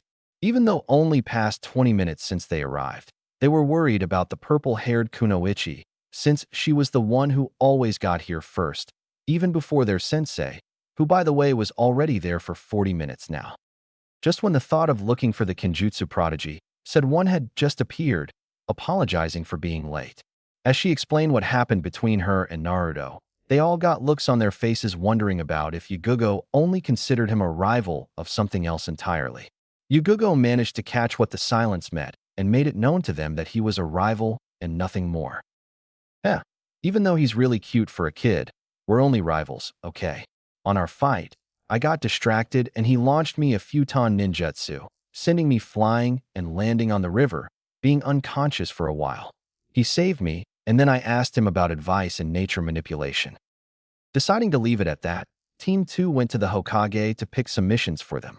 They had been training very hard because of the upcoming Chunin exams that would be held in Konoha 2 months from today. Every single one of them was ecstatic to upgrade to Chunin, and Aoba could very well see their eagerness to progress. At the Namikaze compound. After a while, Naruto and the clone arrived at the Namikaze compound, greeting Kushina and Minato, who by the way was having lunch alone with his wife. Naruto, not wanting to ruin the couple's little date, went up to his room, rested the bags on his bed, and did the one thing he has been eager to do: learn a new jutsu. So he picked the book, which after recognizing the futon affinity, opened it and let Naruto read its contents. As he was reading some introductory notes about futon jutsu, he came across a page which stated that futon ninjutsu do not only serve to create winds or intensify them. Futon ninjutsu can also create razor winds, similar to what a sword does, but only chakra. As he was reading more, the book stated that to be able to use futon chakra to do cuts and slashes, it was necessary to do a different training than the one required to create or to control the wind. Naruto came across an exercise in which the ninja had to cut a leaf in half, just focusing on futon chakra. But since Naruto wanted to learn a defensive futon ninjutsu, he went to the page where the Daitapa was located, only to see below a technique futon shihiki no jutsu, wind style, wind barrier jutsu. Futon shihiki no jutsu, Sarank. The ninja create a wind barrier which push away every jutsu that comes near the protective barrier, except from katana attacks, that when in contact with the barrier, there is a huge explosion since wind intensify the flames. Well, since most of the people here has katana affinity, it wouldn't be wise to use against them, but with other attacks, it can be useful. Says here that in order to create the wind barrier, one has to focus on futon ninjutsu through both hands and swing them, being one clockwise and the other the opposite direction. Not wasting any further, he went downstairs to the garden where he landed his book and put a rock on top of it, so for the wind not to blow it away. After that, he closed his eyes and started to focus on channeling futon chakra through both his hands at the same time. According to the book, the chakra for each hand must be equal, so he was channeling both of them constantly. While he was trying, a little audience stepped out of the balcony and decided to just watch the wind prodigy while he closes his eyes and focus. Minato was eager to see what jutsu his son would be learning now, and Kushina was watching in amazement since she didn't saw her son doing futon ninjutsus. The only thing she saw was the destruction that came after it. Minato-kun, just what is Naruto doing right now? Is it futon ninjutsu? How could he learn something so complex? Asked Kushina. She was a stranger to battle jutsus. Kushina was a medic before she had Naruto, and she had a little retirement, but only until Naruto was fit to fetch for himself, and she would come back to the hospital. Kushina was second only to Tsunade of the Sannin on the field of medicine. Kushina-chan, Naruto learned on his own. According to him, he said that he bought a book which has been teaching him. You saw the results of his jutsu that time, didn't you? Said Minato, earning some scowling from Kushina, who wanted nothing more than to punish the little infant for destroying her hope of a garden. I told him to learn a defensive jutsu next time, but since I don't know much about futon ninjutsu, I don't know which jutsu he's trying to learn. Minato and Kushina were watching their son do his fifth try at the jutsu, but to no avail. It seemed Naruto was waving his hands in opposite rotation, but nothing would come out of it. After a while, Kushina was going to ask her son if he needed anything, but Minato stopped her, telling her that this time he was going to make it. True to his beliefs, after Naruto rotated both hands, two typhoons appeared side by side, which seemed to be blocking any frontal attacks from him. Futon Shihiki no Jutsu. Kushina was wide-eyed from the force of the wind that came to them as she was struggling to hold her feet to the ground. Because the typhoons were close to the couple, the force of it came right back at them, having both of them channel chakra through their feet to hold on the ground. Naruto kept the typhoons spinning for a while, and to the parents' surprise, their son seemed to intensify the spinning of the typhoons, increasing the velocity and the force of the wind, taking Kushina off the ground only to be held by Minato, who, by the way, was covering his eyes because of the intensity of the wind blowing through his eyes. After 2 more minutes, Naruto dispersed the typhoons, sweating like a pig from using so much chakra on the technique, but he did it nonetheless. He just needed more control in order to hold more time. As he turned towards the house, his eyes locked with Minato's and Kushina's and grinned nervously upon seeing their hair all messed up and look of awe on their faces. Sorry there, folks. I didn't know you guys would be out here, said Naruto, scratching his head, waiting for the punishment, which surprisingly never came. Son, it appeared to me that you have a natural affinity for futon ninjutsu. I fought countless Chunin ninjas and none of them came close to intensifying the technique after doing it. And the speed was really something. You managed to blow your mother off the ground. Ahaha. Quite an ability there, son, said Minato, smiling towards his wife, who was scowling her husband for thinking less about her abilities. But nevertheless, Kushina thought as well that Naruto had a natural affinity for wind. Once again, I'm sorry, but I need more chakra control exercises. I'll head for the lake, Tu-san, Ka-san. If I manage to master the water walking exercise, I could go to futon chakra control exercises, said Naruto as he was eager to learn more as the time comes, much to his parents' dismay, since they concluded that the boy needed some time off, and they mean pronto. Naruto-kun, wait for the water walking exercise until after the first year of the academy. Practice some physical skills, get stronger, more stamina, and enhance your chakra capacity. Try to not overexert yourself with elemental ninjutsu. I promise you that by the time after the first year of the academy, you'll be able to do B-ranked ninjutsus. But B-ranked ninjutsu? Really? Hook, line, and sinker. Actually, Minato at first overestimated his son's abilities, but right now what they needed to do was to calm their son a little bit, slow down the pace a little bit. Really, Naruto, with the pace you are right now, after some time at the academy, you sure will be able to learn more tough jutsus. Now, let's head inside and have a little snack. All this exercise of yours made me hungry. Let's go. You are hungry? I was the one who wasted a lot of chakra doing the futon ninjutsu. I bet that I eat more than you do, said Naruto, challenging his father to an eating contest. Son, I believe that a ramen contest is in order. What do you say?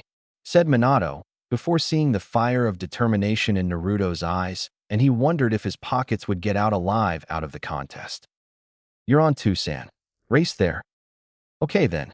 Ready, set, go.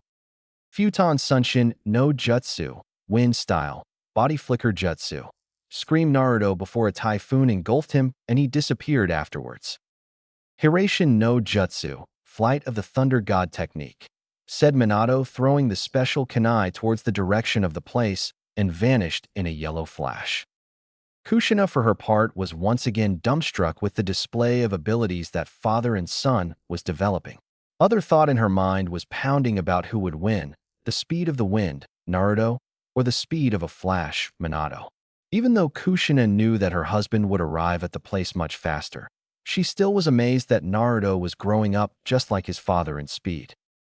At the ramen place, Tucci and his 10-year-old daughter Ayam was currently working at the ramen stand. Today was a calm day with little movement. They have been here in Konoha since Naruto was born 6 years ago, and even though the clients' list was not big enough, they managed to survive. Every once in a while, the village's Hokage came by to have a few bowls of ramen, which managed to rise the place's reputation for a little bit. After saying goodbye to the last customer, Tucci and Ayam suddenly saw a yellow flash approaching and sitting on one of the sits. Surprisingly enough, it was the Hokage again with his infamous jutsu who turned him famous around the shinobi world. Ah, Hokage-sama, how are you this afternoon? What would you like to have? Greeted Tucci, smiling to the village leader. I am expecting company, Tucci-san. After he arrives, we'll order, said Minato, turning around when he sensed the futon chakra approaching, which could only be his son arriving pretty quick for a shunshin. Tucci and Ayam, for their part, thought the Hokage was losing his mind. When he turned around and said that he was here, they didn't see anyone and were beginning to think that the Hokage needed some vacations, when suddenly a gust of wind approached the bench, blowing Tucci and Ayam to the floor because of it, as well as blowing a grinning Minato's hair with great force. Tu-san, when did you arrive? Asked Naruto, after dispelling the little tornado, and came to seat at the bench near his father's. A couple of minutes ago. Don't worry, you're pretty fast, son. A regular shunshin would take longer to arrive, but with the aid of futon, you managed to arrive earlier than I expected. Now, Tucci-san, we would, said Minato, but appeared to be talking to no one, since both of them were on the ground because of Naruto's gust of wind. Sorry, Yondaime-sama. I was on the ground. This is your son. He looks just like you. What's your name, little fellow? Namikaze Naruto. Nice to meet you, Tucci-san, said Naruto, greeting the ramen owner, much to Tucci's delight. Nice to meet you, Naruto. Say, what will the Namikaze duo have to eat? Asked Tucci, holding a little note to take the orders. But little did he know that today would be the day that he wouldn't have to worry about economic or financial issues. 10 miso ramens for me and 10 shrimp ramens for my son here, said Minato, earning a smile from his son and a 1-minute stare from Tucci and his daughter, who was pondering over her head wondering how the hell could a child eat 10 bowls of ramen. But since this meant they would have enough money for at least 2 months, they complied and started making ramen. Coming right up. So, tell me, son, are you eager to go to the academy? Asked Minato, drinking some tea while waiting for the order to arrive. I sure am. Niji is going as well, and I really want to learn more jutsus and stuff. I want to learn more and become stronger to protect myself and to protect other in the future, mumbled Naruto before zipping his tea. Hold on a minute, son. Don't be so hasty. You'll be a really strong shinobi. No need to hurry. Son, power is good, but experience is better. If you want to be strong, you have to come in terms with the fact that with experience, you'll learn to adapt your jutsus and fighting skills in battle. Try spending some time in physical skills. Taijutsu and Kenjutsu are the first way to battle. Jutsu are to be used strategically. A jutsu contest is no way a fight. It just shows the enemy that you can mold chakra. You need skills, you need attack patterns. Jutsus isn't the only thing a ninja has to be strong in. Lectured Minato as Naruto was paying attention from the lecture of the most experienced shinobi in Konoha. You have a lot of ninja abilities that do not concern the use of jutsus. Stealth, agility, taijutsu, deceiving, survival skills. All of these are important for a ninja to have. Without them, you are nothing. Remember this, son. Train your senses better. Intuition is what keeps us alive on the battlefield. I understand, Tusan. I seem to stop of the 4x gravity seal when I could have rise to 5x by now. It has been a long time since I don't meditate. I've already know 3 elemental ninjutsu already. I think I'll stop now so I can have a better grasp of my other skills. Also, I intend to fight 5 Kage Bunshins instead of 4-inch, said Naruto, before the 10 bowls appeared in front of them and the contest began. Right, son? That's the spirit. Now, the one who managed to eat 10 bowls faster when the contest ready?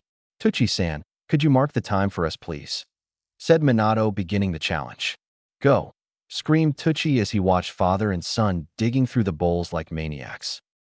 After 20 minutes and 31 seconds, Minato was first with Naruto 10 seconds after. Tucci and Ayam were smiling at what seemed 2 fat people trying to get out of the bench after the yondaime emptied his pockets. Naruto and Minato decided to just rest on a nearby tree, as well as wait for their metabolism to process the food. They fell asleep much to Tucci's smile upon seeing father resting on the tree with his son resting on his father's legs. Meanwhile, a certain lazy jounin was passing by and was greeted with quite a view, Minato and Naruto passing out after some ramen. Kakashi smiled at the scene and continued walking, while mumbling something like father like son. Academy Day. Naruto woke up, feeling his blood boil of excitement. Today will be first day of the academy, and he was eager to learn more. After the ramen contest, Naruto started to focus more on other skills, training in agility with a 5x gravity seal, as well be able to fight 5 Kage Bunshins at the same time. Doing his morning preparations, which included shower, breakfast, change of clothes, he got out of the compound and started jumping rooftops straight for the academy. On the way, he spotted Yugogo on top of the lake, making little whirlpools around her, and he couldn't help but smile at that. As he arrived, he came across a wide building with Ninja Academy written at the door. By now, he couldn't contain himself and was now trembling with excitement. As he entered, he turned to a list of names written on a board which happened to show the classroom list. Upon inspection, Naruto saw his name and saw Niji and Tenai's name as well. They were going to be on the same class. After asking for directions, he climbed some stairs and now was standing in front of the designated classroom. As he entered, he managed to see 2 people inside and what appeared to be a couple, talking with each other, almost whispering as some blushes appeared on each other's faces. The guy seems to be a Chunin because of the vest and has a vertical scar on top of his nose. The woman used a trench coat and some leg protectors that looked similar to the ones used by Umbu personnel. Naruto was studying the scene before him with much curiosity. When the girl who responded by the name of Mitarashi Anko caught a glimpse at the blonde who was watching them dirty talk to each other and instantly separated from Irika, as he as well saw the blonde, who was the Hokage's son. "I'm very sorry, Naruto-sama. I didn't know you were there. I apologize," said Irika as he lowered his head, almost touching the ground, much to Anko and Naruto's dismay and slightly pissed off. Anko, for her part, was seeing the man she loved bowing without the need for, and Naruto was fuming already, since his fears proved to be correct after all. Naruto wondered how people would treat him because of who his father was, and upon seeing the Chunin bow to him, he was angered to no end. "Please, do not treat me as if I was the Hokage, because I'm not. I hate when people show favoritism to me because of my father. If you are this class's teacher, I request that you treat me just like anybody else, no more no less.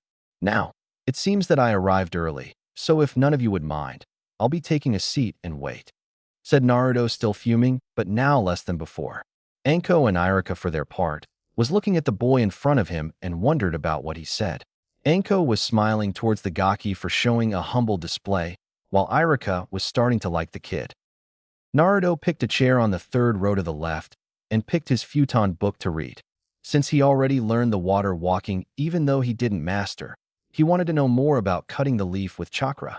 The information was still clouded for him, since this type of futon ninjutsu not only required futon control, but also managing to cut objects as well. Anko, upon seeing him flipping the pages of his book, remembered Yugogo talking about him and what he managed to accomplish so far. Anko was amazed to hear about the gravity seal and how much it helped Yugogo's chakra reserves to expand. "So tell me, Gaki, you are Yugogo-chan's rival, yes?" asked Anko as she was already side by side with him. "Oh, you know Yugogo-san. Yes, we are rivals. She is very good with Kenjutsu, and every time we spar, she wins. There was one time I won, but that was because she underestimated me and fell into my futon jutsu. But if she was serious, she could kick my ass to the ground. I always wondered why me of all people, though. She is certainly more experienced than me, and there are more capable shinobis than me to fill in the role of Yugogo's rival." "Well, from what I heard from her, you're quite an adversary. She told me that you send her flying with your jutsu. Trust me, Yugogo isn't the one who wastes time with people that are weak. She is the daughter of the legendary Umbu swordsman after all. His will pass to her." "What you reading?" asked Anko as she tried to pick the book only to see it closing like it had a mind of his own. "Sorry, it's a futon ninjutsu book. He only responds to shinobi with futon affinity," said Naruto, picking the book back from Anko's hand. "So, you have futon affinity. Huh. Irika-kun, give me one of the chakra papers you will be distributing to the academy students. I somehow sense that futon isn't your only affinity." "Thank you, Irika," thanked Anko, after Irika handed her the paper. "What are you talking about? Me? More than one affinity? Lady, I'm 6. How the hell can I have more than one affinity? A jounin would have 2 affinities in order to pass the jounin exams. I'm only an academy student starting today, I might add. It's not possible that I have more than one affinity," explained Naruto, while remembering about shinobi ranks and what's required of each of them. "We'll see about that. This is a chakra paper. This baby can see what chakra affinity you have. Channel chakra though this paper, and let's see what happens. Don't worry about favoritism. The new academy system will be like this. We will be checking elemental affinities once each 6 months to see what they are and show them the respective jutsus and theories about. Anyway, the Hokage will come and explain in much further detail. So in the meantime, Channel Chakra thought the paper. Okay, then, but I can tell you, the paper will only split in half, since I only have futon affinity," said Naruto as he channeled chakra through the paper, so that Anko and now Irika, who needed to see this as well in order to write his affinities down in a report so as to plan the jutsu teaching at the 3rd year of the academy. Naruto, Anko and Irika were paying attention to the paper when it sliced in half, true to Naruto's words. But what appeared next left a wide-eyed Naruto, a grinning Anko, and a dumbstruck Irika. The 2 halves of the paper crumbled, showing that Naruto indeed possessed 2 affinities, futon and Raidon. Naruto was staring at the paper in discredit. How he could have 2 affinities? The books that he read only displayed 2 affinities in at least Chunin's, and he was an academy student for cry out loud. Anko, for her part, was screaming in her mind for not only getting to teach the one who managed to get Yugogo's attention, but also an academy student with two extremely powerful and offensive affinities.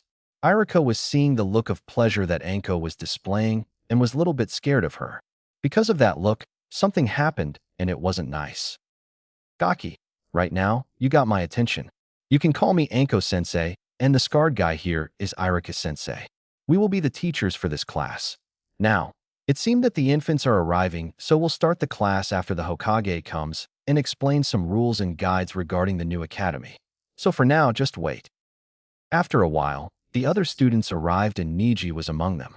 Upon arriving, he saw Naruto looking at the window and turned to sit next to him. Naruto, for his part, was deep in thought. He was actually cursing his stupidity for no reason apparently. He was insisting on his only affinity because of his book and the fact that it resonated to him.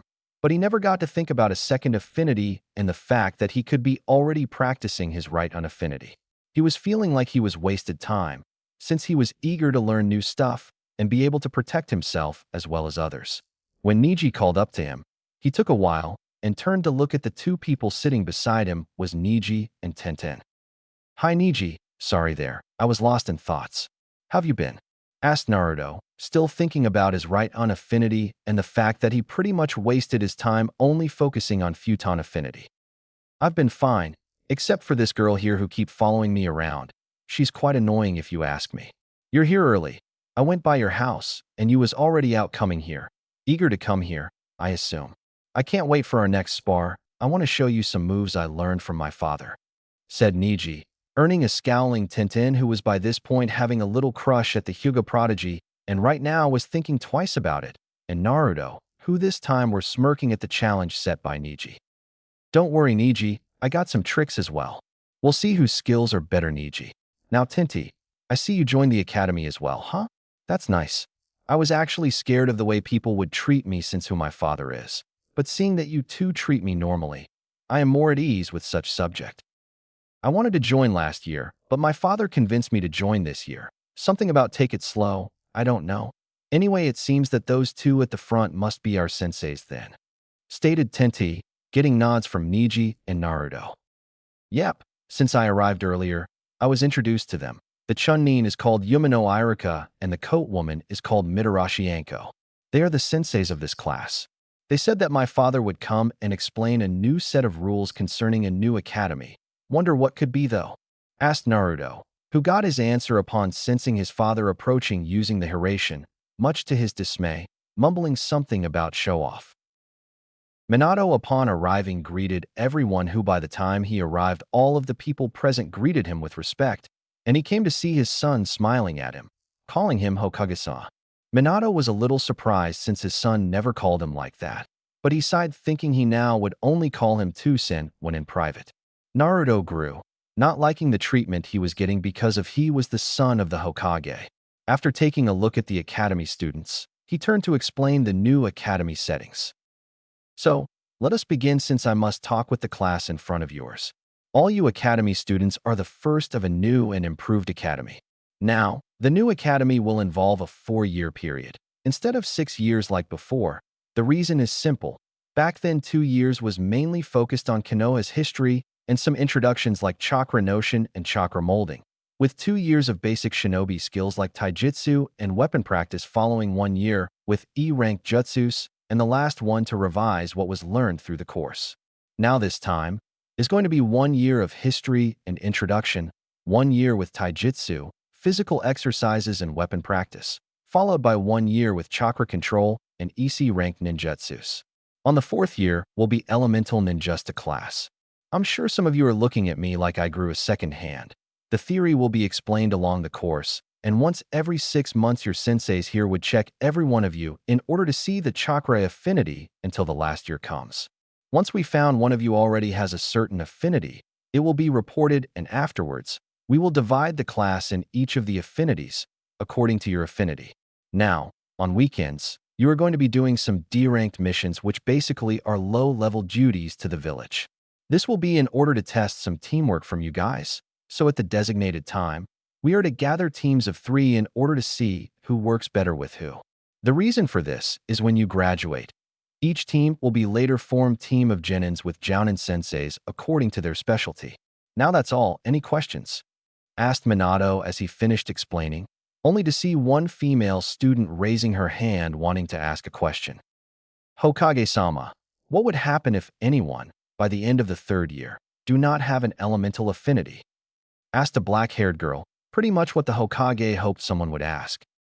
Well, if that happens, and trust me, sometimes it does, we'll be giving extra training for such person so that he or she can manifest one affinity.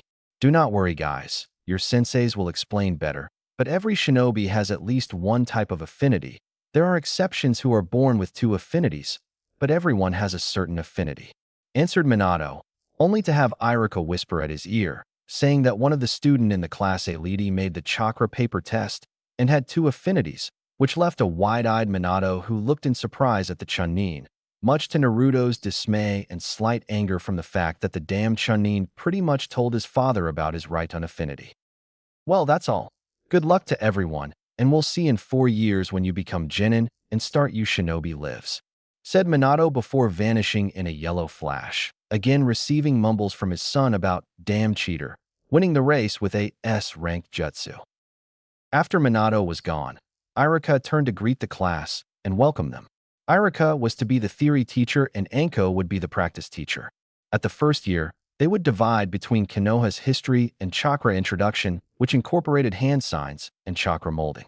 On the second year, Anko would take them outside pretty much every day, showing them how to throw kunais and shurikens, as well as train each other physically and teaching them the academy taijutsu, which stayed the same except for the ones who learned the family style.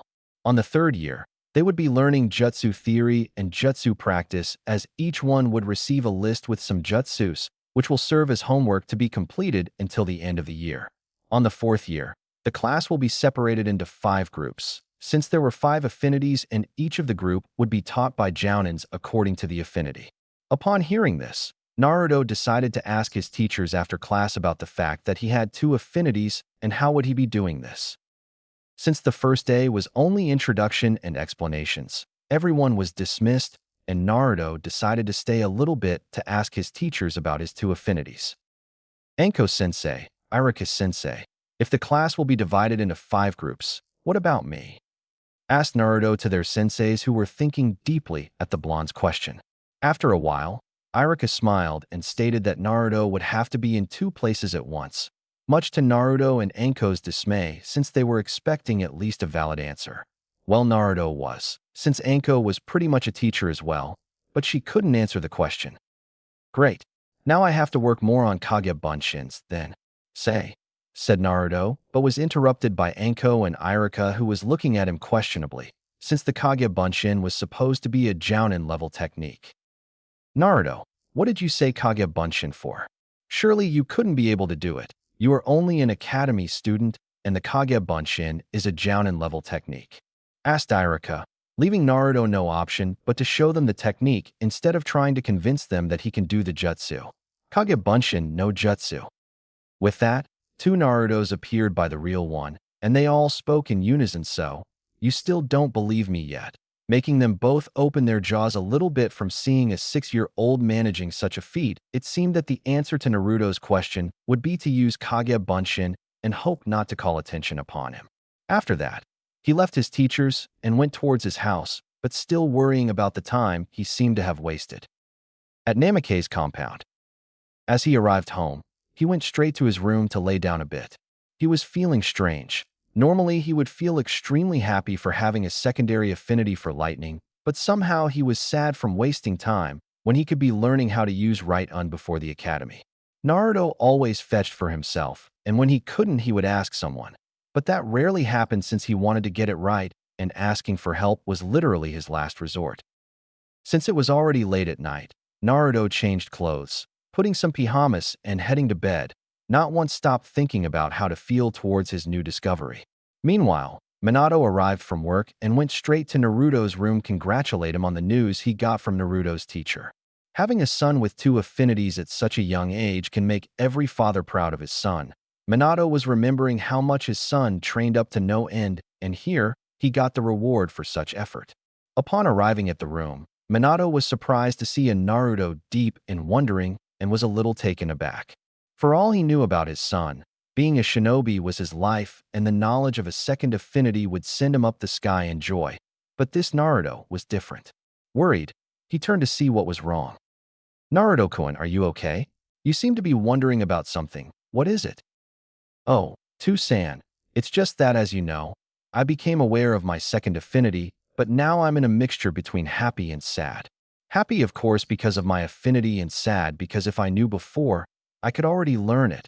It seemed like I wasted my time. I don't know, said Naruto, earning surprised looks from Minato since Naruto didn't know that Minato knew about his Raiton affinity, but was slightly angry at his son since for some reason, the boy just couldn't be still for 1 second. It seemed that learning new things daily was like an addiction to the little Namikaze, and it worried him a little bit. Naruto-kun, stop that right now. Stop thinking you are wasting time. You're only 6 for cry out loud. You are strong, I assure you, but if you continue like this, you'll go crazy. Please try to make your body and mind adjust to your experience. If you try yourself too much, you'll become unstable. By slowing down a little bit, you can adjust what you learned as well as have a normal growth. Now that you have the academy, you don't need to set your own pace. Follow the academy strictly. The first year is theory only. Give your body some rest. Of course, practice like 2 or 3 times a week. It's great you have 2 affinities, but it would be no good if you rush into things. Mastering 2 affinities is what guarantees a shinobi to rise to Jounin, so you can see why it's hard to master 2 elements. You already mastered Futon, so for the meantime, just harness the abilities you already mastered, maybe advance each step at a month. Tusan, I always fetch for myself. It would be difficult to learn it from another person. The only one who taught me was Aoba-sensei. So, think of it as picking up where Aoba stopped, then leave for Anko and Irika to teach you and mold you into a perfect and well-rounded shinobi. They told me you have a lot of potential, son, so try to not overdo, okay? Okay, thanks Tusan. I appreciate it. Get some rest, Naruto. Meditate some time as well. It helps to clear your mind, said Minato as he turned off Naruto's light for the infant to fall asleep instantly. That a little before closing his eyes, Naruto decided to have a pace of 1 day of training and 2 days off, so as to rest a bit. 1 year time skip.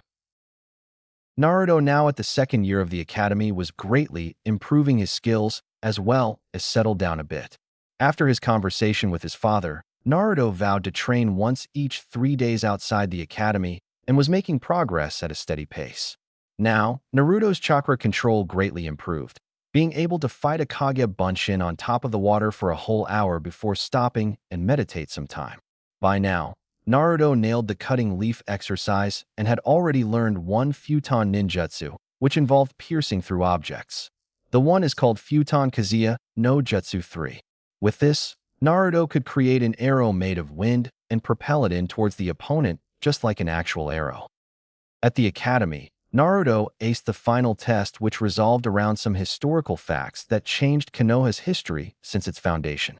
While he wasn't the sharpest mind of the bunch, he could very well be the second, only losing to a certain redhead girl who pretty much looked more like a scientist than a future kunoichi. The academy was fun. Around some time during Irika's lectures, Anko herself had fallen asleep because of it, earning some laughs from the class who by now already saw how Irika's lectures were boring and endless.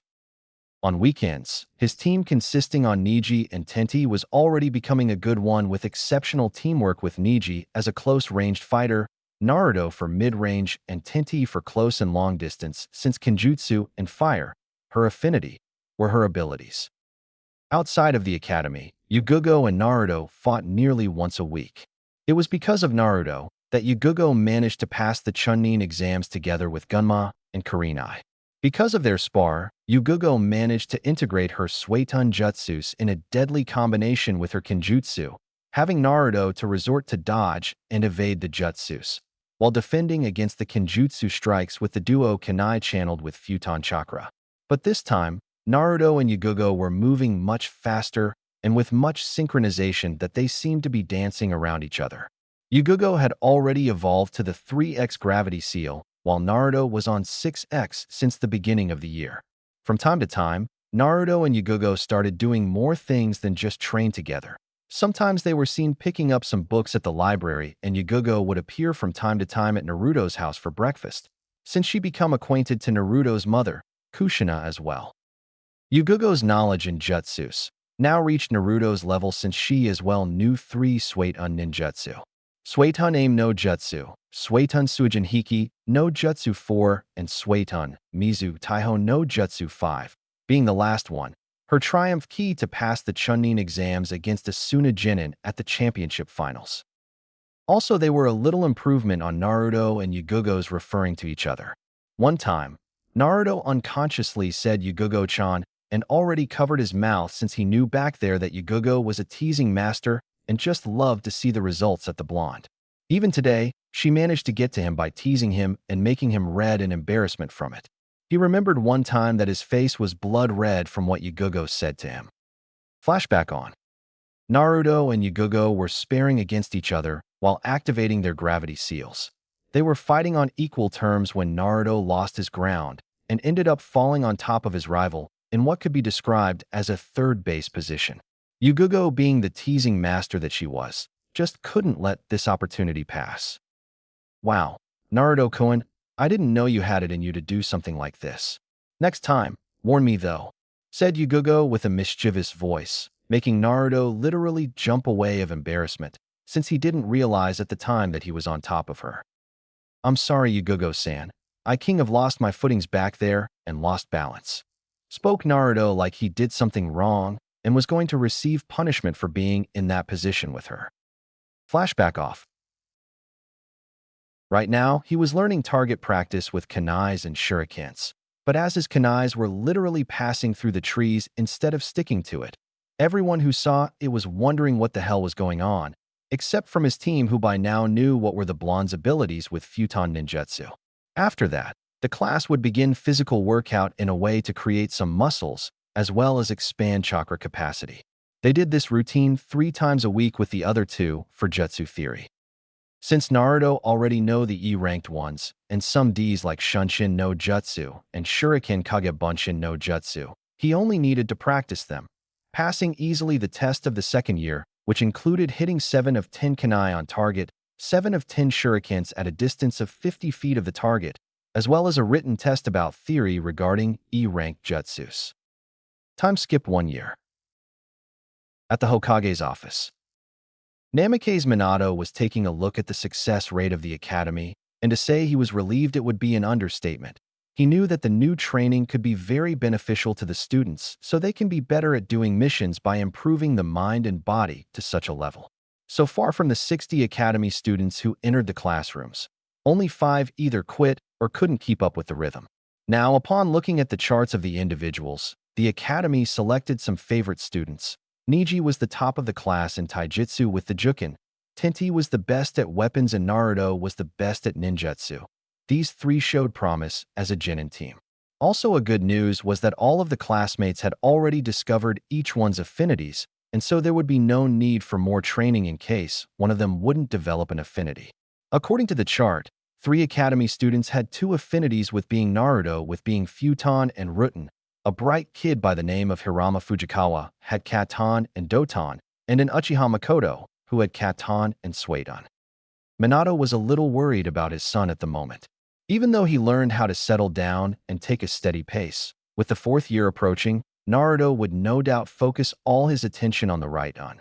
Since the Futon, he pretty much was toe-to-toe with any Suna Chunin at the moment.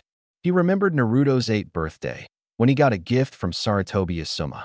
Being a Win user as well as adapt the use of 2 kunais for taijutsu, Asuma bought knives similar to his own as a gift for Naruto.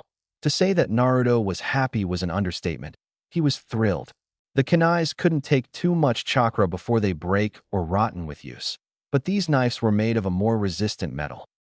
Needless to say, some trees were cut along Konoha with Futon chakra. Also, Naruto learned a deadly Futon technique called Futon Kaze no Yaiba, wind style, wind sword jutsu, which pretty much created a sword made of wind and caused deep wounds to the opponent. At the academy. Naruto was approaching the academy to initiate his last year at the academy, and he couldn't get happier at the moment. Along the academy, he and Niji fought pretty much every week to see who the better fighter was. Right now, it was 51 for Niji and 50 for Naruto. Since the fight counted any shinobi ability, Naruto managed to integrate some futon techniques together with his father's taijutsu stance, managing some damage at the Hyuga prodigy. One time, both of them were so injured that the entire classroom needed to end their sessions so Anko and Irika could take them to the hospital. Anko and Irika, for their part, has been in a relationship since the beginning of the third year, and both of them were happy to teach this kids to perfection. The academy students were very good and were able to learn pretty much everything both of them could teach. Now, with the fourth year coming, their jobs would end. Since the last year would be elemental ninjutsu, the Hokage divided the classroom into 5 elemental groups with a jounin for each group to teach elemental manipulation. So, Irika decided to try the Chunin exams while Anko returned to torture and interrogation department together with Ibiki. Now with Naruto, as he was approaching the academy door, he noticed that something was out of place. The building was strangely black instead of white, and thunders were ripping the skies in a scary succession. Naruto looked behind to see the trees moving as if he suddenly was in a nightmare or something like that. Naruto sighed since he knew Kurenai was out there testing her new acquired Jinjutsu technique called Meigen Narikomi no Jutsu, illusion technique, Hellview Jutsu. Closing his eyes in focus, he made a specific hand seal and KI. Now, Naruto was surrounded by a burning academy and was slightly perturbed. He thought he dispelled the Jinjutsu, but this one was so real. It was like being trapped inside a ball of fire, and the feeling was similar as well. He didn't know that Kurenai did the first as a distraction for him, and then test her newest Jinjutsu called Meigen Jigakuguka no Jutsu, illusion technique, Hellfire Jutsu. Seeing that Naruto wouldn't dispel the technique, she dispelled it, showing herself and Yugugo in front of a little frightened Naruto, who by this time thought he was burning to death, only to look again and see Kurenai and Yugugo smiling at him, each of them wearing Chunin vests. Kurenai-san, how did you this? I thought I dispelled the Jinjutsu. What happened? Asked Naruto, seeing the result of a double-layered Jinjutsu used on him. You did dispel the first one, but I casted the second one quickly, so you didn't notice it. You need to prepare better for Jinjutsu, Naruto.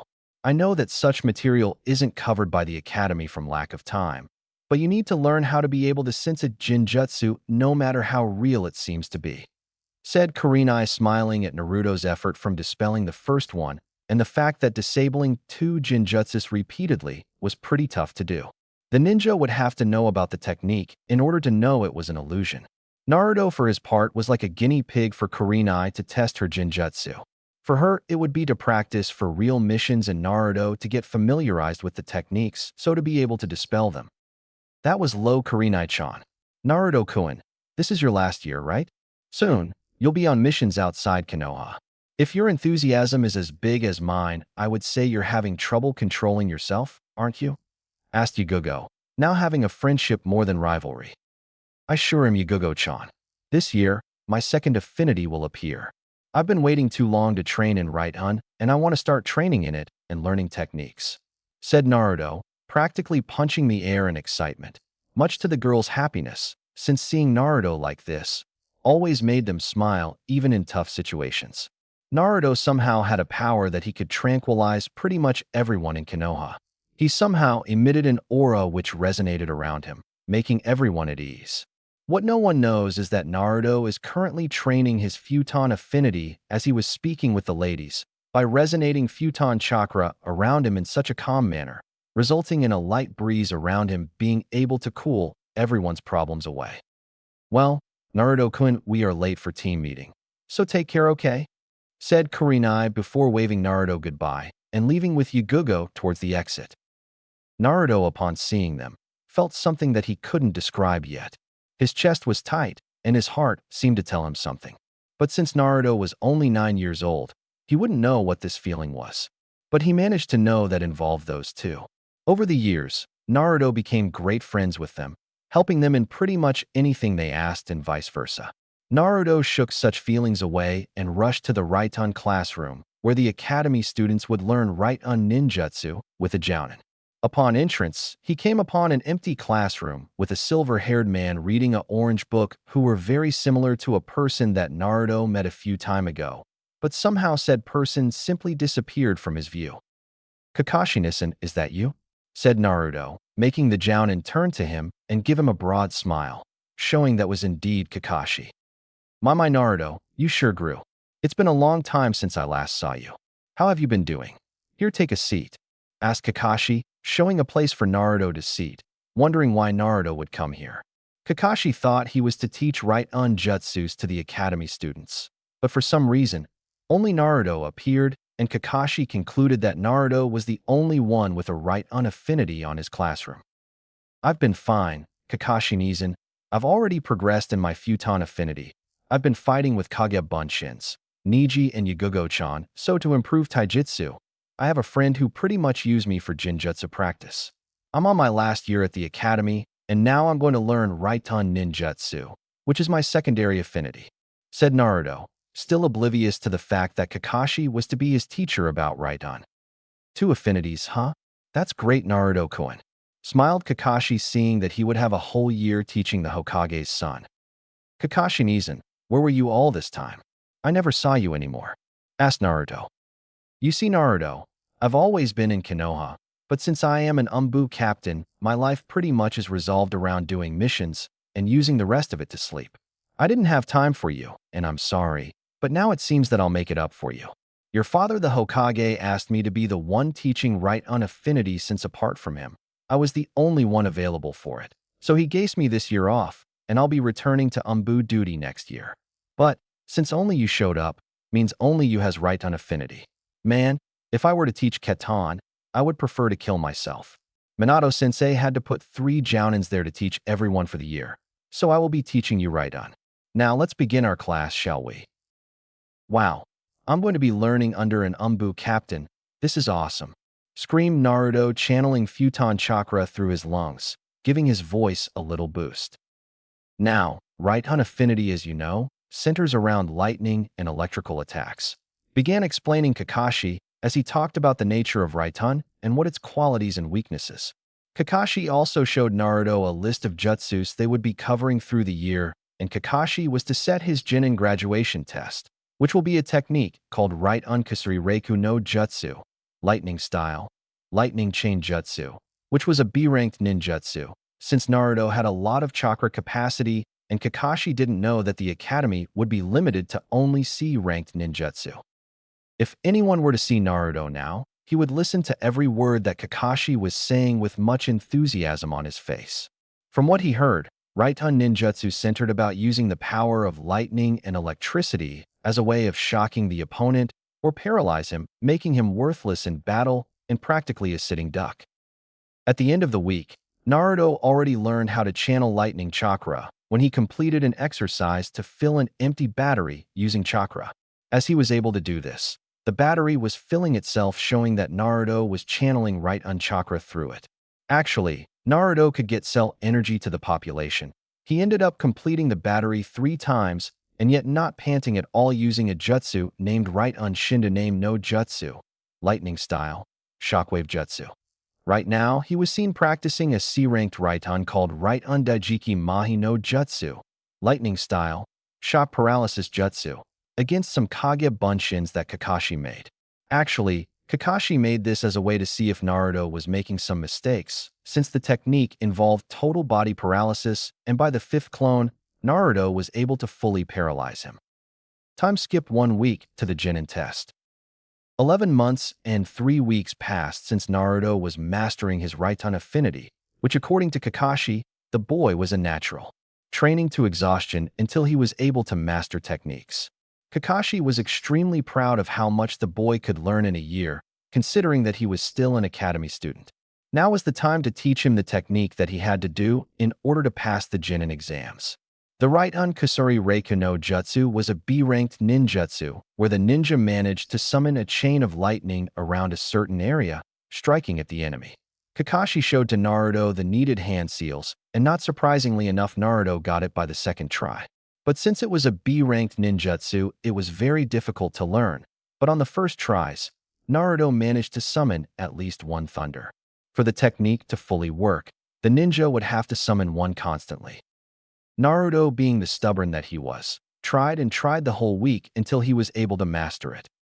On the day of the graduation test, many people appeared from the Hokage, the parents of the students and friends. Naruto, for his part, had an audience of Minato, Kushina, Kakashi, Yugugo, Kurenai, and Ganma, who were eager to see Naruto's right unjutsu that he needed to do. None of them knew which was, but when word came to them by Kakashi, Minato wanted to struggle the lazy jounin. Teaching his son a B-ranked ninjutsu to pass the Chunin exams where everyone needed a C-ranked one was like sending him back to the academy for one more year. But surprisingly enough, Yugugo was the one who vowed for Naruto. Hokage-sama, with all due respect, I believe Naruto will surpass every expectations you set up for him. Just see, said Yugugo, feeling proud of her friend and ultimate rival who pretty much used the damn technique against her, shocking her to the very soul. Minato, for his part, turned to see the purple-haired Kenjutsu specialist as she stood up for his son. He was curious as to her relationship with Naruto, as well as Kushina. Naruto's mother did like Yugugo's company at home, but was wondering the same thought as her husband. When both of them looked at the girl's smile when mentioning Naruto's name, both of them smiled as well. They wouldn't be against both of them getting together, but a relationship like that required effort, and they didn't want to see Naruto heartbroken even if such pain is unavoidable in life. The new academy was a success. That was visible as the Chunin exams were being carried away, with everyone being able to do their supposed elemental attack. Even though most of them were required to make the Katan Gakkaku no Jutsu, Fire Style, Great Fireball Jutsu. Since most of the class had Katan affinity, they were some Doton users and Suiton as well. Since Naruto was the only one with Futon and Raiton affinity, he was required to do both elemental attacks. But since he chose to only learn Raiton Jutsus on the academy, he could only do the Raiton technique and receive the position of Chunin. Not being one to call attention upon him more than he would with the Raiton Jutsu, Naruto accepted the offer. As his time approached, he calmed himself while doing some light meditation. The jutsu he would be performing required a quite long set of hand seals, and the sequence must be fast and perfect. Waiting for the signal from Anko to start, he looked towards the audience in front of him. Well, apart from his family and friends, everyone turned to see what Naruto could do with Raiton affinity, seeing that he was the only one with such affinity and got private lessons from an Exambu captain. As Anko gave him the signal, Naruto closed his eyes and started with the hand seals. One by one was being formed in front of him in a rapid succession between each other, leaving only the high-level ninja who were near to be able to see it. As Naruto finished the sequence flawless, he opened his eyes and turned to scream the name of the jutsu, as the necessary chakra was already molded. Raiton Kasari Reiku no Jutsu. Instantly, the sky was dark and countless lightnings descended upon the field, creating several craters out of impact. As he finished the technique, he turned to look the smiling face of Kakashi, who was nodding in approval towards him, and pretty much everyone except Yugugo and Kakashi were with jaws on the ground, wondering what the hell just happened. Minato was looking at the seals being formed and wondered about why Kakashi taught such a complex jutsu to his son, but when the light show started, he lost that thought. Needless to say, Naruto passed with flying colors. Chapter 6, Chunin Team. After pretty much creating numbers of holes on the training ground, Naruto was actually relieved that the jutsu was done flawlessly, since he found it extremely difficult to learn the seals sequence. The jutsu itself needed a sequence of 27 hand seals just for the chakra to mold accordingly, and after that Naruto still needed to focus right on chakra, which proven to be quite difficult because of his natural affinity for wind and the fact that he could channel wind chakra without even thinking about it. While Naruto was being humble about the fact that he was able to do the jutsu because of pure luck, the others present were thinking quite differently. Some jealous students were with the theory that the Hokage's son somehow cheated simply because it would be impossible for an academy student to perform AB-level jutsu. Others were in awe at the demonstration, that they considered Naruto to be a genius ninja, practically earning the title of Rookie of the Year in terms of ninjutsu. The rest of them were having feelings of pride at seeing what Naruto was able to do. The latter thoughts belonged to his parents, Yugugo, Kurenai, and Ganma. Kakashi, having already seen it before the exams, smiled upon seeing the wide smile being apparent on the Hokage's features as he clearly was applauding his son inside his mind with most enthusiasm. Yugugo, for her part, even though already seeing the jutsu being used at her, was taken aback from the demonstration, since the one Naruto used on her clearly wasn't as potent as the one he demonstrated, which led her to believe that he held back a little so as not to electrocute her and send her to the hospital. Usually she would be fuming right now from being underestimated by her rival, but she realized that had he used the right Unkusuri Reiku no Jutsu with full force, she would serious doubt that she could come out alive after receiving only one of such lightnings. As the mouths were close by Anko and Irika, who for their part were still playing the jutsu over their heads, it was Anko who decided to give the Hitayate to the blonde prodigy. It was quite comical to see Naruto just waiting to receive his Hitayate, but instead having to wait for her academy senseis to come back from their wanderings before granting him the title of Genin for Konohagakure no Sato. Anko was like last time, pride of herself for being the one who taught such genius in ninjutsu. She was having second thoughts about taking on a Genin team since the Hokage offered her such a position by becoming a full jounin. She was considering the payment, since it would be beneficial for her to teach some brats, do some boring D-ranked missions, and going up the mission ranks. Before Naruto, Anko would never think about taking on a Genin team, but now that the brat showed that he could do, she was considering the idea of being a Jounin sensei, or as she would like, his Jounin sensei. Anko concluded after thought that she would accept the Jounin sensei status and take a Genin team with a single condition. The Namazake brat had to be on said team. Clearly, Anko wouldn't dream of favoring him over the other two teammates that would be put together with him. But if what Yugugo said about him was true, then she would also become stronger as well. Also, according to what Yugugo and Kurenai shared about his interesting personality, as well as never giving up once he set his mind to do something, she could already picture seeing him in actual combat kicking foreign shinobi's asses. Not wanting to irritate the boy since clearly he was standing there waiting to receive his Hitayate that would attest his Genin status, she woke up from her wonderings and promptly gave it to Naruto, as well as complimenting him on his skills. Congratulations, Naruto.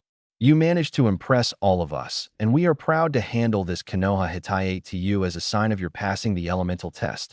Please come to the academy tomorrow so as to see which team you'll be and which Jounin sensei would be assigned to you, said Anko, still confident that she would be the one to happily take such position. But she would have to beg for the Hokage to assign Naruto to her team, should she be instated as one. Thanks, Anko-sensei. I was really lucky to be able to get through such a hard sequence, but it seemed that I managed though, said Naruto, scratching his back while laughing and tying the Hitayate on his left arm, instead of using it on his forehead. Anko, for her part, was booming with the sound of actually be called Anko-sensei by the Namake's blonde, even though she already heard him calling her that while at the academy. After settling the Hitayate, he went to his audience so he could receive the congratulations and applauses from his family and friends.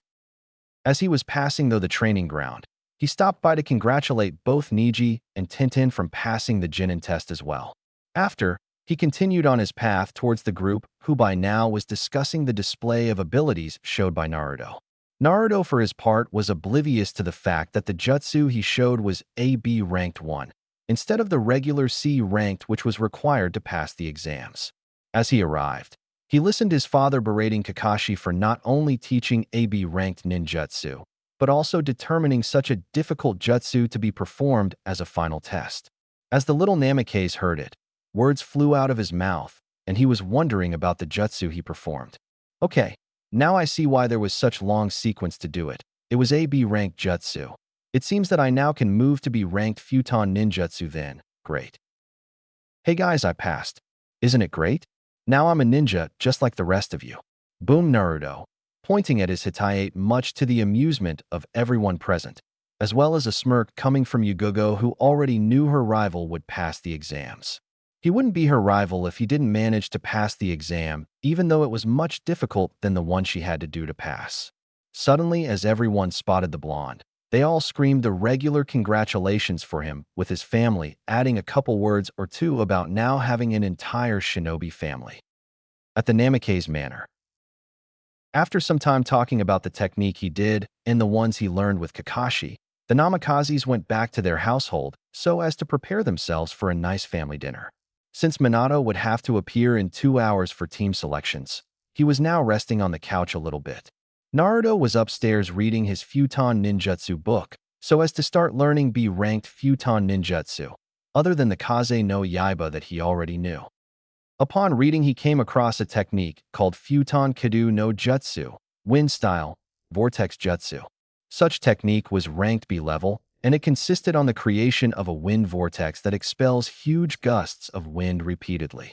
According to the book, the technique is controlled by how much chakra the ninja uses on it, with being the more chakra, the more time the vortex had. It also said that the chakra needed for such a technique was considerably large, being recommended to be used only once a day so as not to be useless in battle or even suffer from chakra exhaustion afterwards. Naruto tended to compare such technique with the right Kusuri Reiku no Jutsu, lightning style, chain of lightning jutsu, in terms of chakra drain. While the right Jutsu didn't put a strain on the chakra capacity, it was difficult to perform because of the fact that lightning was Naruto's second nature. But the Futon technique would be much easier for Naruto to perform, seeing as his control over the Futon affinity was second nature to him. Since he constantly used the training exercise that consisted of expelling constant Futon chakra from his body as a way of controlling the air around him to a certain extent. Hearing his mother calling for dinner, though, put the Futon Jutsu on hold as he was hungry, wanting to satisfy his stomach before satisfying his curiosity of whether the Futon Ninjutsu indeed consumes a lot of his chakra or not. Naruto was extremely proud of his accomplishments until now. Ninjutsu Master, higher than average taijutsu, average knowledge of jinjutsu regarding on how to only dispel the techniques since it wasn't part of his fighting style, which by the way incorporated taijutsu with his twin knives embedded with Futon chakra, using ninjutsu for long-range attacks. Upon arriving at the table and sitting together with his family, Naruto recognized their faces in a way that they seemed to be hiding something. Kushina was known for not relying much on deception, so it was easy to see that she couldn't contain her smile much longer, and the fact that Minato also wasn't able to contain his joy about showing Naruto the surprise they bought for him. Seeing this, Naruto turned to speak to his parents. "Ah, Kasen, Tusan, is there something wrong? Why are you all looking at me like that?" asked Naruto, only to receive a couple of laughs coming from his parents. As his father reached for something he was supposedly hiding below the table and showed a scroll with the symbol for lightning on it. "Well, Naruto-kun, since you graduated from the academy and it's now a Chunin, your Kasan and I decided to give you a present. In this scroll, there is a B-ranked ninjutsu called Raitun Ikazuki Butakai Ho no Jutsu, lightning style, Thunderball Cannon Jutsu. Since you were able to do a B-ranked Raitun Jutsu on your exam, we asked Kakashi to pick one for you to learn on your Chunin missions. But, be warned though, a technique such as this one require lots of chakra to perform, and you should be careful regarding how to use in battle," explained Minato as the family was eating dinner. After some casual conversation, the dinner was over and Minato had to go to his office in order to settle the Chunin teams and their respective Jounin senseis. Minato was pondering over who was to be his Jounin sensei, seeing that Naruto had already a very good knowledge at all the three areas of jutsus, and now that the Jounins would be performing low C-ranked level missions as starters, the Jounin senseis would have to be very skilled in order to teach the now specialized Jounins and improve their abilities. As he said goodbye to his family, he took one last look at Naruto and managed to see the boy rushing towards the garden. No doubt, would be trying to learn the new Raitun technique. But later he would come to realize that Naruto's Futon Ninjutsu wasn't out of the picture, and even though Naruto had a new Raitun Jutsu to learn, his list of priorities listed the Futon Kadu no Jutsu as first on the list. At the Hokage's office. Upon arrival with Sarutobi, Minato noticed 10 Jounins residing there. From the Jounins there, a couple of easy recognizable ones made their appearance. Aoba was one of them. The Sunglass Jounin's late team had already promoted to the rank of Chunin, not needing his tutoring anymore. Therefore, he wanted to pick another team. Sarutobi Asuma was there as well. The bearded ninja was once a member of the Fire Lord's Guardians, and he wanted a team as well. Others were very skilled as well, but not as them. But what surprised the blonde Hokage was the presence of the snake mistress Mitarashi Anko. Minato remembered the very words of such a person sometime in the past regarding taking a Chunin team. Anko at the time said that she would gladly be tortured by a Biki rather than babysitting some Chunins. Now, here she was offering her position as Jounin sensei for the new specialized Chunins. Okay, Jounins, here it's the report made by Irika of all the Chunins that graduated this year and their special attributes and qualities. I and Saratobi had already set up a certain pardon of Chunin teams according to each Chunin's fighting style. Through the academy, our Chunins were able to establish their favorite position of fighting, so we'll divide the Chunins into close, middle range, and long range fighters accordingly. Now, I want to explain this to everyone present that the mission of being sensei to these kids will be different now. Begin explaining the Hokage, earning looks of surprise by the Jounins present. Seeing the need to elaborate, Minato continued.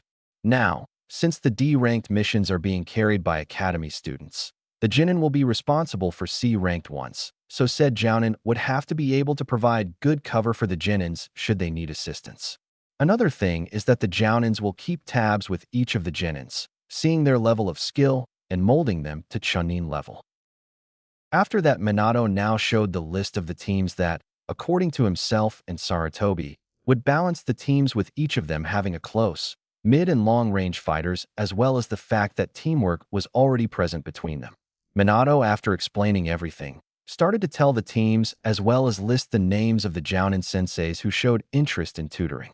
When Team 5 was announced consisting of Hyuga for close range, Namikaze Naruto for mid-range and Tintin for long-range attacks. Surprisingly, the one who volunteered was no other than the Snake Mistress, showing to the Hokage that his son made quite an impression on her.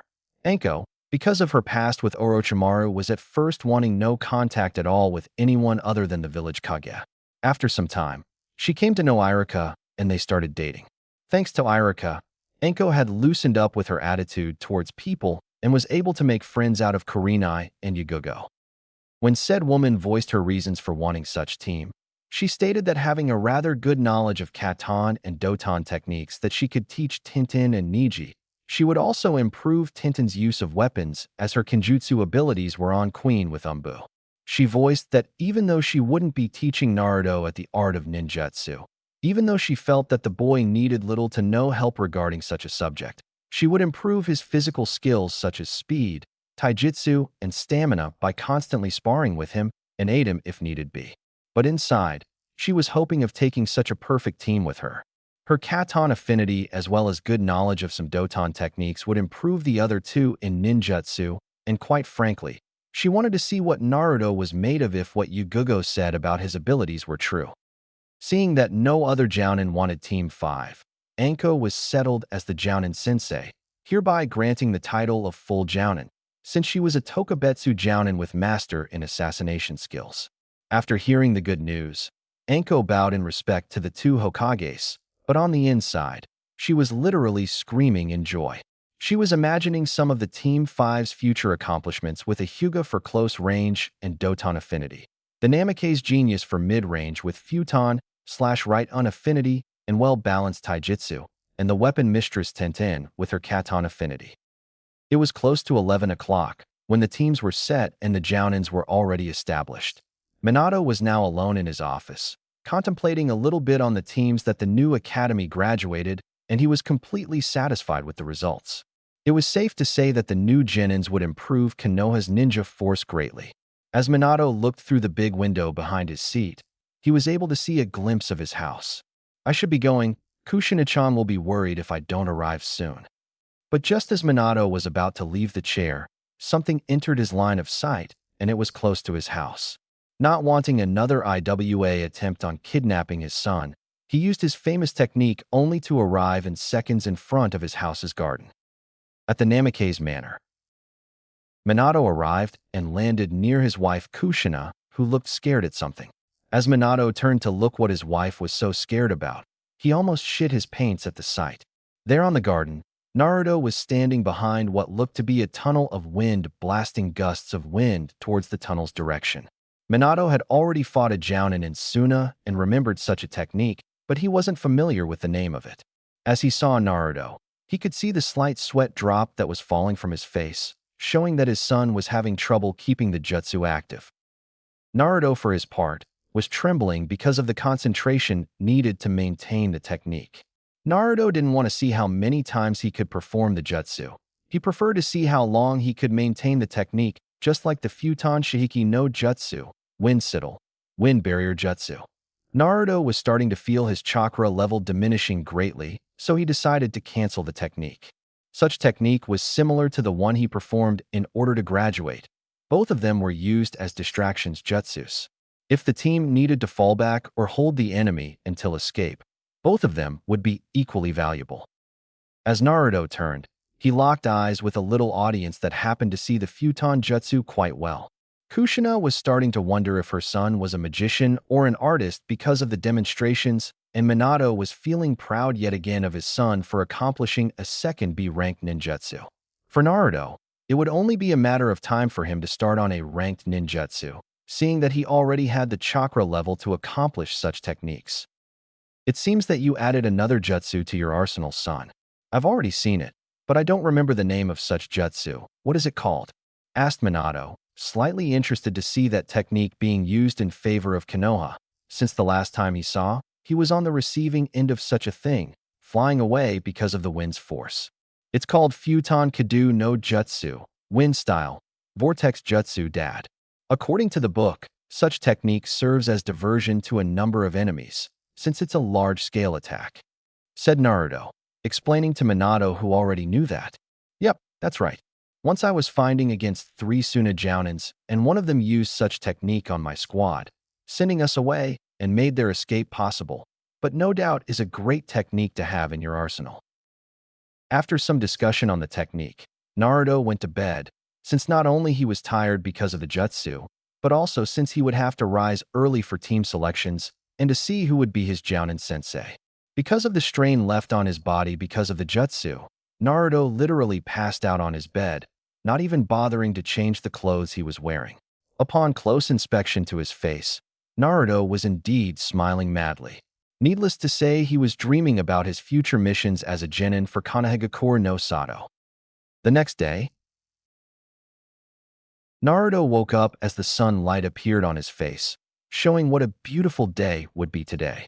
Today, Naruto would meet his team and the Jounin responsible for them. As he got up, he instantly activated his 6x gravity seal, instantly feeling the added weight to his body.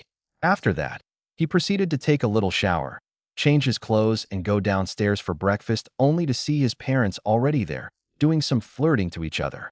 Such a sight earned a smile from the little blonde. Naruto long ago found a book about a shinobi couple that fought together a war and came victorious. Now, remembering the end of the book, the scene of his parents doing romantic talk to one another was like seeing the end of the book. Not wanting to interrupt the happy couple, Naruto quickly grabbed a bottle of milk inside the refrigerator and got out of the house towards the academy. Naruto was wondering if he would ever find someone like his father found his mother. At first, it would be quite strange to see a 10-year-old boy thinking of such things, but everyone considered Naruto to be more mature than people his age, so it wouldn't come as a surprise that the blonde Namikaze would start thinking about it.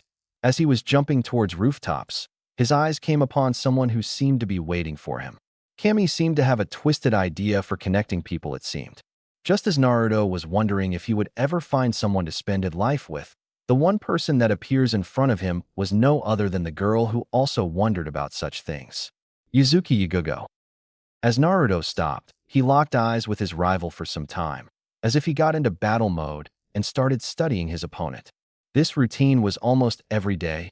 Each of them would stare at each other for a while, and then one of them would attack when the other didn't expect. This exercise was created by both of them in order to improve concentration and defensive/evasive maneuver when defending. As the two of them narrowed their sights, waiting for one to attack and the other to defend, Yugugo suddenly vanished and in a blur picked her sword in order to slash her opponent, only to meet Naruto's trench knives embedded with Futon chakra forming a cross formation in order to block the sword, therefore completing the exercise. You are faster, Naruto-kun. No doubt is the result of the 6x gravity seal, said Yugugo, smiling towards her rival, much to Naruto's grin, since he also felt that Yugugo's speed was quite remarkable for the 3x gravity seal.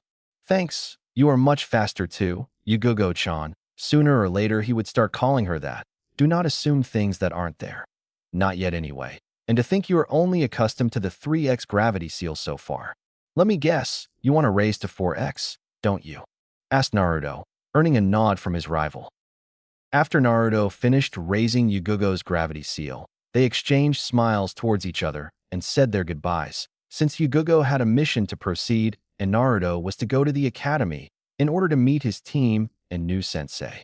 Yugogo, for her part, was having difficulties adjusting to the new gravity seal, but she had determination visible on her eyes, and if Naruto-kun was able to raise to 6x, she would as well. Pumping more chakra through her legs, she sprinted towards the Hokage Tower, arriving there in 5 minutes. At the Hokage's office, Minato had just arrived after sharing a lovely morning alone with his wife. It was strange because he didn't see Naruto before he already left to go to the academy. He was so busy with Kushina that he forgot to witness his son's first day as a genin, and he was cursing himself for it. Not that he didn't like all the flirting he and his wife shared, but he wanted to see Naruto before he left.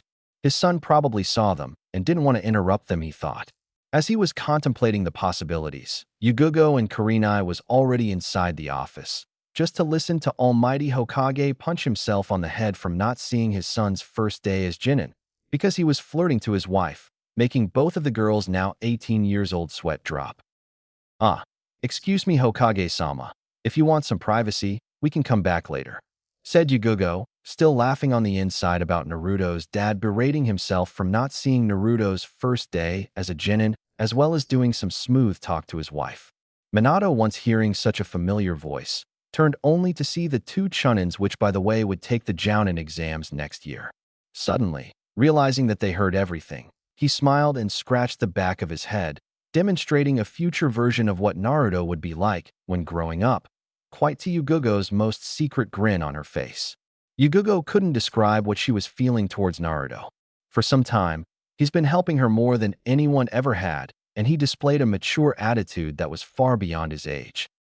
Minato, for his part, managed to take a look at the purple-haired Chunin and smiled, knowing such looks from her. He knew her feelings for his son were for now just friends and rival, but judging from her looks, he could feel that her feelings for his son were in constant evolution, and he wouldn't be surprised if suddenly they got together. But since both of them are young, time was not the issue.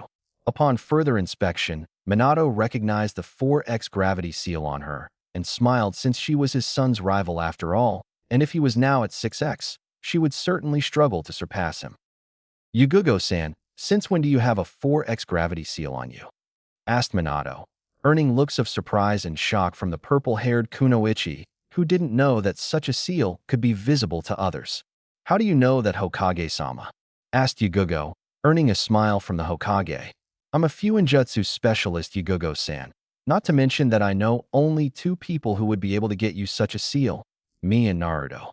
Also, since you seem to have a rivalry with him, I would believe that you wanted to surpass him, but be careful with such training. The gravity seal, if increased too much, put a strain on your body and would bother you during a mission. Naruto is currently at 6x, but it would take a while for him to raise to 7x.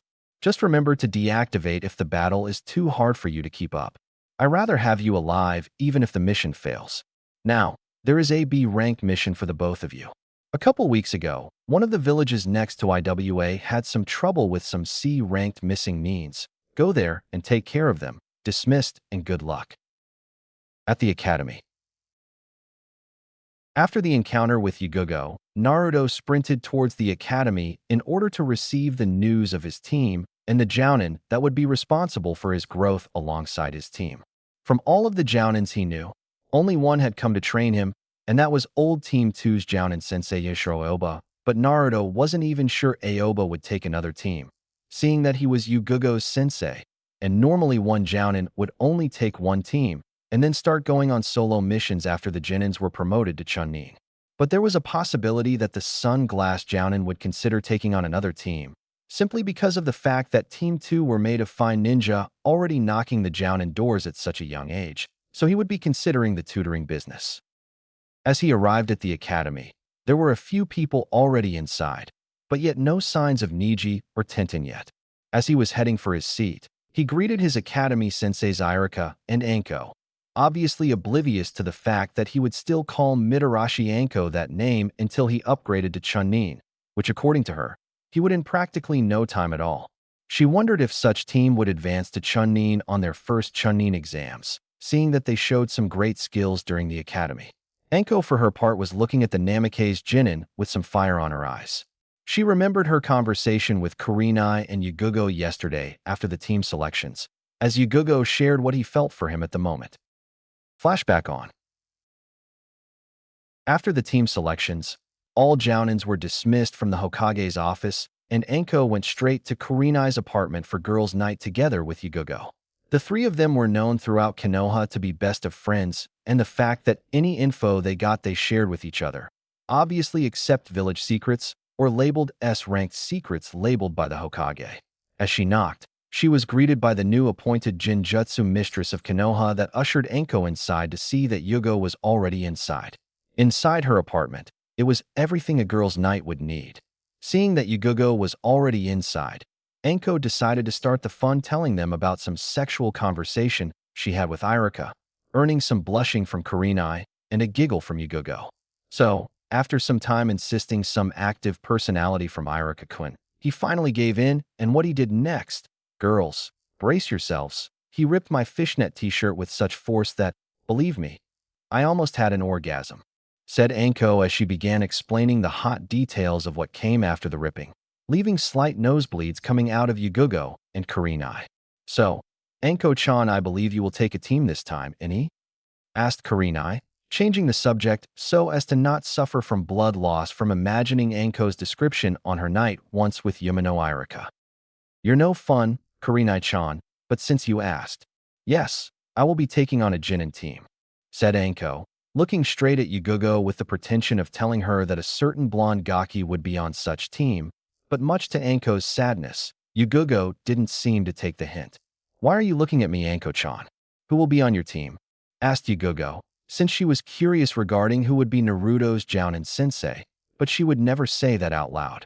This team in special, I got the Hyuga prodigy who has an affinity in Doton and naturally one of the best taijutsu stances in Konoha.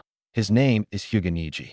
Also, a weapon mistress like Yugugo-chan, but with Katon affinity instead of Suiton like yourself, and last, but definitely not least, explained Anko, leaving the last part for the girls to figure out on their own. Who is it, Anko-chan?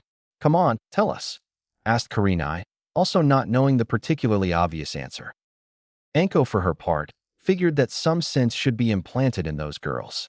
She was making the story so much fun for them to get wide-eyed at the fact that she would be Naruto's sensei. But much to her dismay, none of them knew that the answer was pretty much what most of them talked about, the one and only Namikaze Naruto. It saddens me to see such density being displayed here, girls.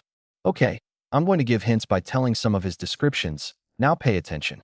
He has 2 chakra affinities, rather toned body for his age, sun-blonde hair, and deep blue eyes, said Anko, but was cut off when apparently her descriptions of the guy made both of them realize who the person was. Wait, are you telling me that Naruto-kun will be on your team? How can that be? I thought that he would be paired with at least a Suma, because of his wind affinity or someone with right unaffinity like Kakashi-san to help him. Your chakra affinity is fire and you know Doton techniques. How on earth could you teach Naruto to better his skills? Exploded Yugugo, not even realizing she did so, obviously showing jealous looks towards the snake mistress. However, she either didn't know or didn't care. I didn't figure you to become jealous, Yugugo-chan. I will only be his sensei, nothing more. Besides, even though I can't do anything about his ninjutsu, seeing that he got that area covered by now, I could harness other skills like improve his style of fighting, improving his speed, stamina, stealth. With him the sky is the limit, Yugugo-chan. The ninjutsu training will be reserved for the other two. But returning to the jealous feeling, care to share with us as to why are you feeling jealous that I got to be his sensei, huh? Mumbled Anko that last part, teasing Yugugo's feelings over a 10-year-old boy, yet quite mature and good-looking for his age, according to Anko and Kurenai. I don't know what you're talking about, Anko-chan. Why would I be jealous of you because of Naruto-kun? Asked Yugugo, surprisingly blushing a little bit from imagining Naruto from 3 or 4 years later. Oh, come on, Yugugo-chan, no one would judge you here. In fact, Naruto-kun in about 4 years would be quite a stud, said Kurenai, with the purpose of easing her friend's apprehensive state while talking about Naruto. Actually, Kurenai-chan, I don't know what to say about that. I mean, Naruto-kun always helped me in training and stuff, and we had just a few conversations every now and then. I know he's good looking and everything, but he is only 10. I just don't see him more than a friend. Maybe in a few years, but now we're just friends and rival, said Yugugo, being reasonable about any possible crush on a 10-year-old guy. But she didn't deny the fact that in the future, Yugugo would consider the possibility, much to Anko's amusement. Okay, Yugugo-chan, but you don't deny that he is one hell of a guy. Flashback off.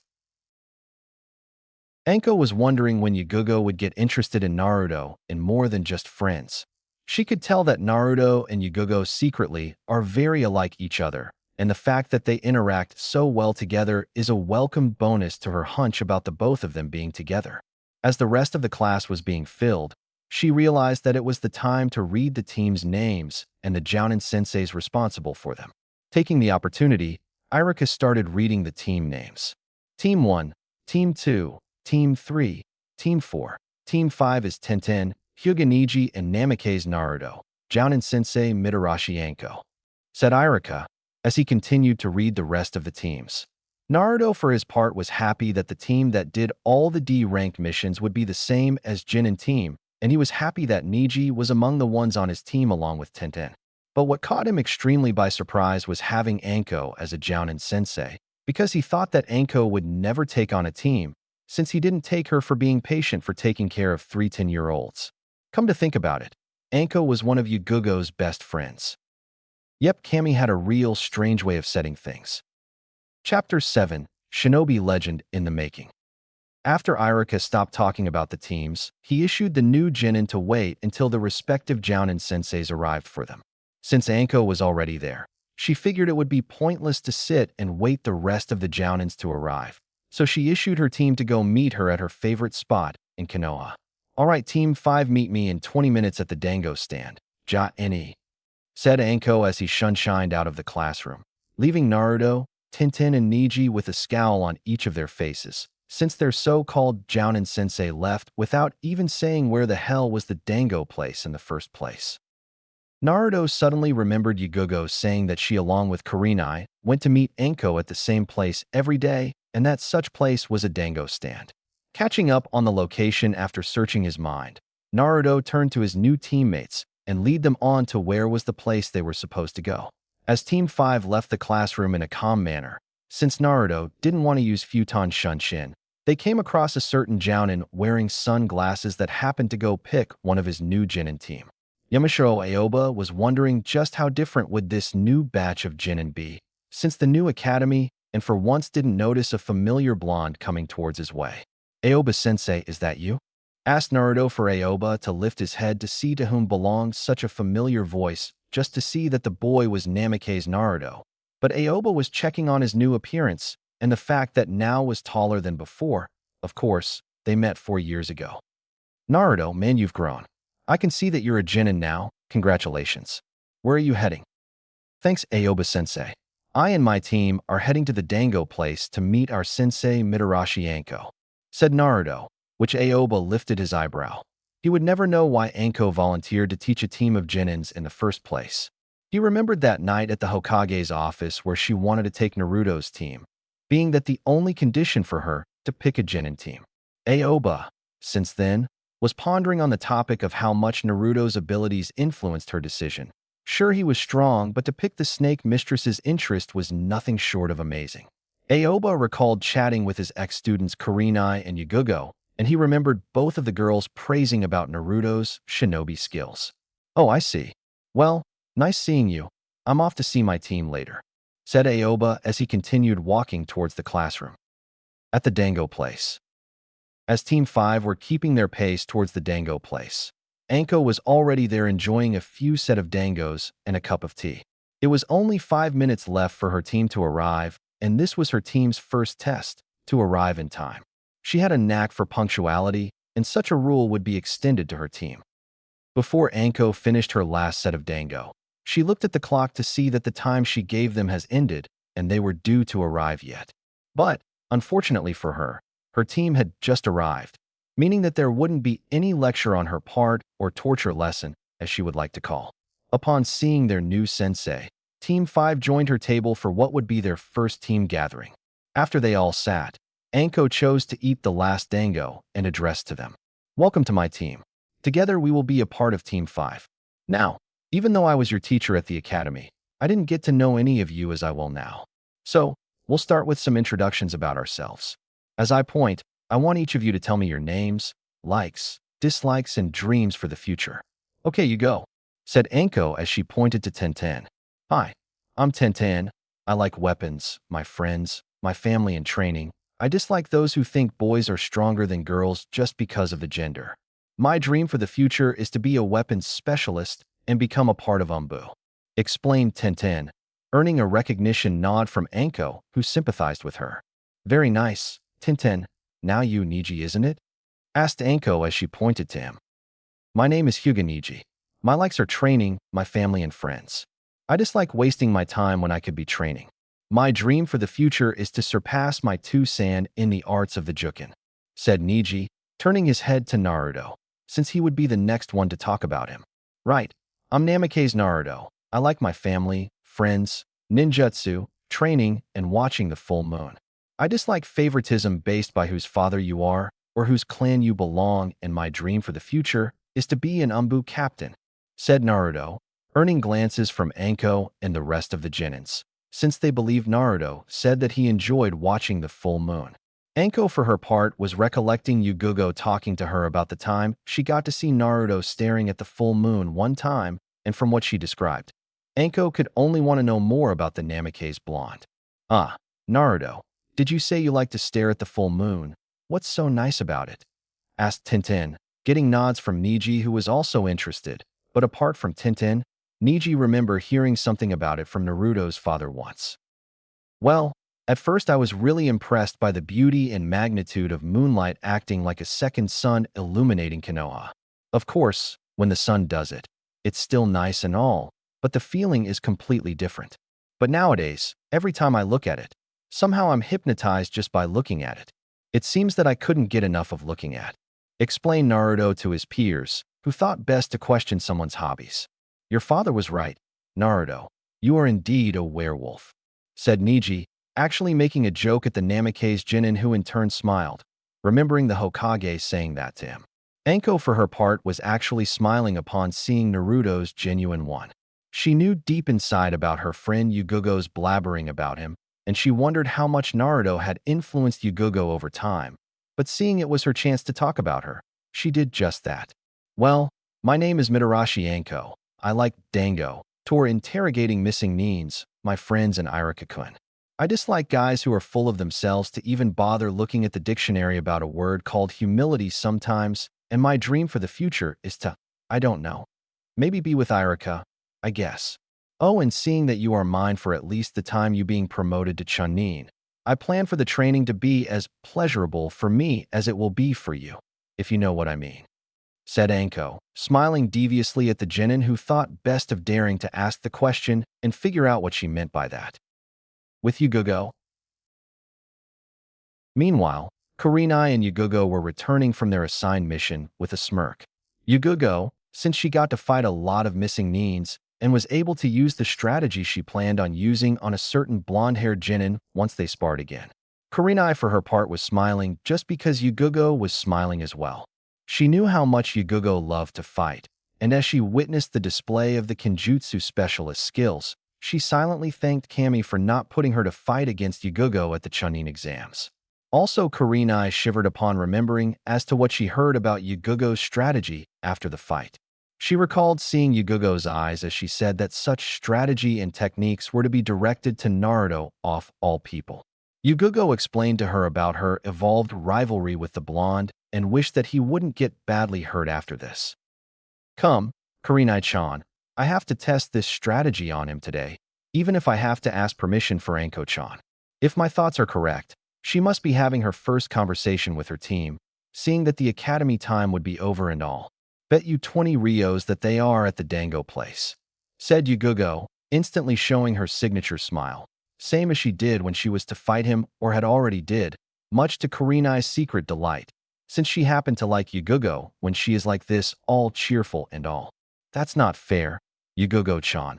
We're talking about Anko here. There wouldn't be any place she would rather go to, said Kurenai as she giggled at the last comment. Same to Yugugo. I know that. It seemed like easy money, that's all. With that, both girls took a quick pace towards the Dango place. At the Dango place. As Anko finished explaining as to what she meant by the word pleasurable, pretty much making the Genins slightly scared of her, she addressed to them to meet tomorrow at 8 a.m. as for a little display of skills in order to see how to improve them if needed be. Little after the team left, two girls arrived at the place only to see Anko there sitting by herself ordering some more dango and one more cup of tea. Anko-chan, I thought you were here talking with your Genin team. Where are they? Asked Yugugo, trying to hide the fact that she was looking for Naruto only, which didn't get unnoticed by Anko, since she was smiling deviously at her friend. They just left, Yugugo-chan. I believe that your boyfriend was heading for his house. If you hurry, you can catch him, said Anko, earning a glare from Yugugo from the boyfriend remark. But since she wanted to fight him so badly, she decided to let it slide for later and just vanished using Shunshin, leaving Kurenai and Anko. Kurenai-chan, how about a little bet? What do you say? A bet, you say? What's the wager? Asked Kurenai, earning a smile from Anko. How long it will take for Yugugo to actually tell the truth to him? I would say 2 years from now. What about you? Said Anko, to which Kurenai smiled when she thought about it and realized that her Kenjutsu friend was beginning to display different affections towards the blonde. That's soon, Anko-chan. No, even though I think on the same lines as you do, Naruto-kun is only 10 and Yugugo is 18, I would say 4 years from today. How much will be betting? After a few discussions regarding the wager, the girls settled for 100 Ryo because of how long they were betting for the romance to begin, to which both of them laugh about, with both of them also imagining Naruto and Yugugo together, with Naruto in a Konoha Chunin outfit by them, and Yugugo either in a Jounin outfit or in an Umbu attire. Well, Anko-chan, since Yugugo-chan went after Naruto, I'll have to deliver the mission report to Yondim-sama alone. See ya. Elsewhere in Konoha. After leaving the Dango place, Naruto actually felt a little shiver up his spine upon hearing about how would be Anko's training. Just for hearing what she planned for the team, Naruto wondered if he would live to even become a Chunin in the first place. Since Naruto was deep in thought about it, he failed to realize that a purple-haired Kunoichi was reaching up to him while speeding through the rooftops. Just as Naruto was about to set his foot on the upcoming rooftop, a kunai came flying at him, leaving him with no option but to defend himself from it. Naruto reached one of his trench knives and blocked the upcoming kunai, before hearing the noise of metal against metal and sighing in relief from not being embedded by the kunai. Going through his mind over who might do that, he came to the only person who challenged him like this and smiled. It has been some time since his last spar with the Kenjutsu specialist, and he wanted to have another go. As he turned, he spotted said woman at a training ground nearby with a grin on her face, meaning one thing. Well, at least for Naruto, it only meant one thing. A spar. Quickly picking the last trench knife, he then channeled Futon chakra through it as to show Yugugo that he was ready for it. Seeing this, Yugugo smiled and quickly picked her katana and dashed towards him with a swing motion, being stopped by the wind trench knife's courtesy of Naruto. You are a lot stronger than before, Yugugo-chan, said Naruto while keeping his defenses up in case of a sudden swait-on technique, being this typical of her. Thanks, Naruto-kun, your speed has improved as well, smiled Yugugo, before suddenly jumping back, while making hand seals true to Naruto's suspicions. Suiton Hanaru no Jutsu, Water Style, Destructive Rapid Torrents Jutsu. Witnessing the surprised rise of torrents forming behind her and going at his direction, Naruto jumped using chakra through his feet, while also making hand seals on his own. Raiton Jibashi no Jutsu, Lightning Style, Electromagnetic Pulse Jutsu. With that, Naruto charged the Raiton element through the rapid torrents of Yugugo since water conduct electricity, making Yugugo curse and perform a backflip as to avoid the technique. Quickly, after landing, She threw a couple of shurikens at Naruto, who used his trench knives to try and block them, but one did pass his defenses and embedded his left arm.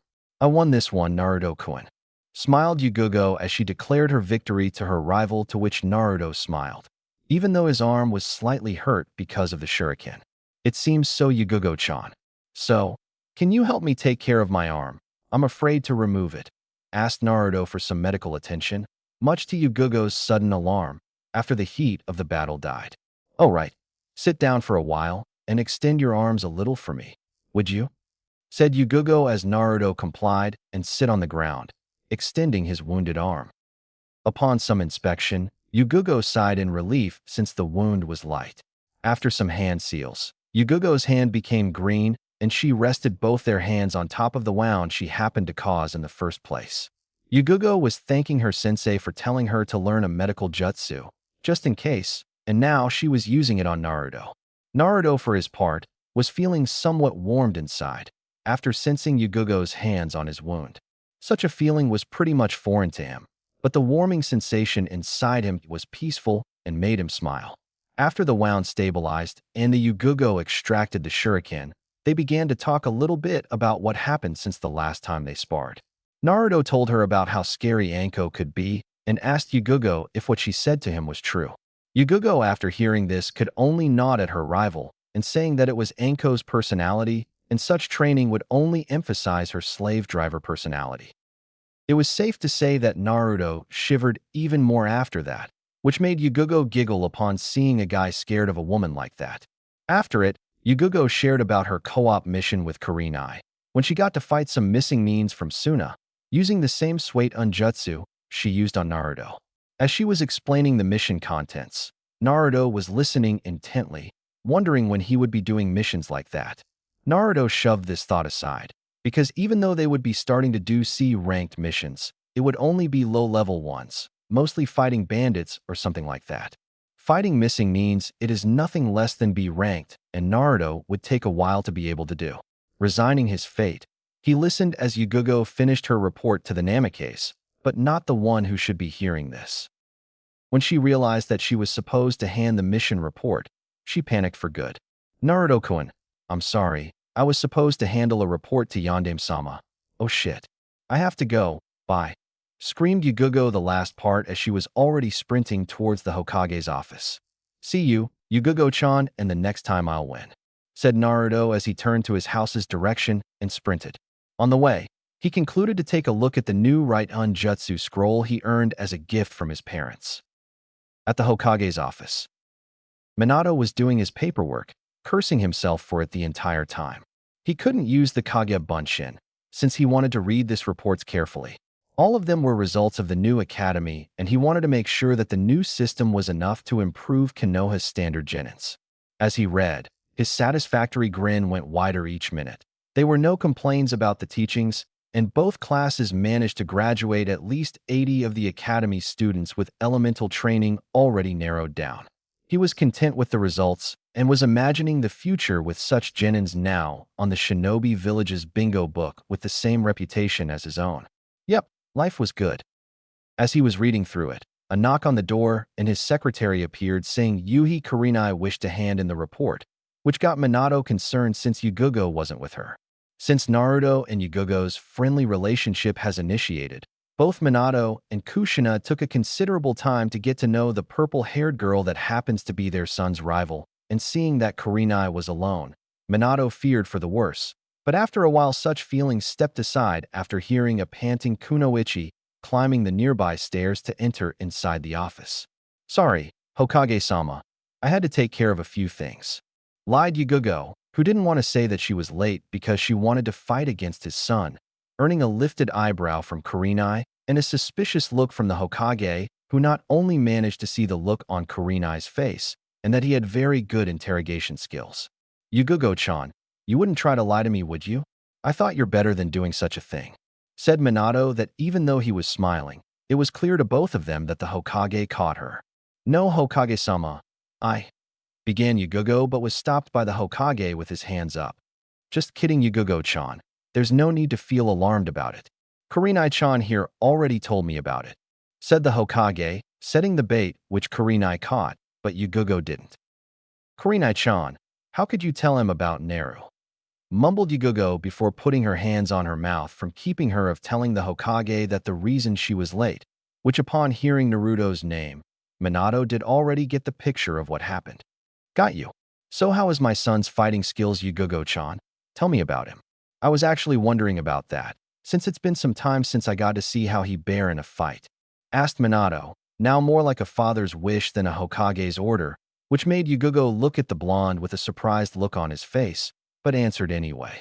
Naruto-kun right now is adjusting to the 7x gravity seal rather nicely. For a moment there I thought he released it, but he didn't. In our last fight, his futon knife taijutsu were on par with my father's kenjutsu stance. As for ninjutsu, his Raiton is becoming very proficient. He used a Raiton technique that channeled electrical discharge and pointed to the little river I formed with Suiton, enhancing the power of the electricity. Explained Yugogo, detailing with precision their last spar for Minato, who couldn't help but smile at the vivid and energetic description given to him. Minato could very well see as Yugogo was telling what happened, that her smile never ceased or even diminished, quite on the contrary. Very good.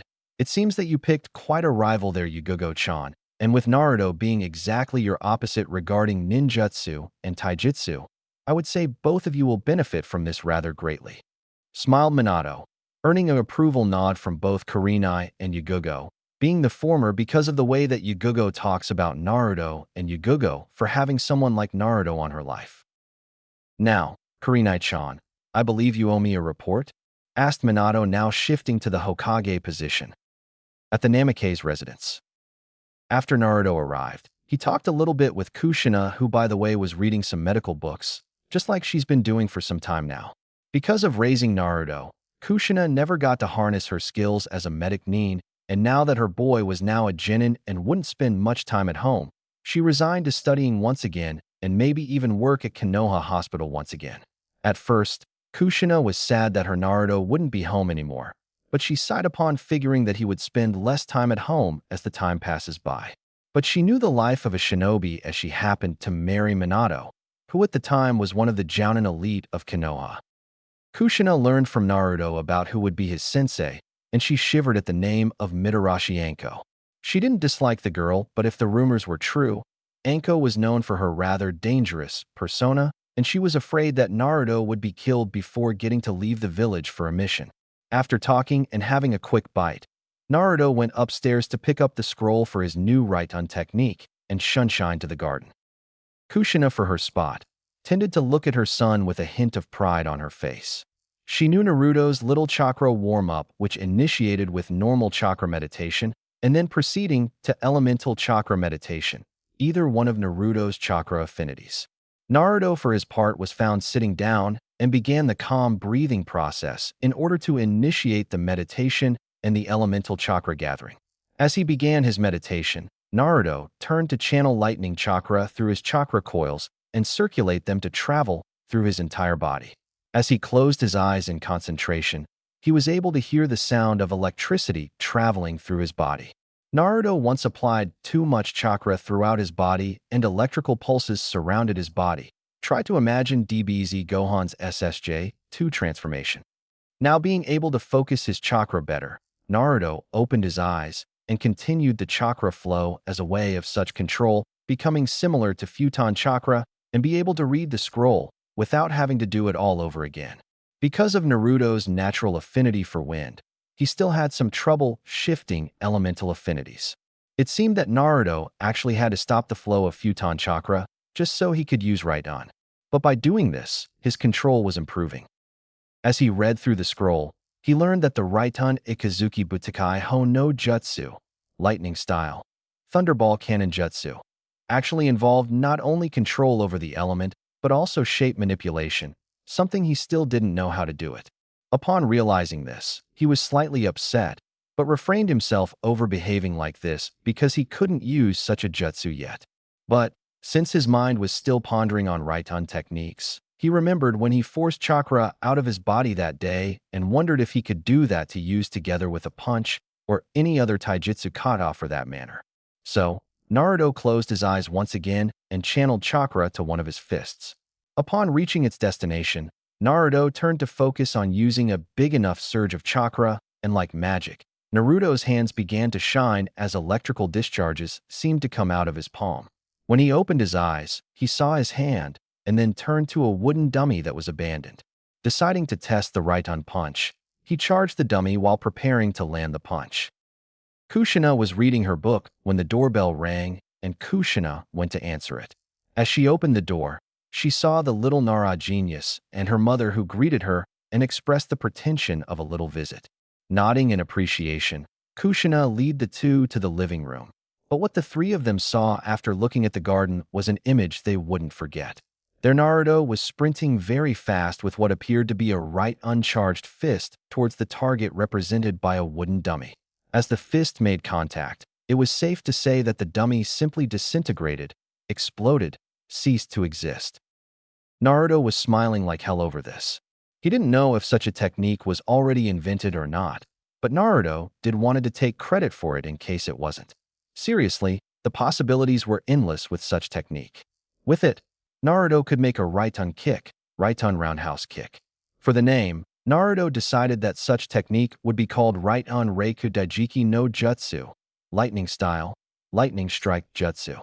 Since the technique still involved considerable amount of chakra, Naruto labeled unofficially as a B-rank jutsu, but his father's words would be the one who decided. As he turned towards the house, he came to see three heads looking at him like he had two extra heads. On the next day, Naruto awoke and got out of his bed. Jumping through the hygiene routine, he went downstairs to do his morning training routine as a way of warming up. Today would be the day his sensei Anko would test him to see his abilities, and he needed to be warmed up for it.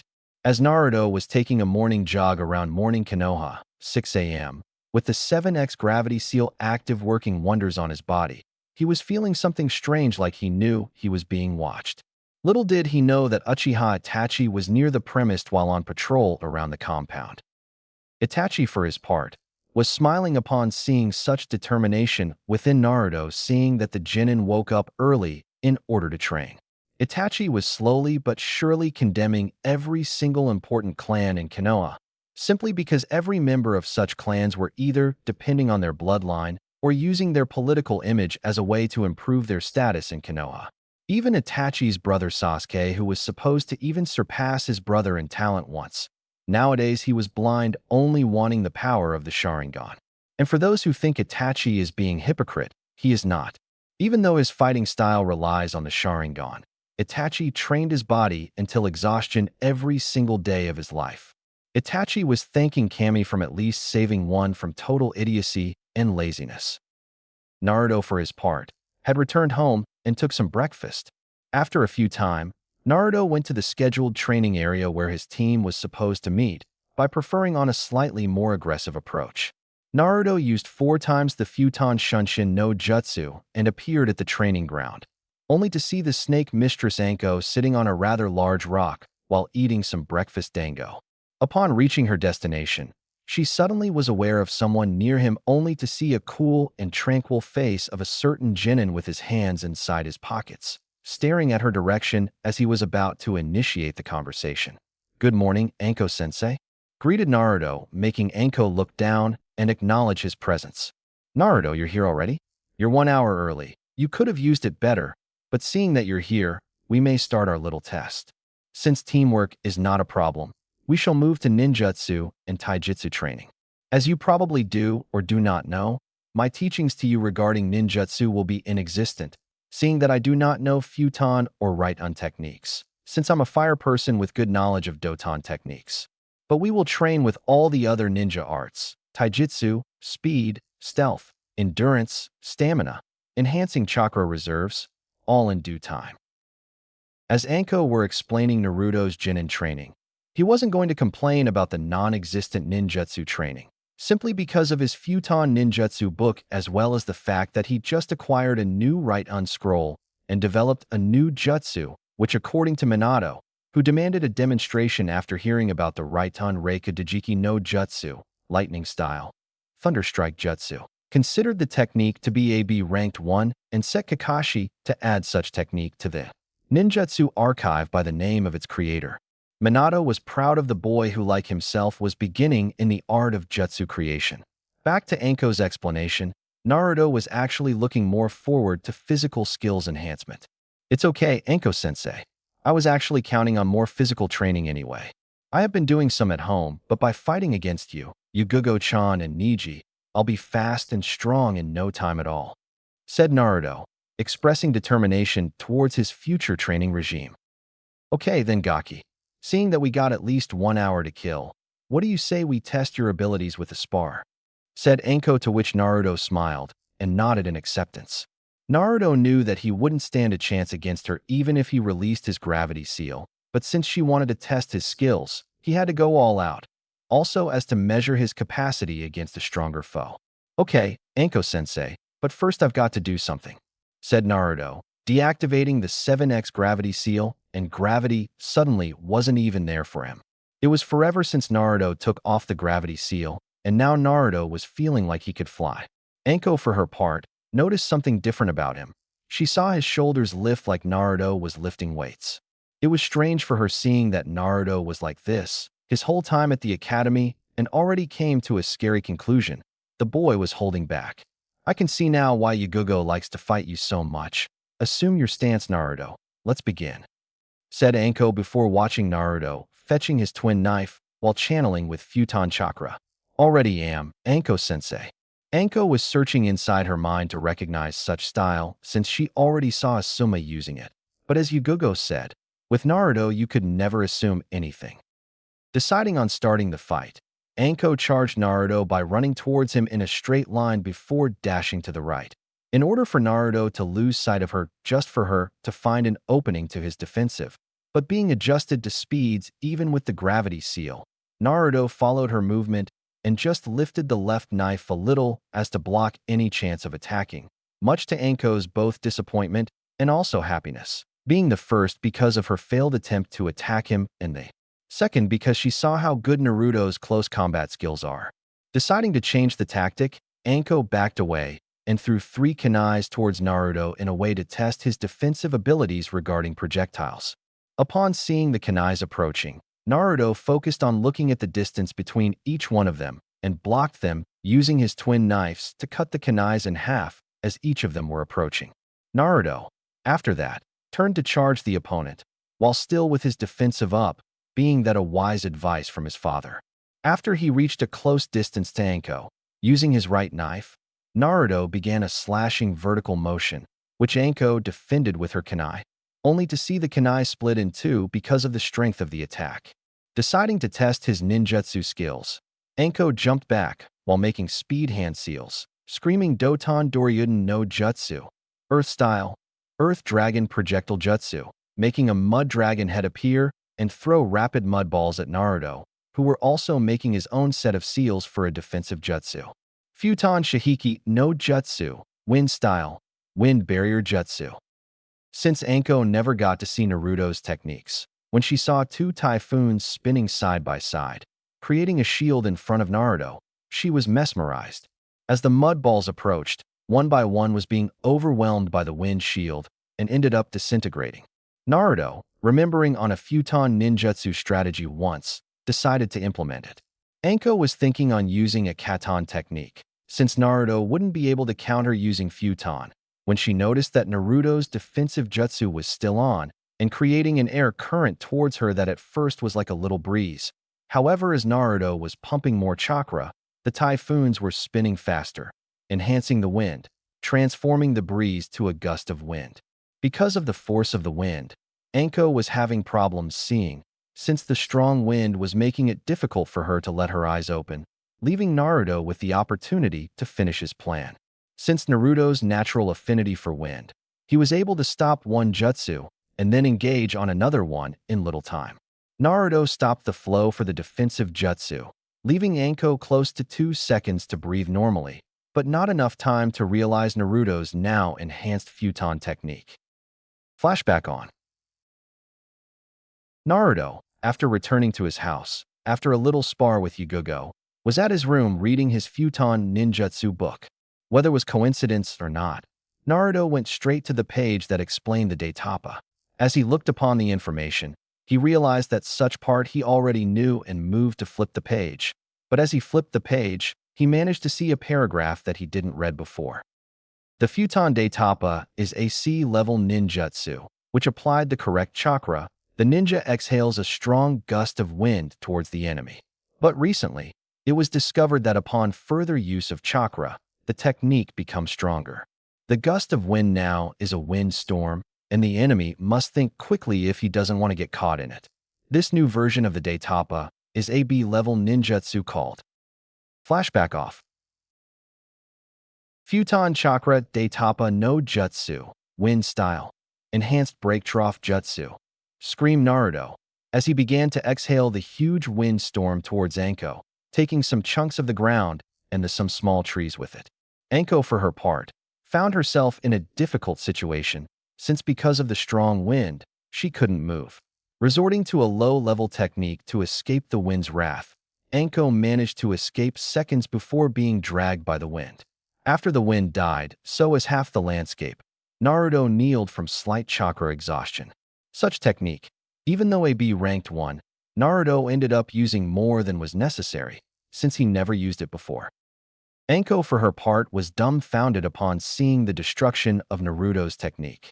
When she looked to a panting Naruto, sitting down to rest, she was remembering about Naruto's 2 chakra affinities and the fact the only elemental technique she saw him doing was a B ranked right unattack that also happened to do a little landscape on the place.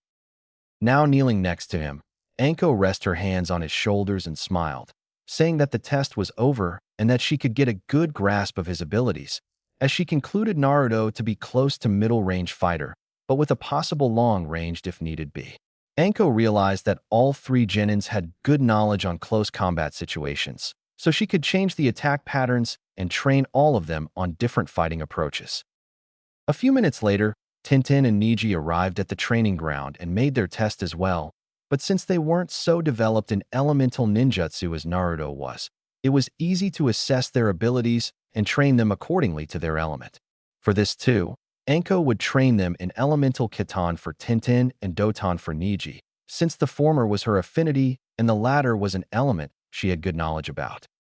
Okay, Team 5. Now that I've seen each one's abilities, we can begin our training and doing C-ranked missions from Konoha. Seeing that today was about test of skills, we'll begin elemental teaching for both of you. Now, I know you two got a grasp at the final year of the academy, but in order to become proficient with the element, training until exhaustion is what we're going to do. Naruto, seeing that you had lost a considerable part of your chakra, please rest a bit. We'll wake you up when the time comes for us to split ways. And so on. Naruto was sleeping and Anko was dividing her attention between teaching Katan to Tintin and Doton to Niji. The next day at the Hokage's office. After Team 5 met at the training ground, all of them went straight to the Hokage's office so they could fetch a C-ranked mission, the first C-ranked mission. As they entered the office, Naruto was somewhat nervous after seeing his father sitting on the Hokage's desk, while looking as professional as a Hokage should be. Team 5 reporting for duty, Hokage-sama, greeted Anko presenting her team, to which the Hokage smiled at the sight of a team with such promise on the future. Oh, Team 5. Okay, let's see here. Right, here we go. Anko, bandit camp northwest of here 20 miles. There has been some illegal action running down there, and we need to clear the bandit camp. My orders are capture the chief and dispose of the rest of them, explained the Hokage, earning surprising looks from Naruto, who never heard such voice from his father, but to his dismay, he would have to behave like a Konoha shinobi, taking orders from the Hokage, or else quit the ninja program, which was something Naruto just was afraid to think of such a thing. Hi Hokage-sama. Okay Gakis, pack for a 1-week travel from here to our rendezvous point. Meet me in half an hour at the West Gate. Hi Anko-sensei. At the West Gate. Half an hour later, Niji was the first to arrive at the premises. Naruto, Anko and Tintin was still to arrive. After a moment, Niji arrived followed by Naruto and then Tintin. As they acknowledged each other's presence, Anko turned to them signaling for them to move on toward this objective. Let's go. We have a lot of ground to move, said Anko as they were jumping Thorug high trees and such. 2-8, first kill. As Team 5 was progressing through the Land of Fire's forest, Naruto was taking a look in what looked like a 360 degrees vision. Since his father was the Hokage and the constant IWA attacks on him, Naruto wasn't allowed to pass the Konoha gates, much less go there alone. Now that he graduated at the academy and became a Chunin, he was feeling better than ever. Finally, he would see the results of his training in real life. Naruto was also worried that now that he was out in missions that he would be out in the open for attacks from IWA shinobis, now that he would be out of the village. Upon looking at his comrades, he was able to spot Niji's smile, to which he could only conclude that Niji was as excited as he was. Take care of bandits was the first fighting mission the boys had, and they were already feeling the adrenaline that would come with it.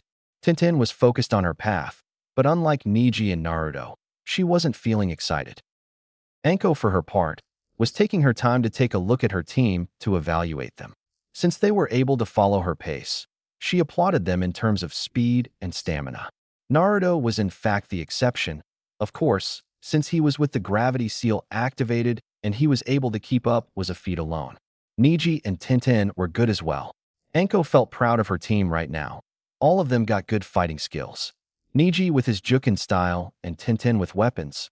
But one thing she would have to teach them is that ninjutsu is valuable in a battle, just as taijutsu and kenjutsu. Naruto, being the ninjutsu specialist in his two affinities, didn't need that, but some help in taijutsu for him would be in order. Anko felt that his twin knife style of fighting suited him well, but if somehow he lost those knives, he needed to be able to use his fists as well. Upon seeing Naruto with a slightly worried face, she felt sad for the boy. She knew how IWA was constantly wanting to either kill him or kidnap him, for what his father the Hokage did to the IWA back in the last Great Shinobi War, and she hoped that they would never run into any IWA shinobi, at least not strong ones, until Naruto improved his fighting skills. It was good that he knew some wide area affecting jutsus, so he could use it to escape, but she had to look for the others as well, so Team 5 could very well be Iwa's target. Not to mention that Kumo wanted their hands on the Byakugan, which meant that Niji would be a target as well. Anko was remembering a conversation with the Hokage and Niji's father Hisashi. Flashback on. Anko was heading for the Hokage's office after being summoned for an emergency. She was worried as hell for what could have happened. When he entered the office, she was greeted by the Hokage and Niji's father on his side. They were wearing a serious face, and something told Anko that she wouldn't like the news.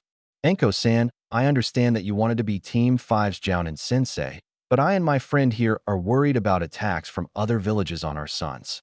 IWA and Kumo may be aware of our sons becoming a Chunin and going outside on missions, and they can send enemies to attack your team just because of who is on your team. I'm not saying that you aren't capable of protecting them, but I ask that you use Niji's abilities so that you guys can avoid IWA and Kumo forces from trying to do harm to your team.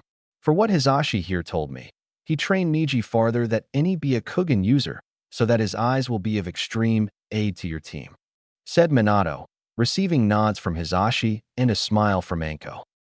Hokage-sama, I'm very well aware of IWA and Kumo's acts concerning Niji and Naruto, but I can guarantee that those two will become the strongest ninjas here in Konoha. I fought with both of them, and believe or not, Naruto's ninjutsu level is on par with my own, and Niji's taijutsu is better than most of high Chunin levels here in the village. But Hisashi-sama, I see that Niji has a Doton affinity. I could teach him how to use it, so that he wouldn't be dependent on the Jukin style of fighting. Asked Anko, looking at the face of the head of the Hyuga's branch family with caution, since the man could very well scare everyone just by looking at the person. The Jukin, it's in our family for generations, but I'm very well aware of the fact that ninjutsu is obligatory in a ninja's curriculum. I regret not learning ninjutsu on my time. I have a wind affinity, but regarding your request, I grant you authorization to teach Niji Doton techniques. He would be the future of the Hyuga clan, after all. Said Hisashi, smiling at his son's sensei. You know, Hisashi-sama, Naruto is very proficient on futon ninjutsu. He could teach you. Said Anko as a joke, but she didn't expect what she saw next, since Hisashi was actually considering the idea. Maybe, Anko-san, but I'm too old to know new techniques. Don't you think, Minato-san? Asked Hisashi, not realizing that he just told a joke to which Minato cursed his ever-stoic friend for. Leave it to you to tell a joke and not even realize it, Hisashi-san. Anko-san, be careful out there, okay? That's all. Flashback off. Anko now felt like talking to the boys, so she called them up to a conversation. Niji, Naruto, come here for a second, will you? Asked Anko, sounding serious. After Niji and Naruto slowed down to keep with her pace. I'm sure you guys understand that our team will be a target for other villages. Naruto, IWA wants to kill you for what Hokage-sama did to them, and Niji, Kumo wants to be a Kugen for them. So we'll step training for Team 5 and Niji use your be a Kugen for scout all around. If you see any of Kumo or IWA shinobi, warn me, okay? Said Anko, to which Niji and Naruto got serious all of a sudden. Anko-sensei, do you think that Kumo would want to risk another war just for my eyes? Asked Niji, being enraged of Kumo, since their attempt on Hinata's kidnapping attempt. I afraid so, Niji, but with your Byakugan, we will not run into them, at least until you guys could be good enough to fetch for yourselves. As Anko was talking to Naruto and Niji about training harder, Tintin was scowling about showing favoritism for them and leave her be, before hearing Anko reach to her and start talking. Don't you think you'll be off the hook, Tintin-san? You're a fire type like me, and I'll train you to the bone as well, said Anko, before seeing a devious smile coming from Tintin, to which Anko smiled as well, seeing a lot of herself in this girl. After some time traveling, it was nighttime and the team went to camp near the upcoming lake. Niji and Naruto went out to grab some fish for dinner, so Tintin and Anko stayed to fix the tents. Tintin was wondering about Naruto and Niji being targets from other villages, since she was one as well from being on their team of Genins. She was on one side, excited for the fighting they would be doing, but she was slightly scared if somehow they come to face Chunins or even Jounins from other villages, meaning that they could get captured, tortured, or even killed. Anko, seeing this, came to talk to her in order to assure her that Naruto and Niji are strong guys, and that she was a Jounin who, if worse come to happen, she would protect them. After a while, Naruto and Niji arrived with a whole bucket of fishes, and Naruto smiling from ear to ear and wet, since he was the one who got to catch them, throw them out of the water, and Niji for throwing the shuriken to trap the fishes on the trees. Anko smiled at the creativity and joked on a new meaning to fly fishing, earning laughs from everyone except of course Niji, who needed something really funny in order to laugh, quite like Naruto's mom chasing him and the almighty Hokage with a kitchen knife. Okay guys, Tintin and I will share one tent, and you two will share the other. Naruto, you will be the first to keep in watch, then I'll switch with you, okay?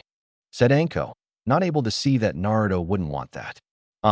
Anko-sensei, would you mind if I keep watching all night? Would you?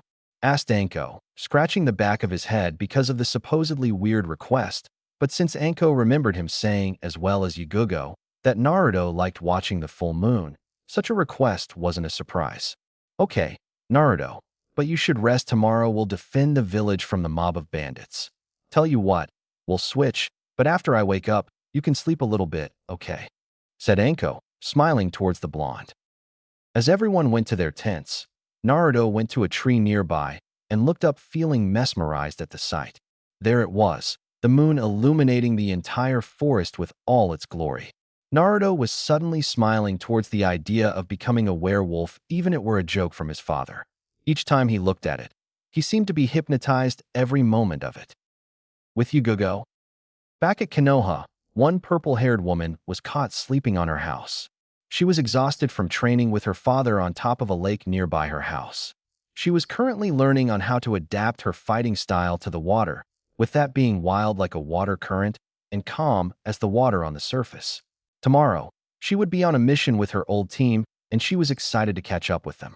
Aoba was with his new team, but Gunma and Kurenai would come with her on a B-ranked mission towards Kusa territory to capture a missing nin that left Konoha 3 years ago from attacking a fellow Konoha nin and almost killed him.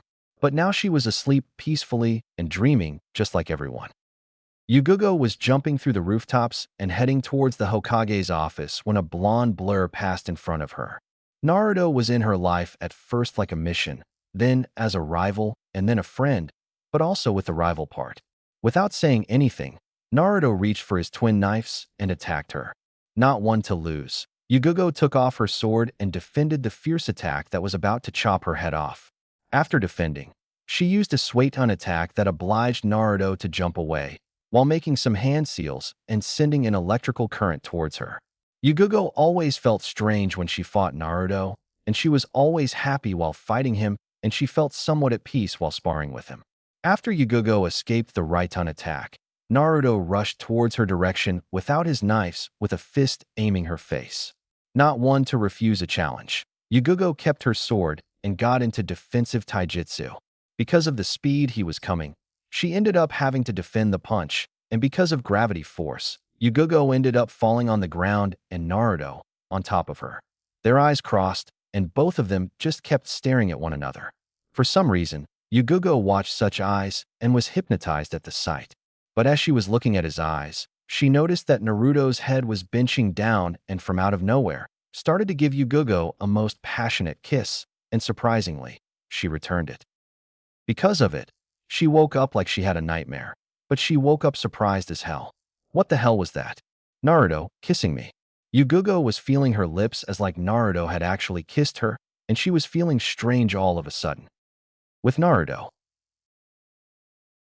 As Naruto was looking straight at the full moon, he felt something else entirely. He felt like someone was thinking of him. Little did he know that Kami was a weird person, and she wanted to show two people something.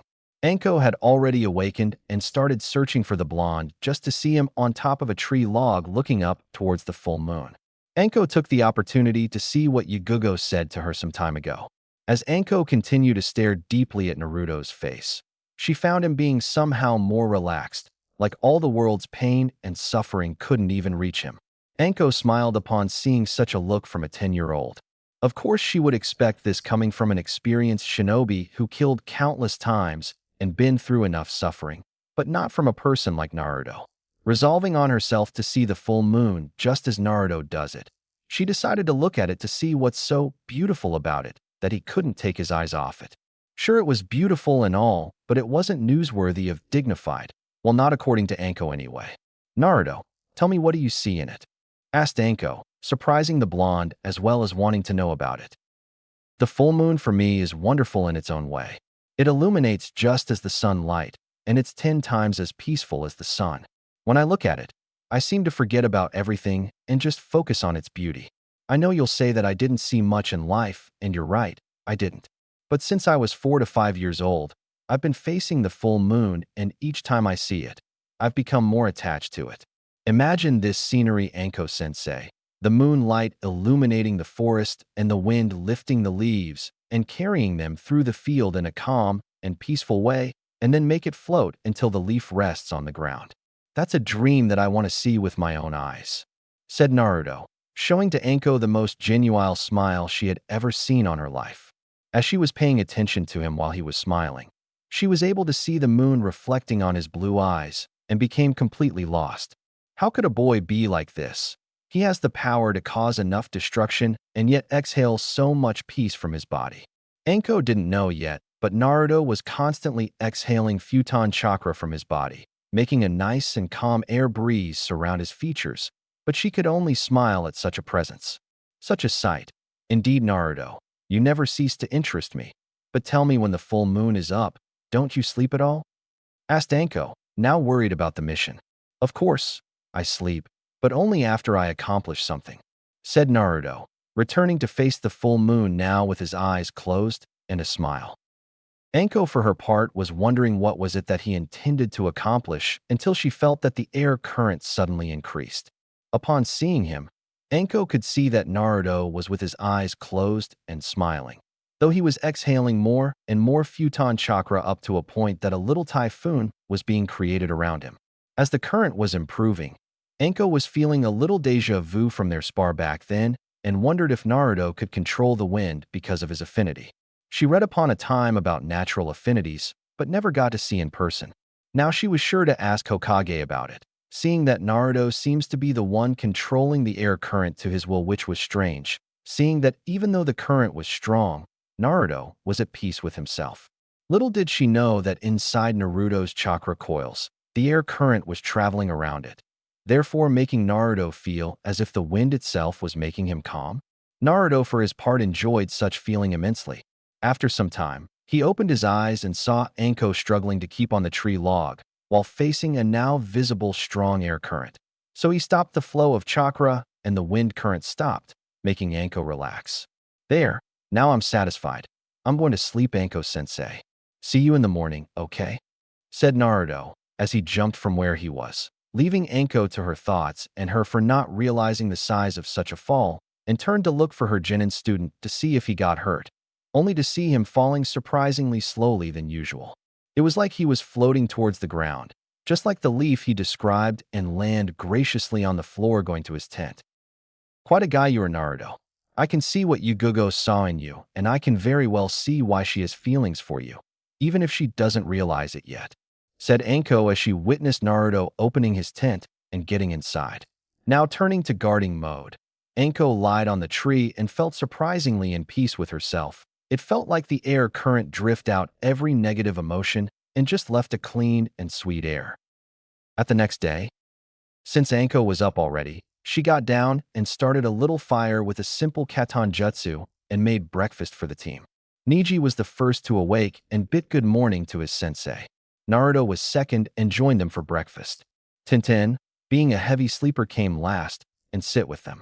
Okay, now that we're all good and ready, we'll clean our stuff and any clues of our presence here, since we don't want anyone to know we've been here. After that, we'll head for our target. 2 miles from here, there is a big group of bandits that kidnapped a village nearby. We don't know if any missing nin or regular shinobi is there, but if they appear, leave it to me. You guys are to take care of the bandits, okay? After a nod, they proceeded to their destination point. As they reached the target, they were able to see the entrance of the village with 3 bandits guarding it. Seeing as a test for her team, she advised them to take them out quietly. After a nod and 3 blurs, Niji took care of his with a quick jukin strike near a pressure point, numbing the guy, taking him out. Naruto took his out by applying enough right-un chakra on a pressure point to render the guy useless. Tintin used a sunban and put hers in near-death state. Remembering to applaud her students after the mission, she appeared and signaled them to move forward and stop near a small cabinet near them, which could very well be some other bandits inside. After looking through the window, she spotted 2 more and signaled Tintin and Niji to take care of them quickly with senbons and jukin. Upon the mission procedure, Anko was having a bad omen, something showing her that a shinobi was near them, but where from and which level she was not sure. Tying the bandits down, Anko and the gang proceeded to the next cabinet very quick as to not arouse suspicion. As they arrived, it was Naruto's turn to take the single bandit inside, and he did exactly as before, applying right-un chakra on a pressure point, rendering the guy useless and tying him up inside. Seeing that 7 bandits were down, Anko signaled for a regroup and told them that the next ones will be in groups, and they would have to split up and proceed in doubles, being Naruto/Niji and Anko/Tintin. Anko instructed for them to attack from different directions as to corner them. Anko told them that she would cast a jinjutsu inside the large dome so as to blind the ones inside. After the group got into position, Anko opened the door a little bit as to cast the jinjutsu inside. Kokwanjiu no Jutsu, Journey into Black Darkness technique. With that, the entire room went dark and Team 5 moved to do their job, with Anko using straight taijutsu, Niji with precise jukin strikes, and Naruto with right-un strikes, hitting pressure points.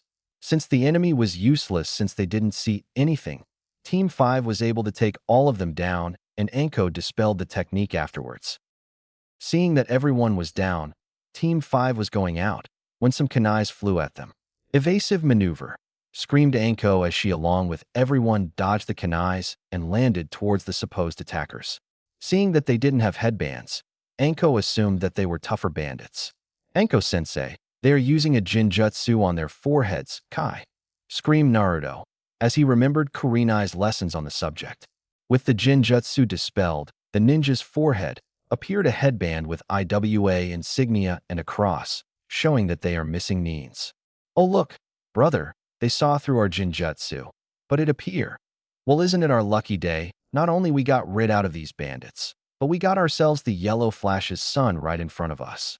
We can use him to grant our way inside IWA and even be called heroes, said one of the IWA ninjas, making Naruto close his fists in anger from being a target yet again. Anko, for her part, recognized these two from Iwa's bingo book. They were known as the Boulder Brothers, known worldwide for their teamwork and devastating attacks. She was cursing himself from being in this situation before she felt Naruto releasing his gravity seal, showing her that the boy was ready for a fight. Since Naruto had right-un affinity as well, he would be most suited for fighting against Iwanins. "So, let's capture our prize, brother," said the other Iwanin as he got ready to attack. Naruto, for his part, was serious now and studying who should be his partner for this. Tintin was good with weapons, but he needed someone fast for this. He knew that lightning won against earth, but he was not sure of victory just because he had the element superiority. "Niji, I need you against them. They seem to attack in pairs, so here is my plan. As soon as they attack, I'll use a right-un attack to disable them. After that, you attack them with Jukin and disable them. Got it?" said Naruto, receiving a smirk and an affirmative nod from Niji, who got in his Jukin stance. "Let's go, brother," screamed the first as they hardened their body and then charged against the two leaf nins. "Right-un Dajiki Mahi no Jutsu, lightning style, shock paralysis jutsu," said Naruto, as he touched both the opponents with open palm, sending an electrical current through their bodies, paralyzing them instantly. Seeing an opening, Niji got behind them and gave them a Jukin strike each, disabling one of them instantly, but the other got rid of the shock and moved quickly, avoiding the strike, punching Niji with his hands hardened by an earth jutsu, sending him straight through the wall, breaking some ribs in the process.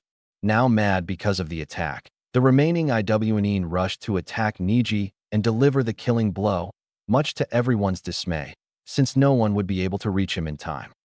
Naruto, seeing that was no other way, took one of his knives, and while focusing with Futon Chakra, he aimed and threw the knife with extreme force and anger towards the Iwanin with the intent to kill him.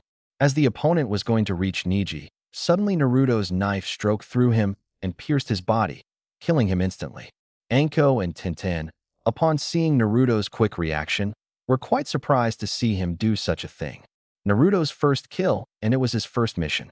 Anko was already seeing that some conversation was in order for the blonde prodigy, since it was his first kill and every ninja passed through this one time or another. Niji and Tintin looked at Naruto while he went to reach his knife, looking down the entire them. As he arrived near the now dead body of the Iwanin, he kneeled down and retrieved his now drenched in blood knife and turned to look at it. Because of the heat of battle, Naruto didn't realize the repercussions of his actions, and now upon looking at the bloody knife, he was trembling with fear. Sure, he didn't like Iwanins and their revenge on his father, but the man was going to kill Niji, so he killed the guy. But still, taking a life wasn't easy, and even though Naruto heard it from Aoba and Hisashi, he was feeling the burden of taking a man's life, and of course it was horrible. Anko went to see if Niji was okay, and sighed in relief upon seeing that a few minor ribs were broken. Giving him a little patch up, she lifted Niji and both of them turned to see Naruto, who was still looking at the drenched knife in horror. "Naruto, let's go, the mission is accomplished," said Anko, as she collected the first one's head and killed the other with a fast and deadly snake poison in order to collect the reward later. As the team was leaving with Tintin aiding Niji in walking, Anko tended to awake Naruto for his wondering and took a still horrified Naruto outside for one last camp until they arrived home. As they made camp, Tintin and Anko settled Niji in a tent and Tintin stayed with him to treat him, while Anko went back to see how Naruto was doing, only to see him still staring at the drenched knife like he was seeing a ghost of the man he just killed. "Naruto, don't be like this. You did great. You saved Niji from certain death. Trust me, the first kill is tough to swallow, but as a ninja, there will be certain things you need to do, and killing is one of them," said Anko, trying to calm him down, but to no avail.